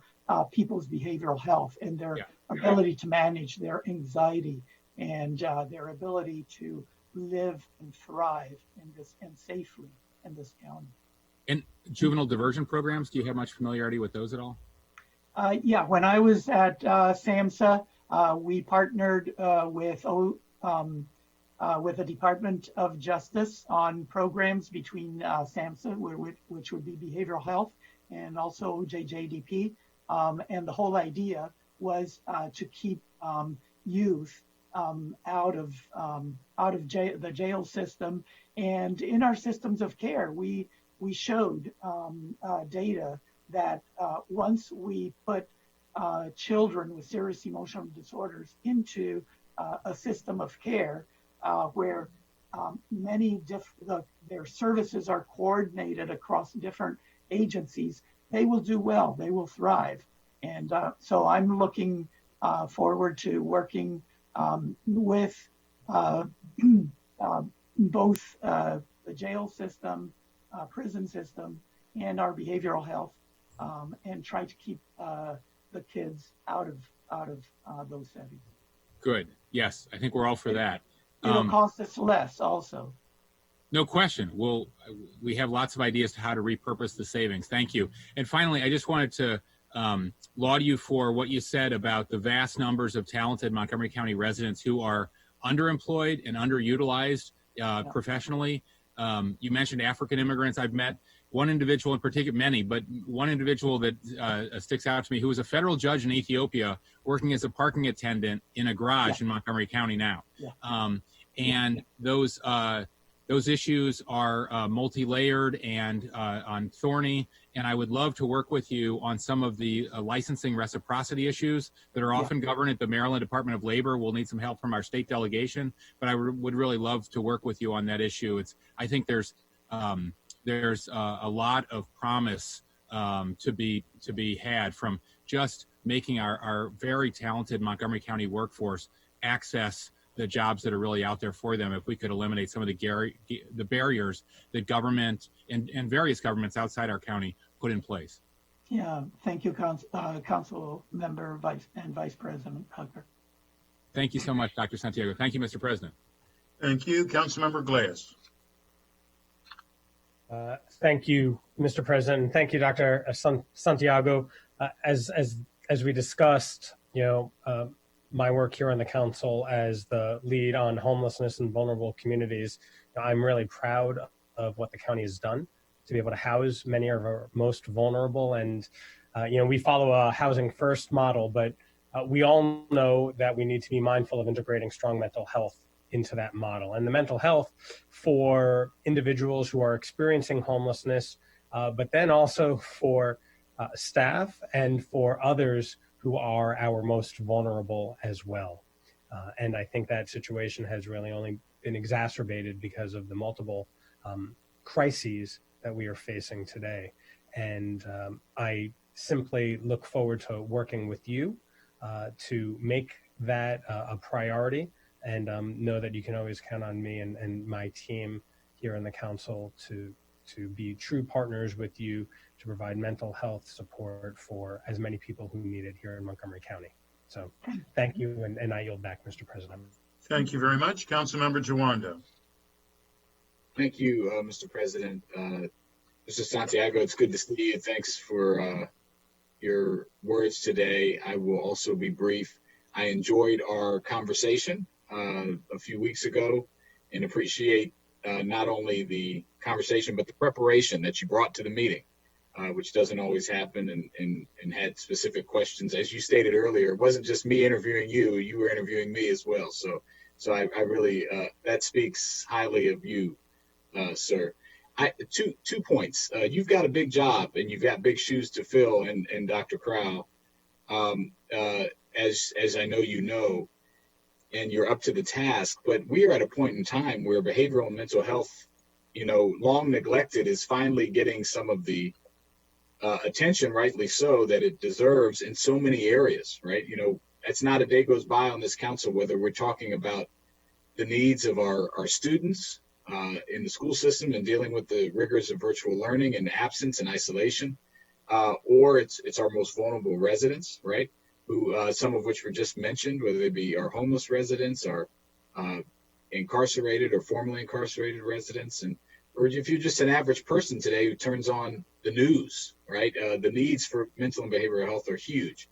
And so I wanted to give you an opportunity and then ask you one specific question. I feel like we're at a blue sky moment where we need to totally reimagine many of our systems. And if you had to mention one or two, high level things that, as a goal, based on where we are right now for behavioral and mental health, and what do you think is something that, even if it would take some years, or it's a big goal that we need to do to fundamentally change the way we approach budget for or change our systems in a way that would benefit the residents of Montgomery County? Thank you for the question. As I mentioned during my responses, I do believe that if we invest in promotion and prevention, messaging on resilience and well-being, on substance use issues, that we will be covering, from a public health perspective, the lives of a lot of people. I'm not sure that our dollars are invested right now in that area. So in terms of a long-term thinking, No doubt we need to continue with treatment, but we all know that those are very, very expensive. Can we at least invest some in promotion and prevention to unload some of the burden that we have in treatment? I do believe that's a laudable goal long term, and that probably will be a guiding light for me. I appreciate that, and I look forward to digging into that specifically. I think that will change how we budget, and that's a really good point. And it's related to my second brief question around the criminal justice system. Obviously, we talked a lot about this, and I've been very involved in reimagining our public safety and policing systems in particular. And Councilmember Hucker alluded to this, and I'm so glad to hear you're in support of the CIT, the crisis intervention expansion, which is a critical component of our work. But, I think people forget that, our jails and our prisons have become mental health holding facilities. And, the Bureau of Justice Statistics, for example, just last year reported that only a third of inmates with mental illness receive treatment. And the ones that do, they often receive substandard care. And so could you talk about, obviously we want to prevent people from that have mental health, and that's what the CIT teams and other things are about in our juvenile work. We want to divert, but when you do have that population, which is extremely vulnerable, that needs the quality services and treatment, could you talk about your experience and work or any ideas you have in making sure that our citizens who are incarcerated, if they do end up there, get the treatment and the rehabilitation that they need? Yes, I think to answer directly your question, I think that it will require a conversation, a partnership between behavioral health and the incarceration system. And in terms of how we could support, how behavioral health and crisis services can support those who are in. But the second part of it is once we get them out, many of whom, as you mentioned, are youth, what do we do? And I saw some answers already in the previous discussion that you were having, providing them jobs in construction, getting them out into doing productive work. And that's just one example of what needs to be done. I mentioned education. That to me is a very, very critical one that can be done already while they are incarcerated, but should continue afterwards. Perhaps as we were talking with, as Councilmember Navarro was mentioning, working with the community college on some solutions there. Well, I look forward with you more on all those issues and convening some conversations, and I intend to vote for you and glad that you're on board, and look forward to all the skill set that you bring. So thank you and congratulations in advance. Thank you, Councilmember Jawando. Thank you, Councilmember Friedson. I'll be extremely brief. This is a long conversation and a long meeting, and I've heard from at least a few colleagues of some dad duties starting at 5:30, and we've got a couple items left, so I won't belabor it. I just wanted to say, first of all, really did appreciate the conversation we were able to have where I think you shared with me your background and what you're looking to do, and just note the tremendous weight that you are taking on in this role at this moment, in this county at this time. And I know you don't take that lightly. We don't take that lightly. I know Dr. Kroll in putting his faith in you and our county's faith in you to take on this critical work is not being taken lightly, and look forward to more time at a later date to ask more questions and to continue this conversation. I know that you will be a regular person in front of this council, and you'll be regularly communicating with each of us, because the work that you are taking on is something that all 9 of us care deeply about because of how important it is to our residents. So thank you for taking on this role. I look forward to supporting you, and I look forward to being able to work together on the issues that you're now responsible for, about to be. Thank you, Councilmember Friedson.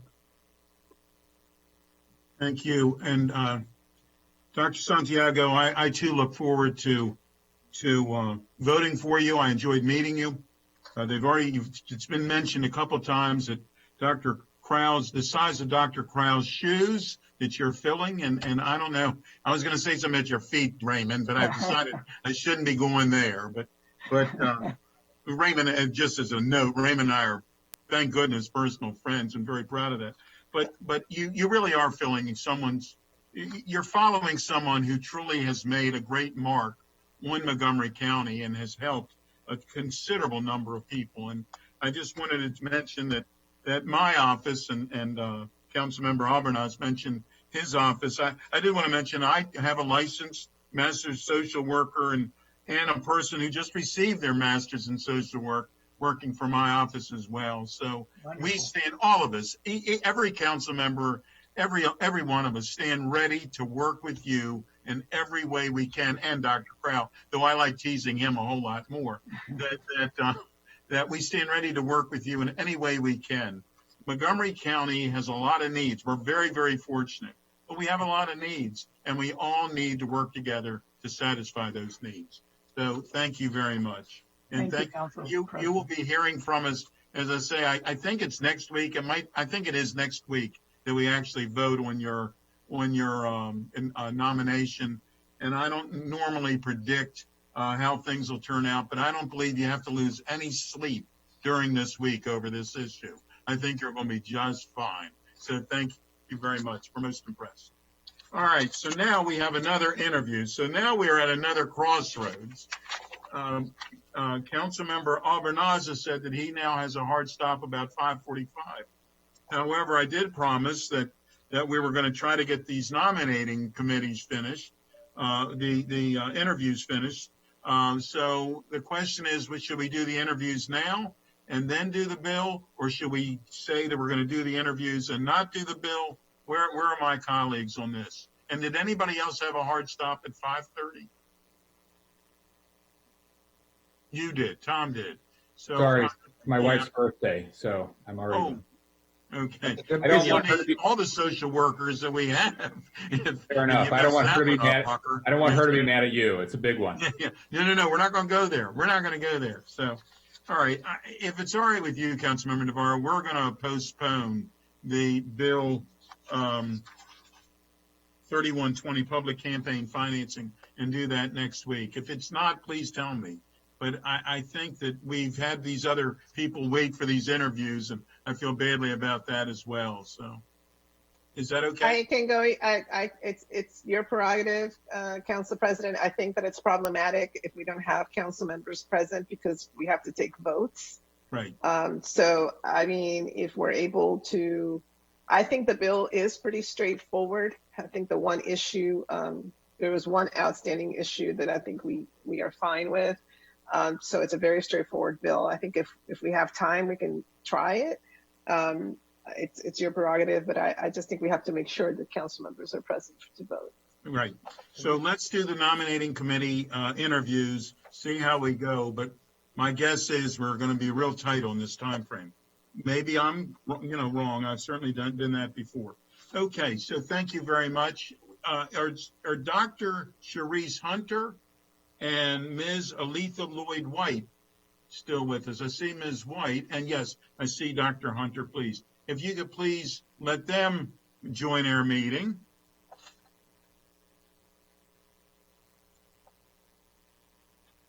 And you're both here. Very good. Well, first off, thank you all very, very much for being here today. Thank you for your waiting, your perseverance in waiting with us today. It's always a tough prediction.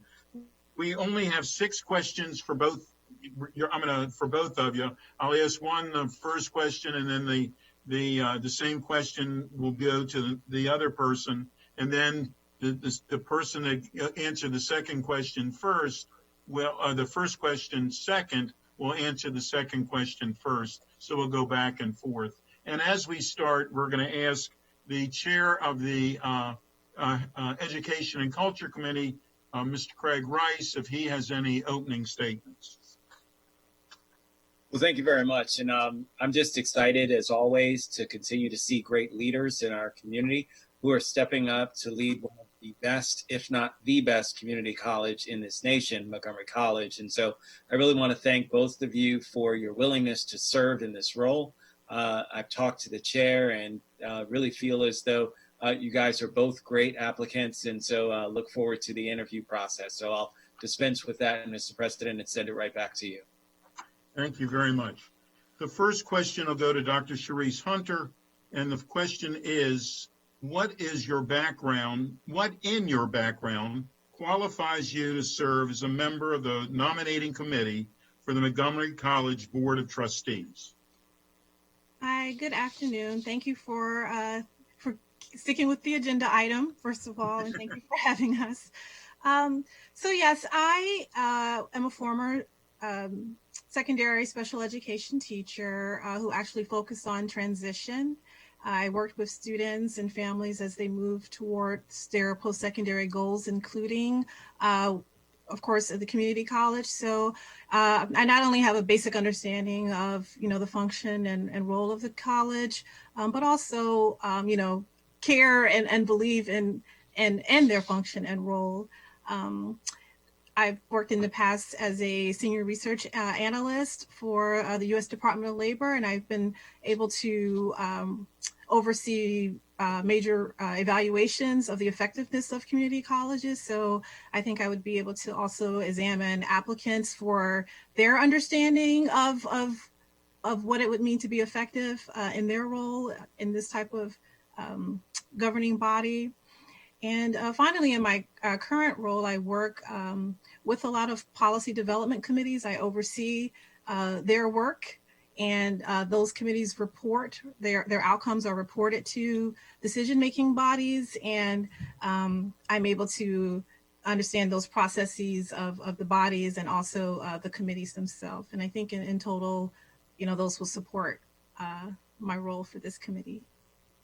Thank you. And Ms. Aletha Lloyd-White, same question, please. Good afternoon, everyone. Thank you for this opportunity to interview for this position. As it pertains to the duties of this role specifically, I have experience leading recruitment efforts of senior organizational leaders, including more recently the board of directors for the Women in Public Service Project, which was an initiative started by the State Department and the seven sister colleges.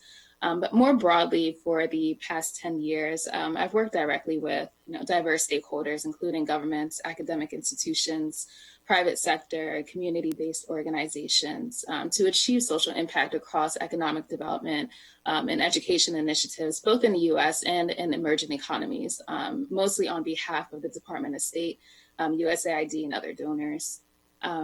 My educational background is in political economy, as well as data science. And throughout my career, I've leveraged and applied, this knowledge to advance youth economic opportunities, workforce development programs, and also to create market linkages, because I recognize that sound investment in youth and their livelihoods builds our shared future.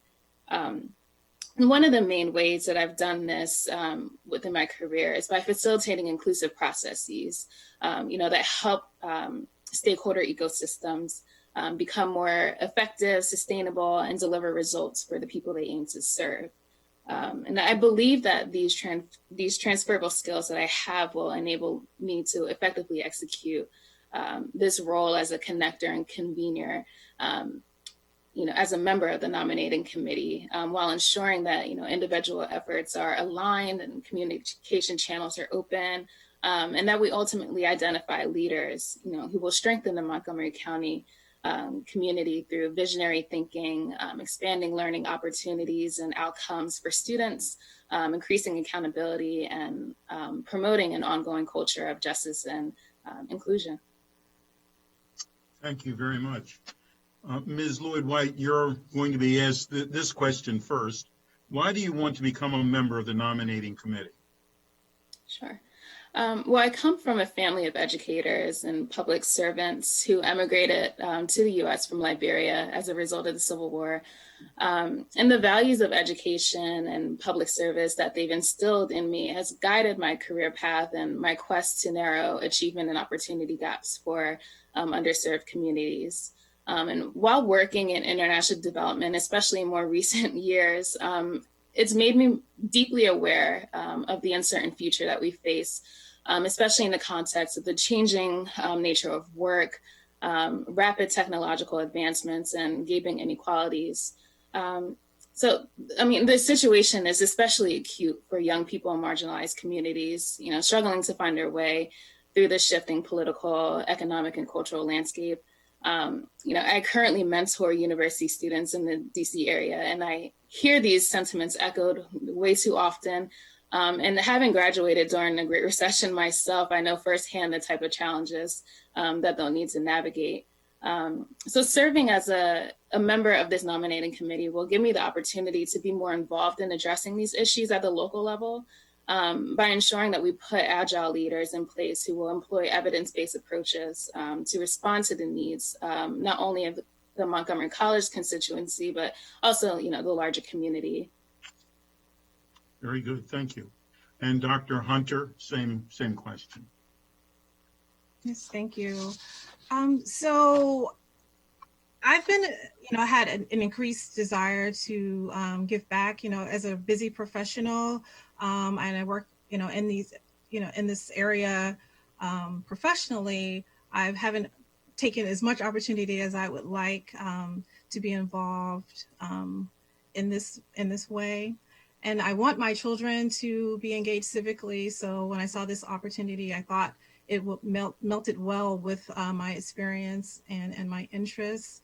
I've had many conversations with families as they, again, my background has focused primarily on students with disabilities. And unfortunately, they are not always connected well to the community college, and the community college offers so much from the dual enrollment opportunities to opportunities and outreach to those who immigrate from other nations and from other states, changing people who are older and changing careers. So it's a beacon of hope, almost in my eyes, what the community college can offer.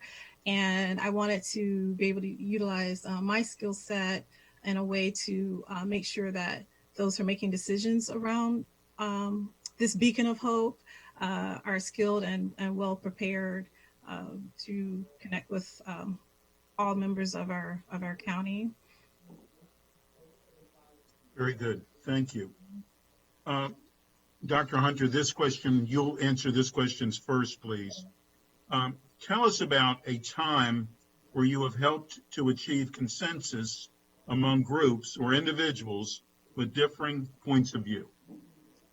Well, that's multiple times. Again, I currently manage educational policy development in another county. In that county, we utilize committee as a way of creating our policy proposals. And so in those committees, as they running simultaneously, we have addressed various issues, including most recently passing educational equity policy, policies for supporting students and families from other nations, data privacy, and a range of issues, sexual misconduct. And so I found that having consistent conversations, consistent outreach to our stakeholders, whether it be parents, whether it be just others who are community activists, whether it be people who are not in these well-formulated community groups.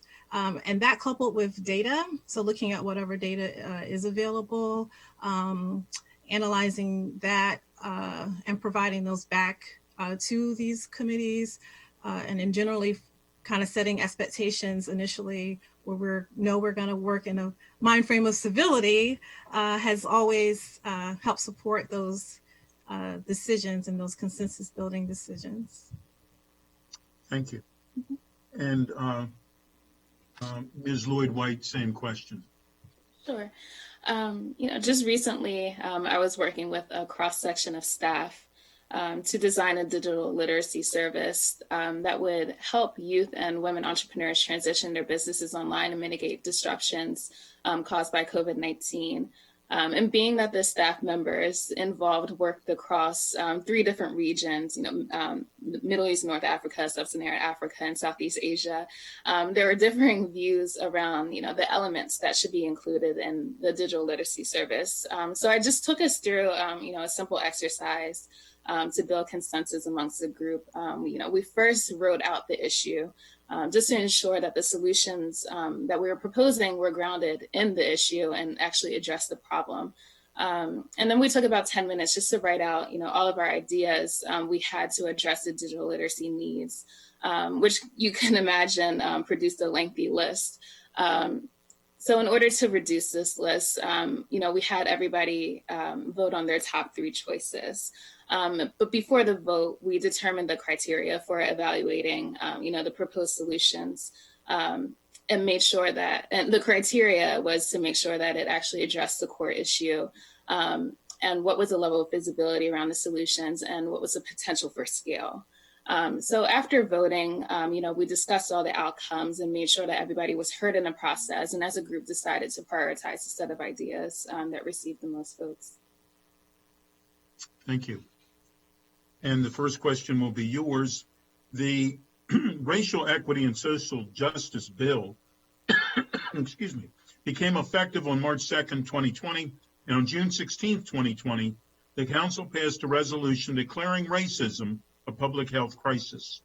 How would you position the committee to work on racial equity and social justice issues?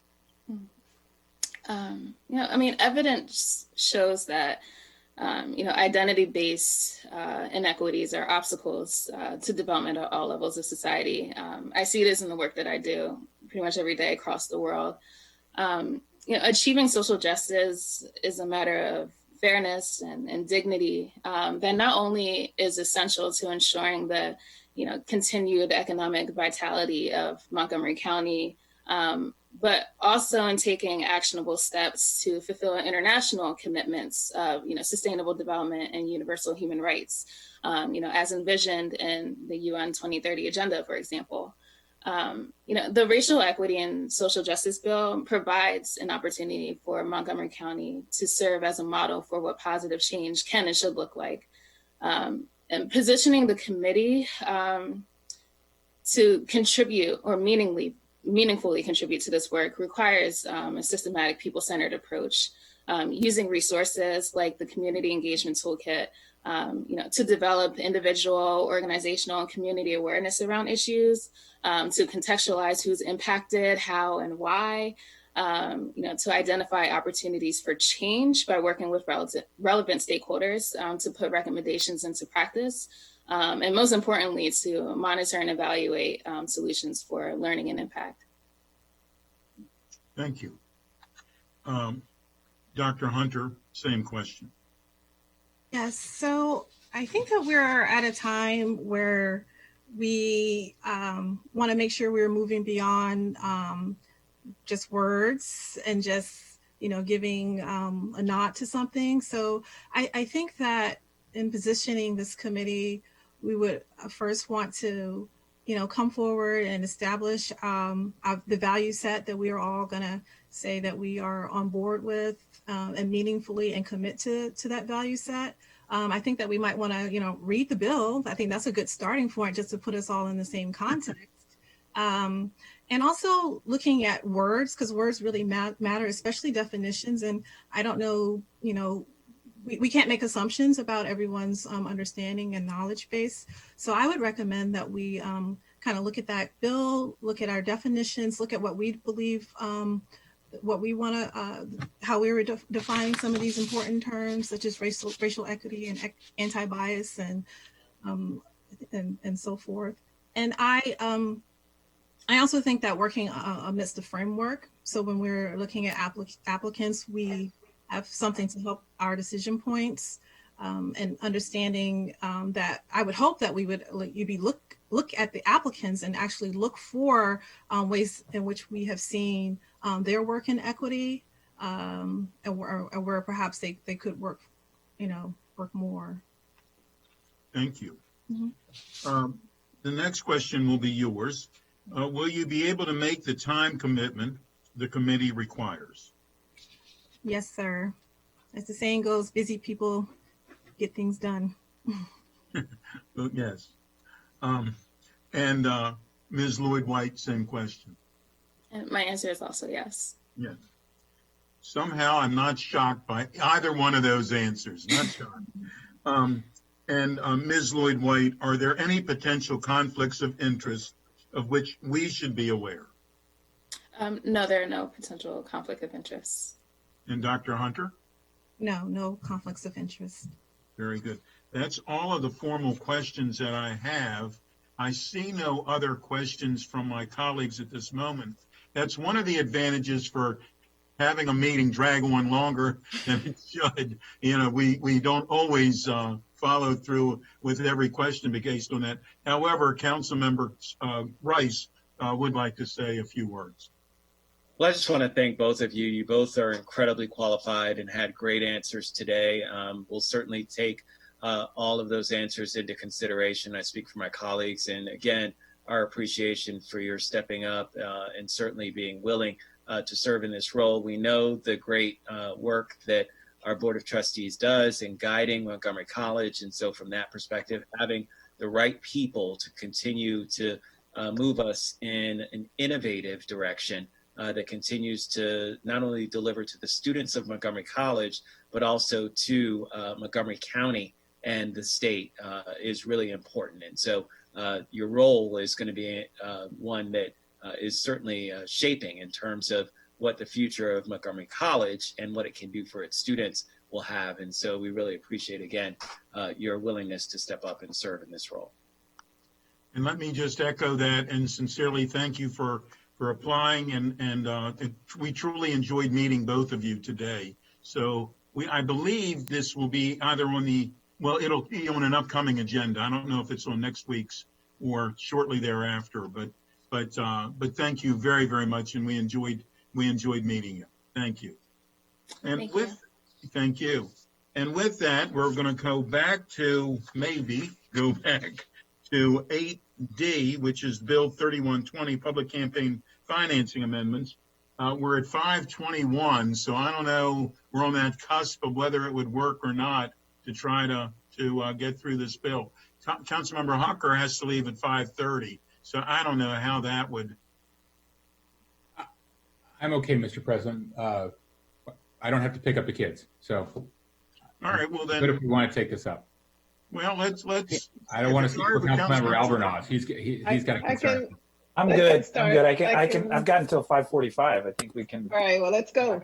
Okay, let's do it. Councilmember Navarro, if you would like to please lead this off. Sure. So, as promised, after last election, the council held a public forum on the public campaign finance program on March 26, 2019, and then I, as council president, sent a survey to participants in the program, to non-participants in the program, community groups and organizations such as Common Cause, seeking input as to their experiences and observations during the inaugural cycle.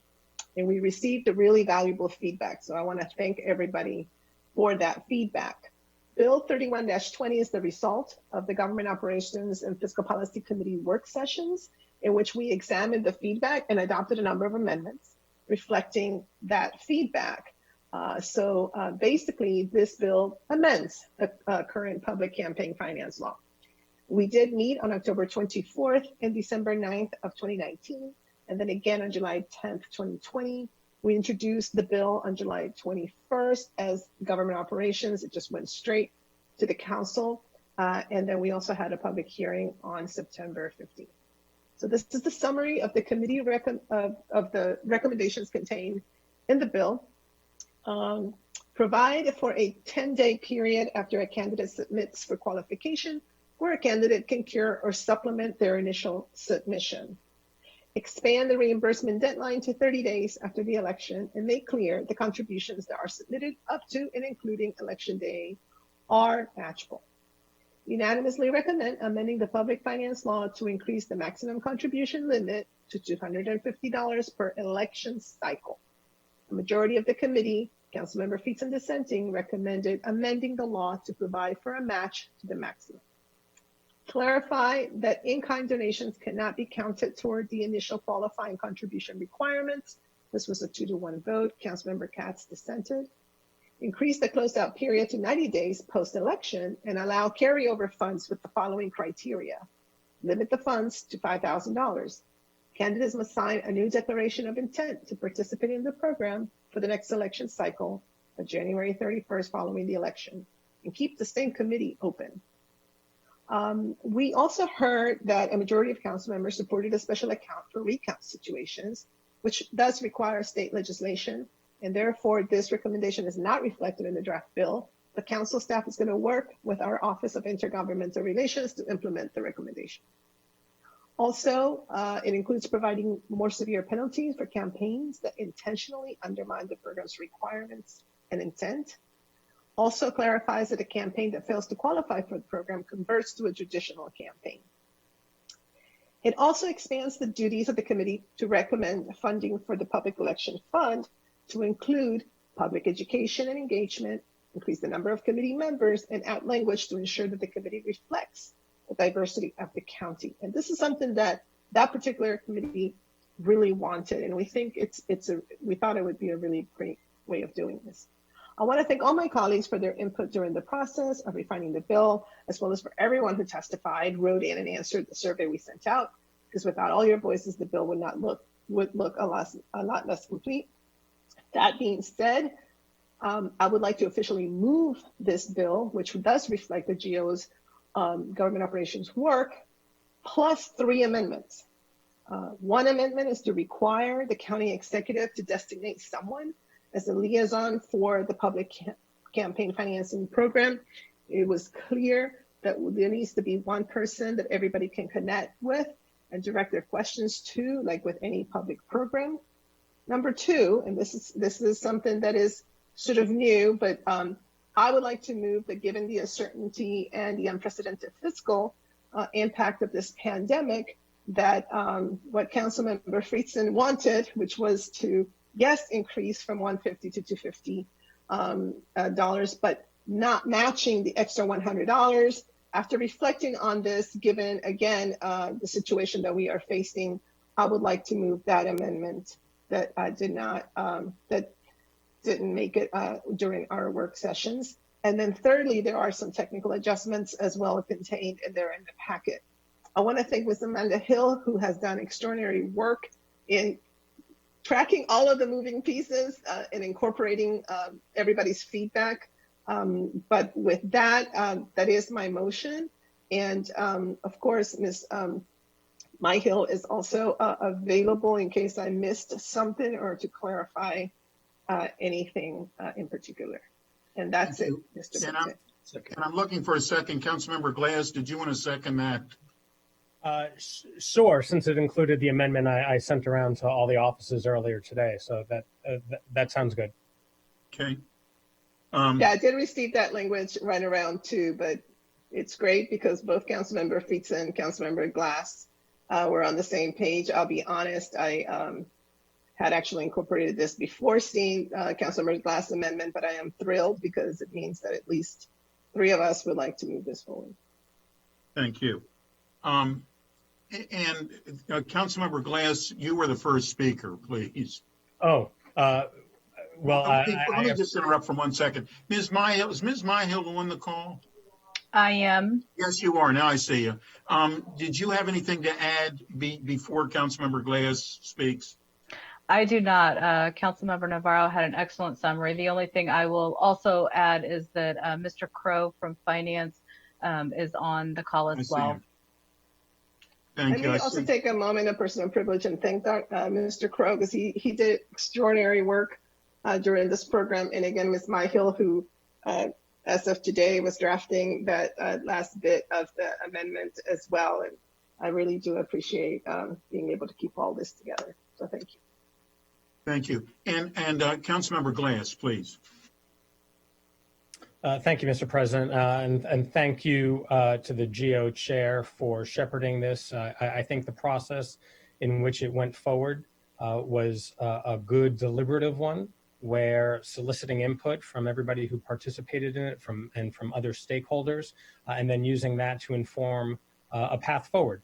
And as you recall, I attended one or two of those sessions as someone who, before joining the council, was supportive of this as a good government measure. And so, we need to continue encouraging people to participate in our democracy, especially those who are not wealthy, who are not big donors, who are not millionaires or billionaires, but want to get engaged. And some of the most meaningful aspects of the 2018 campaign for me was when supporters gave me $5 because that's all they could provide. And I knew how much that meant to them. And recognizing that there were some things to work out and technical changes, I'm glad that those have been fixed. But with regard to the one amendment, with regard to the amendment about increasing the matching from beyond $150 to $250, I appreciate the recognition that these are uncertain times, economically speaking. But for me, moving forward with the amendment to not have a match for donations above $150, quite frankly, wasn't about county economics. It was about making sure the intention of this bill remains solid, and that is to empower low dollar donors. And the minute we start increasing the matches for campaign funds beyond the original 150, I think we begin to lose sight of the small dollar donors that we're trying to bring into the system and bring into our democracy. So we can look at it from multiple different ways, but we've all come to the same conclusion. And so again, I thank the committee chair and for incorporating that amendment and for her leadership throughout this entire process, and look forward to supporting the legislation. Thank you. Thank you, as do I. I do think we should mention, I guess it's Ms. Myhill needs to be looking into this, but the whole idea about the informal slate, that issue, we need to discuss it, but it's not allowed, right? Wouldn't that be by regulation? Slates are already prohibited in the law, and I've already spoken with Mr. Crow, and we think that when we do further regulations, we will make even the informal slates will address that in the regulations.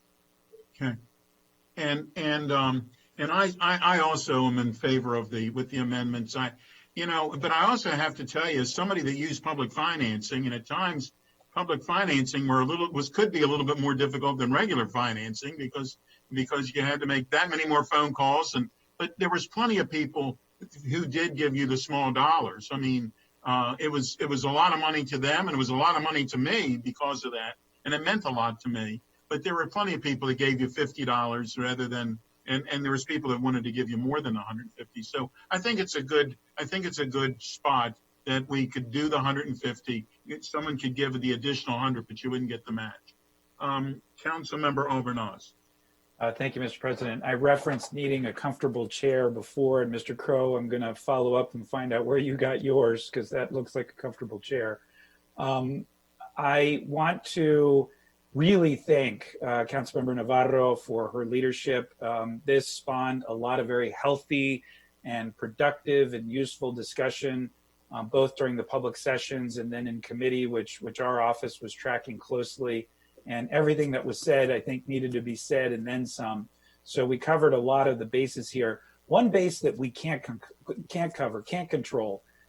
is the State Board of Elections did an outstanding job given the influx of candidates. And so did our local Board of Elections too.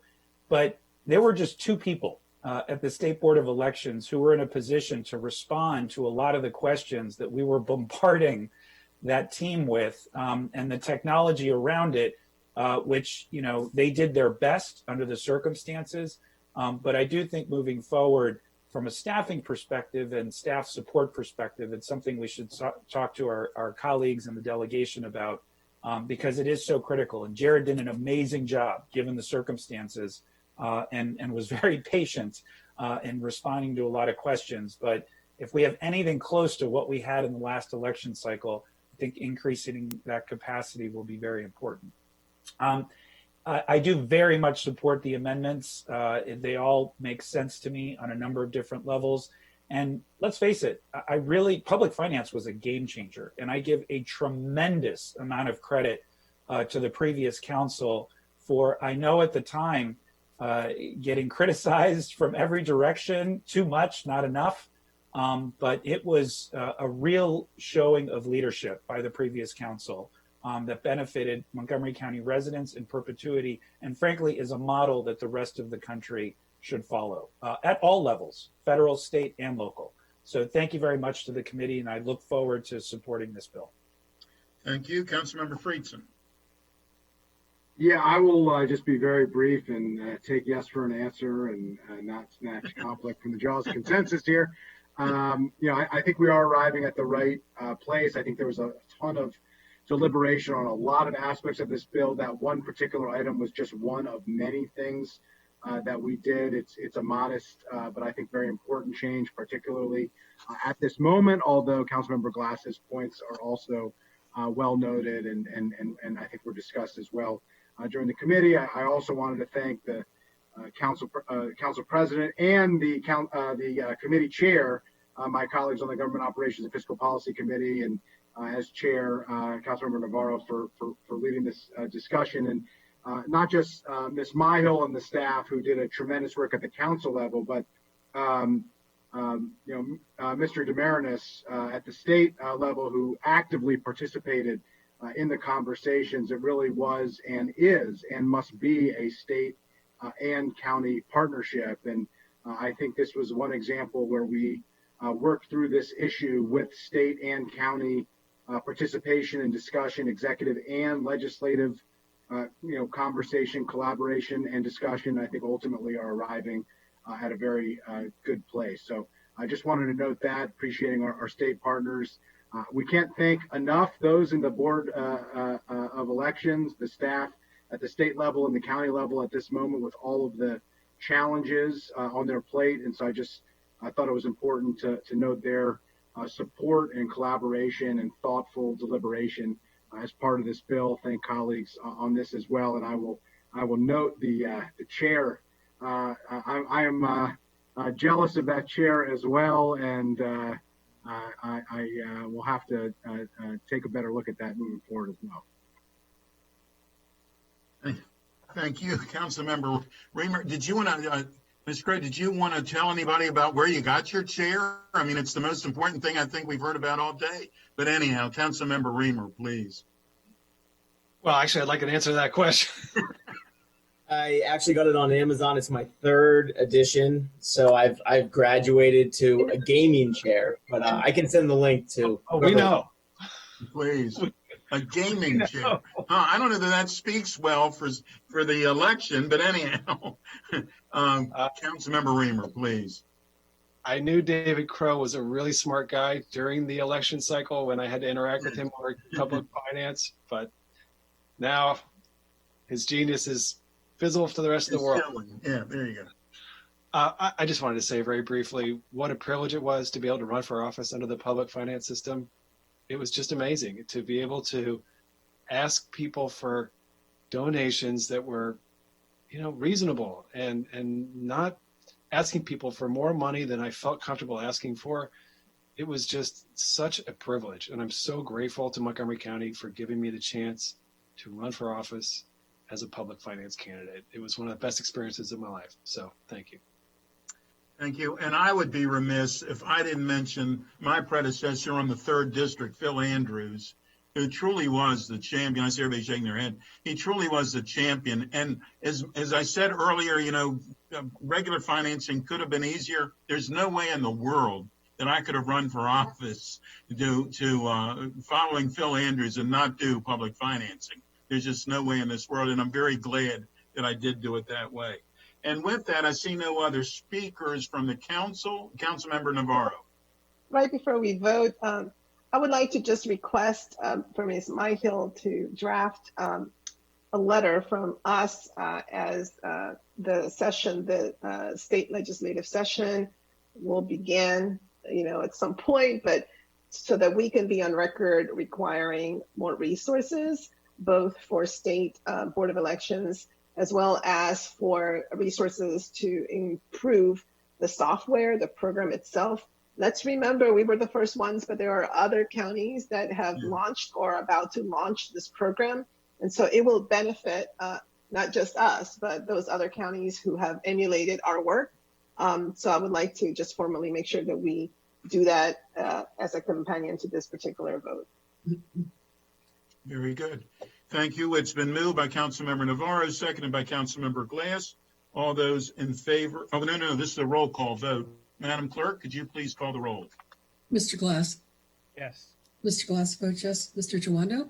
Yes. Mr. Jawando votes yes. Mr. Reamer? Yes. Mr. Reamer votes yes. Ms. Navarro? Yes. Ms. Navarro votes yes. Mr. Albornoz? Yes. Mr. Albornoz votes yes. Mr. Rice? Yes. Mr. Rice votes yes. Mr. Friedson? Yes.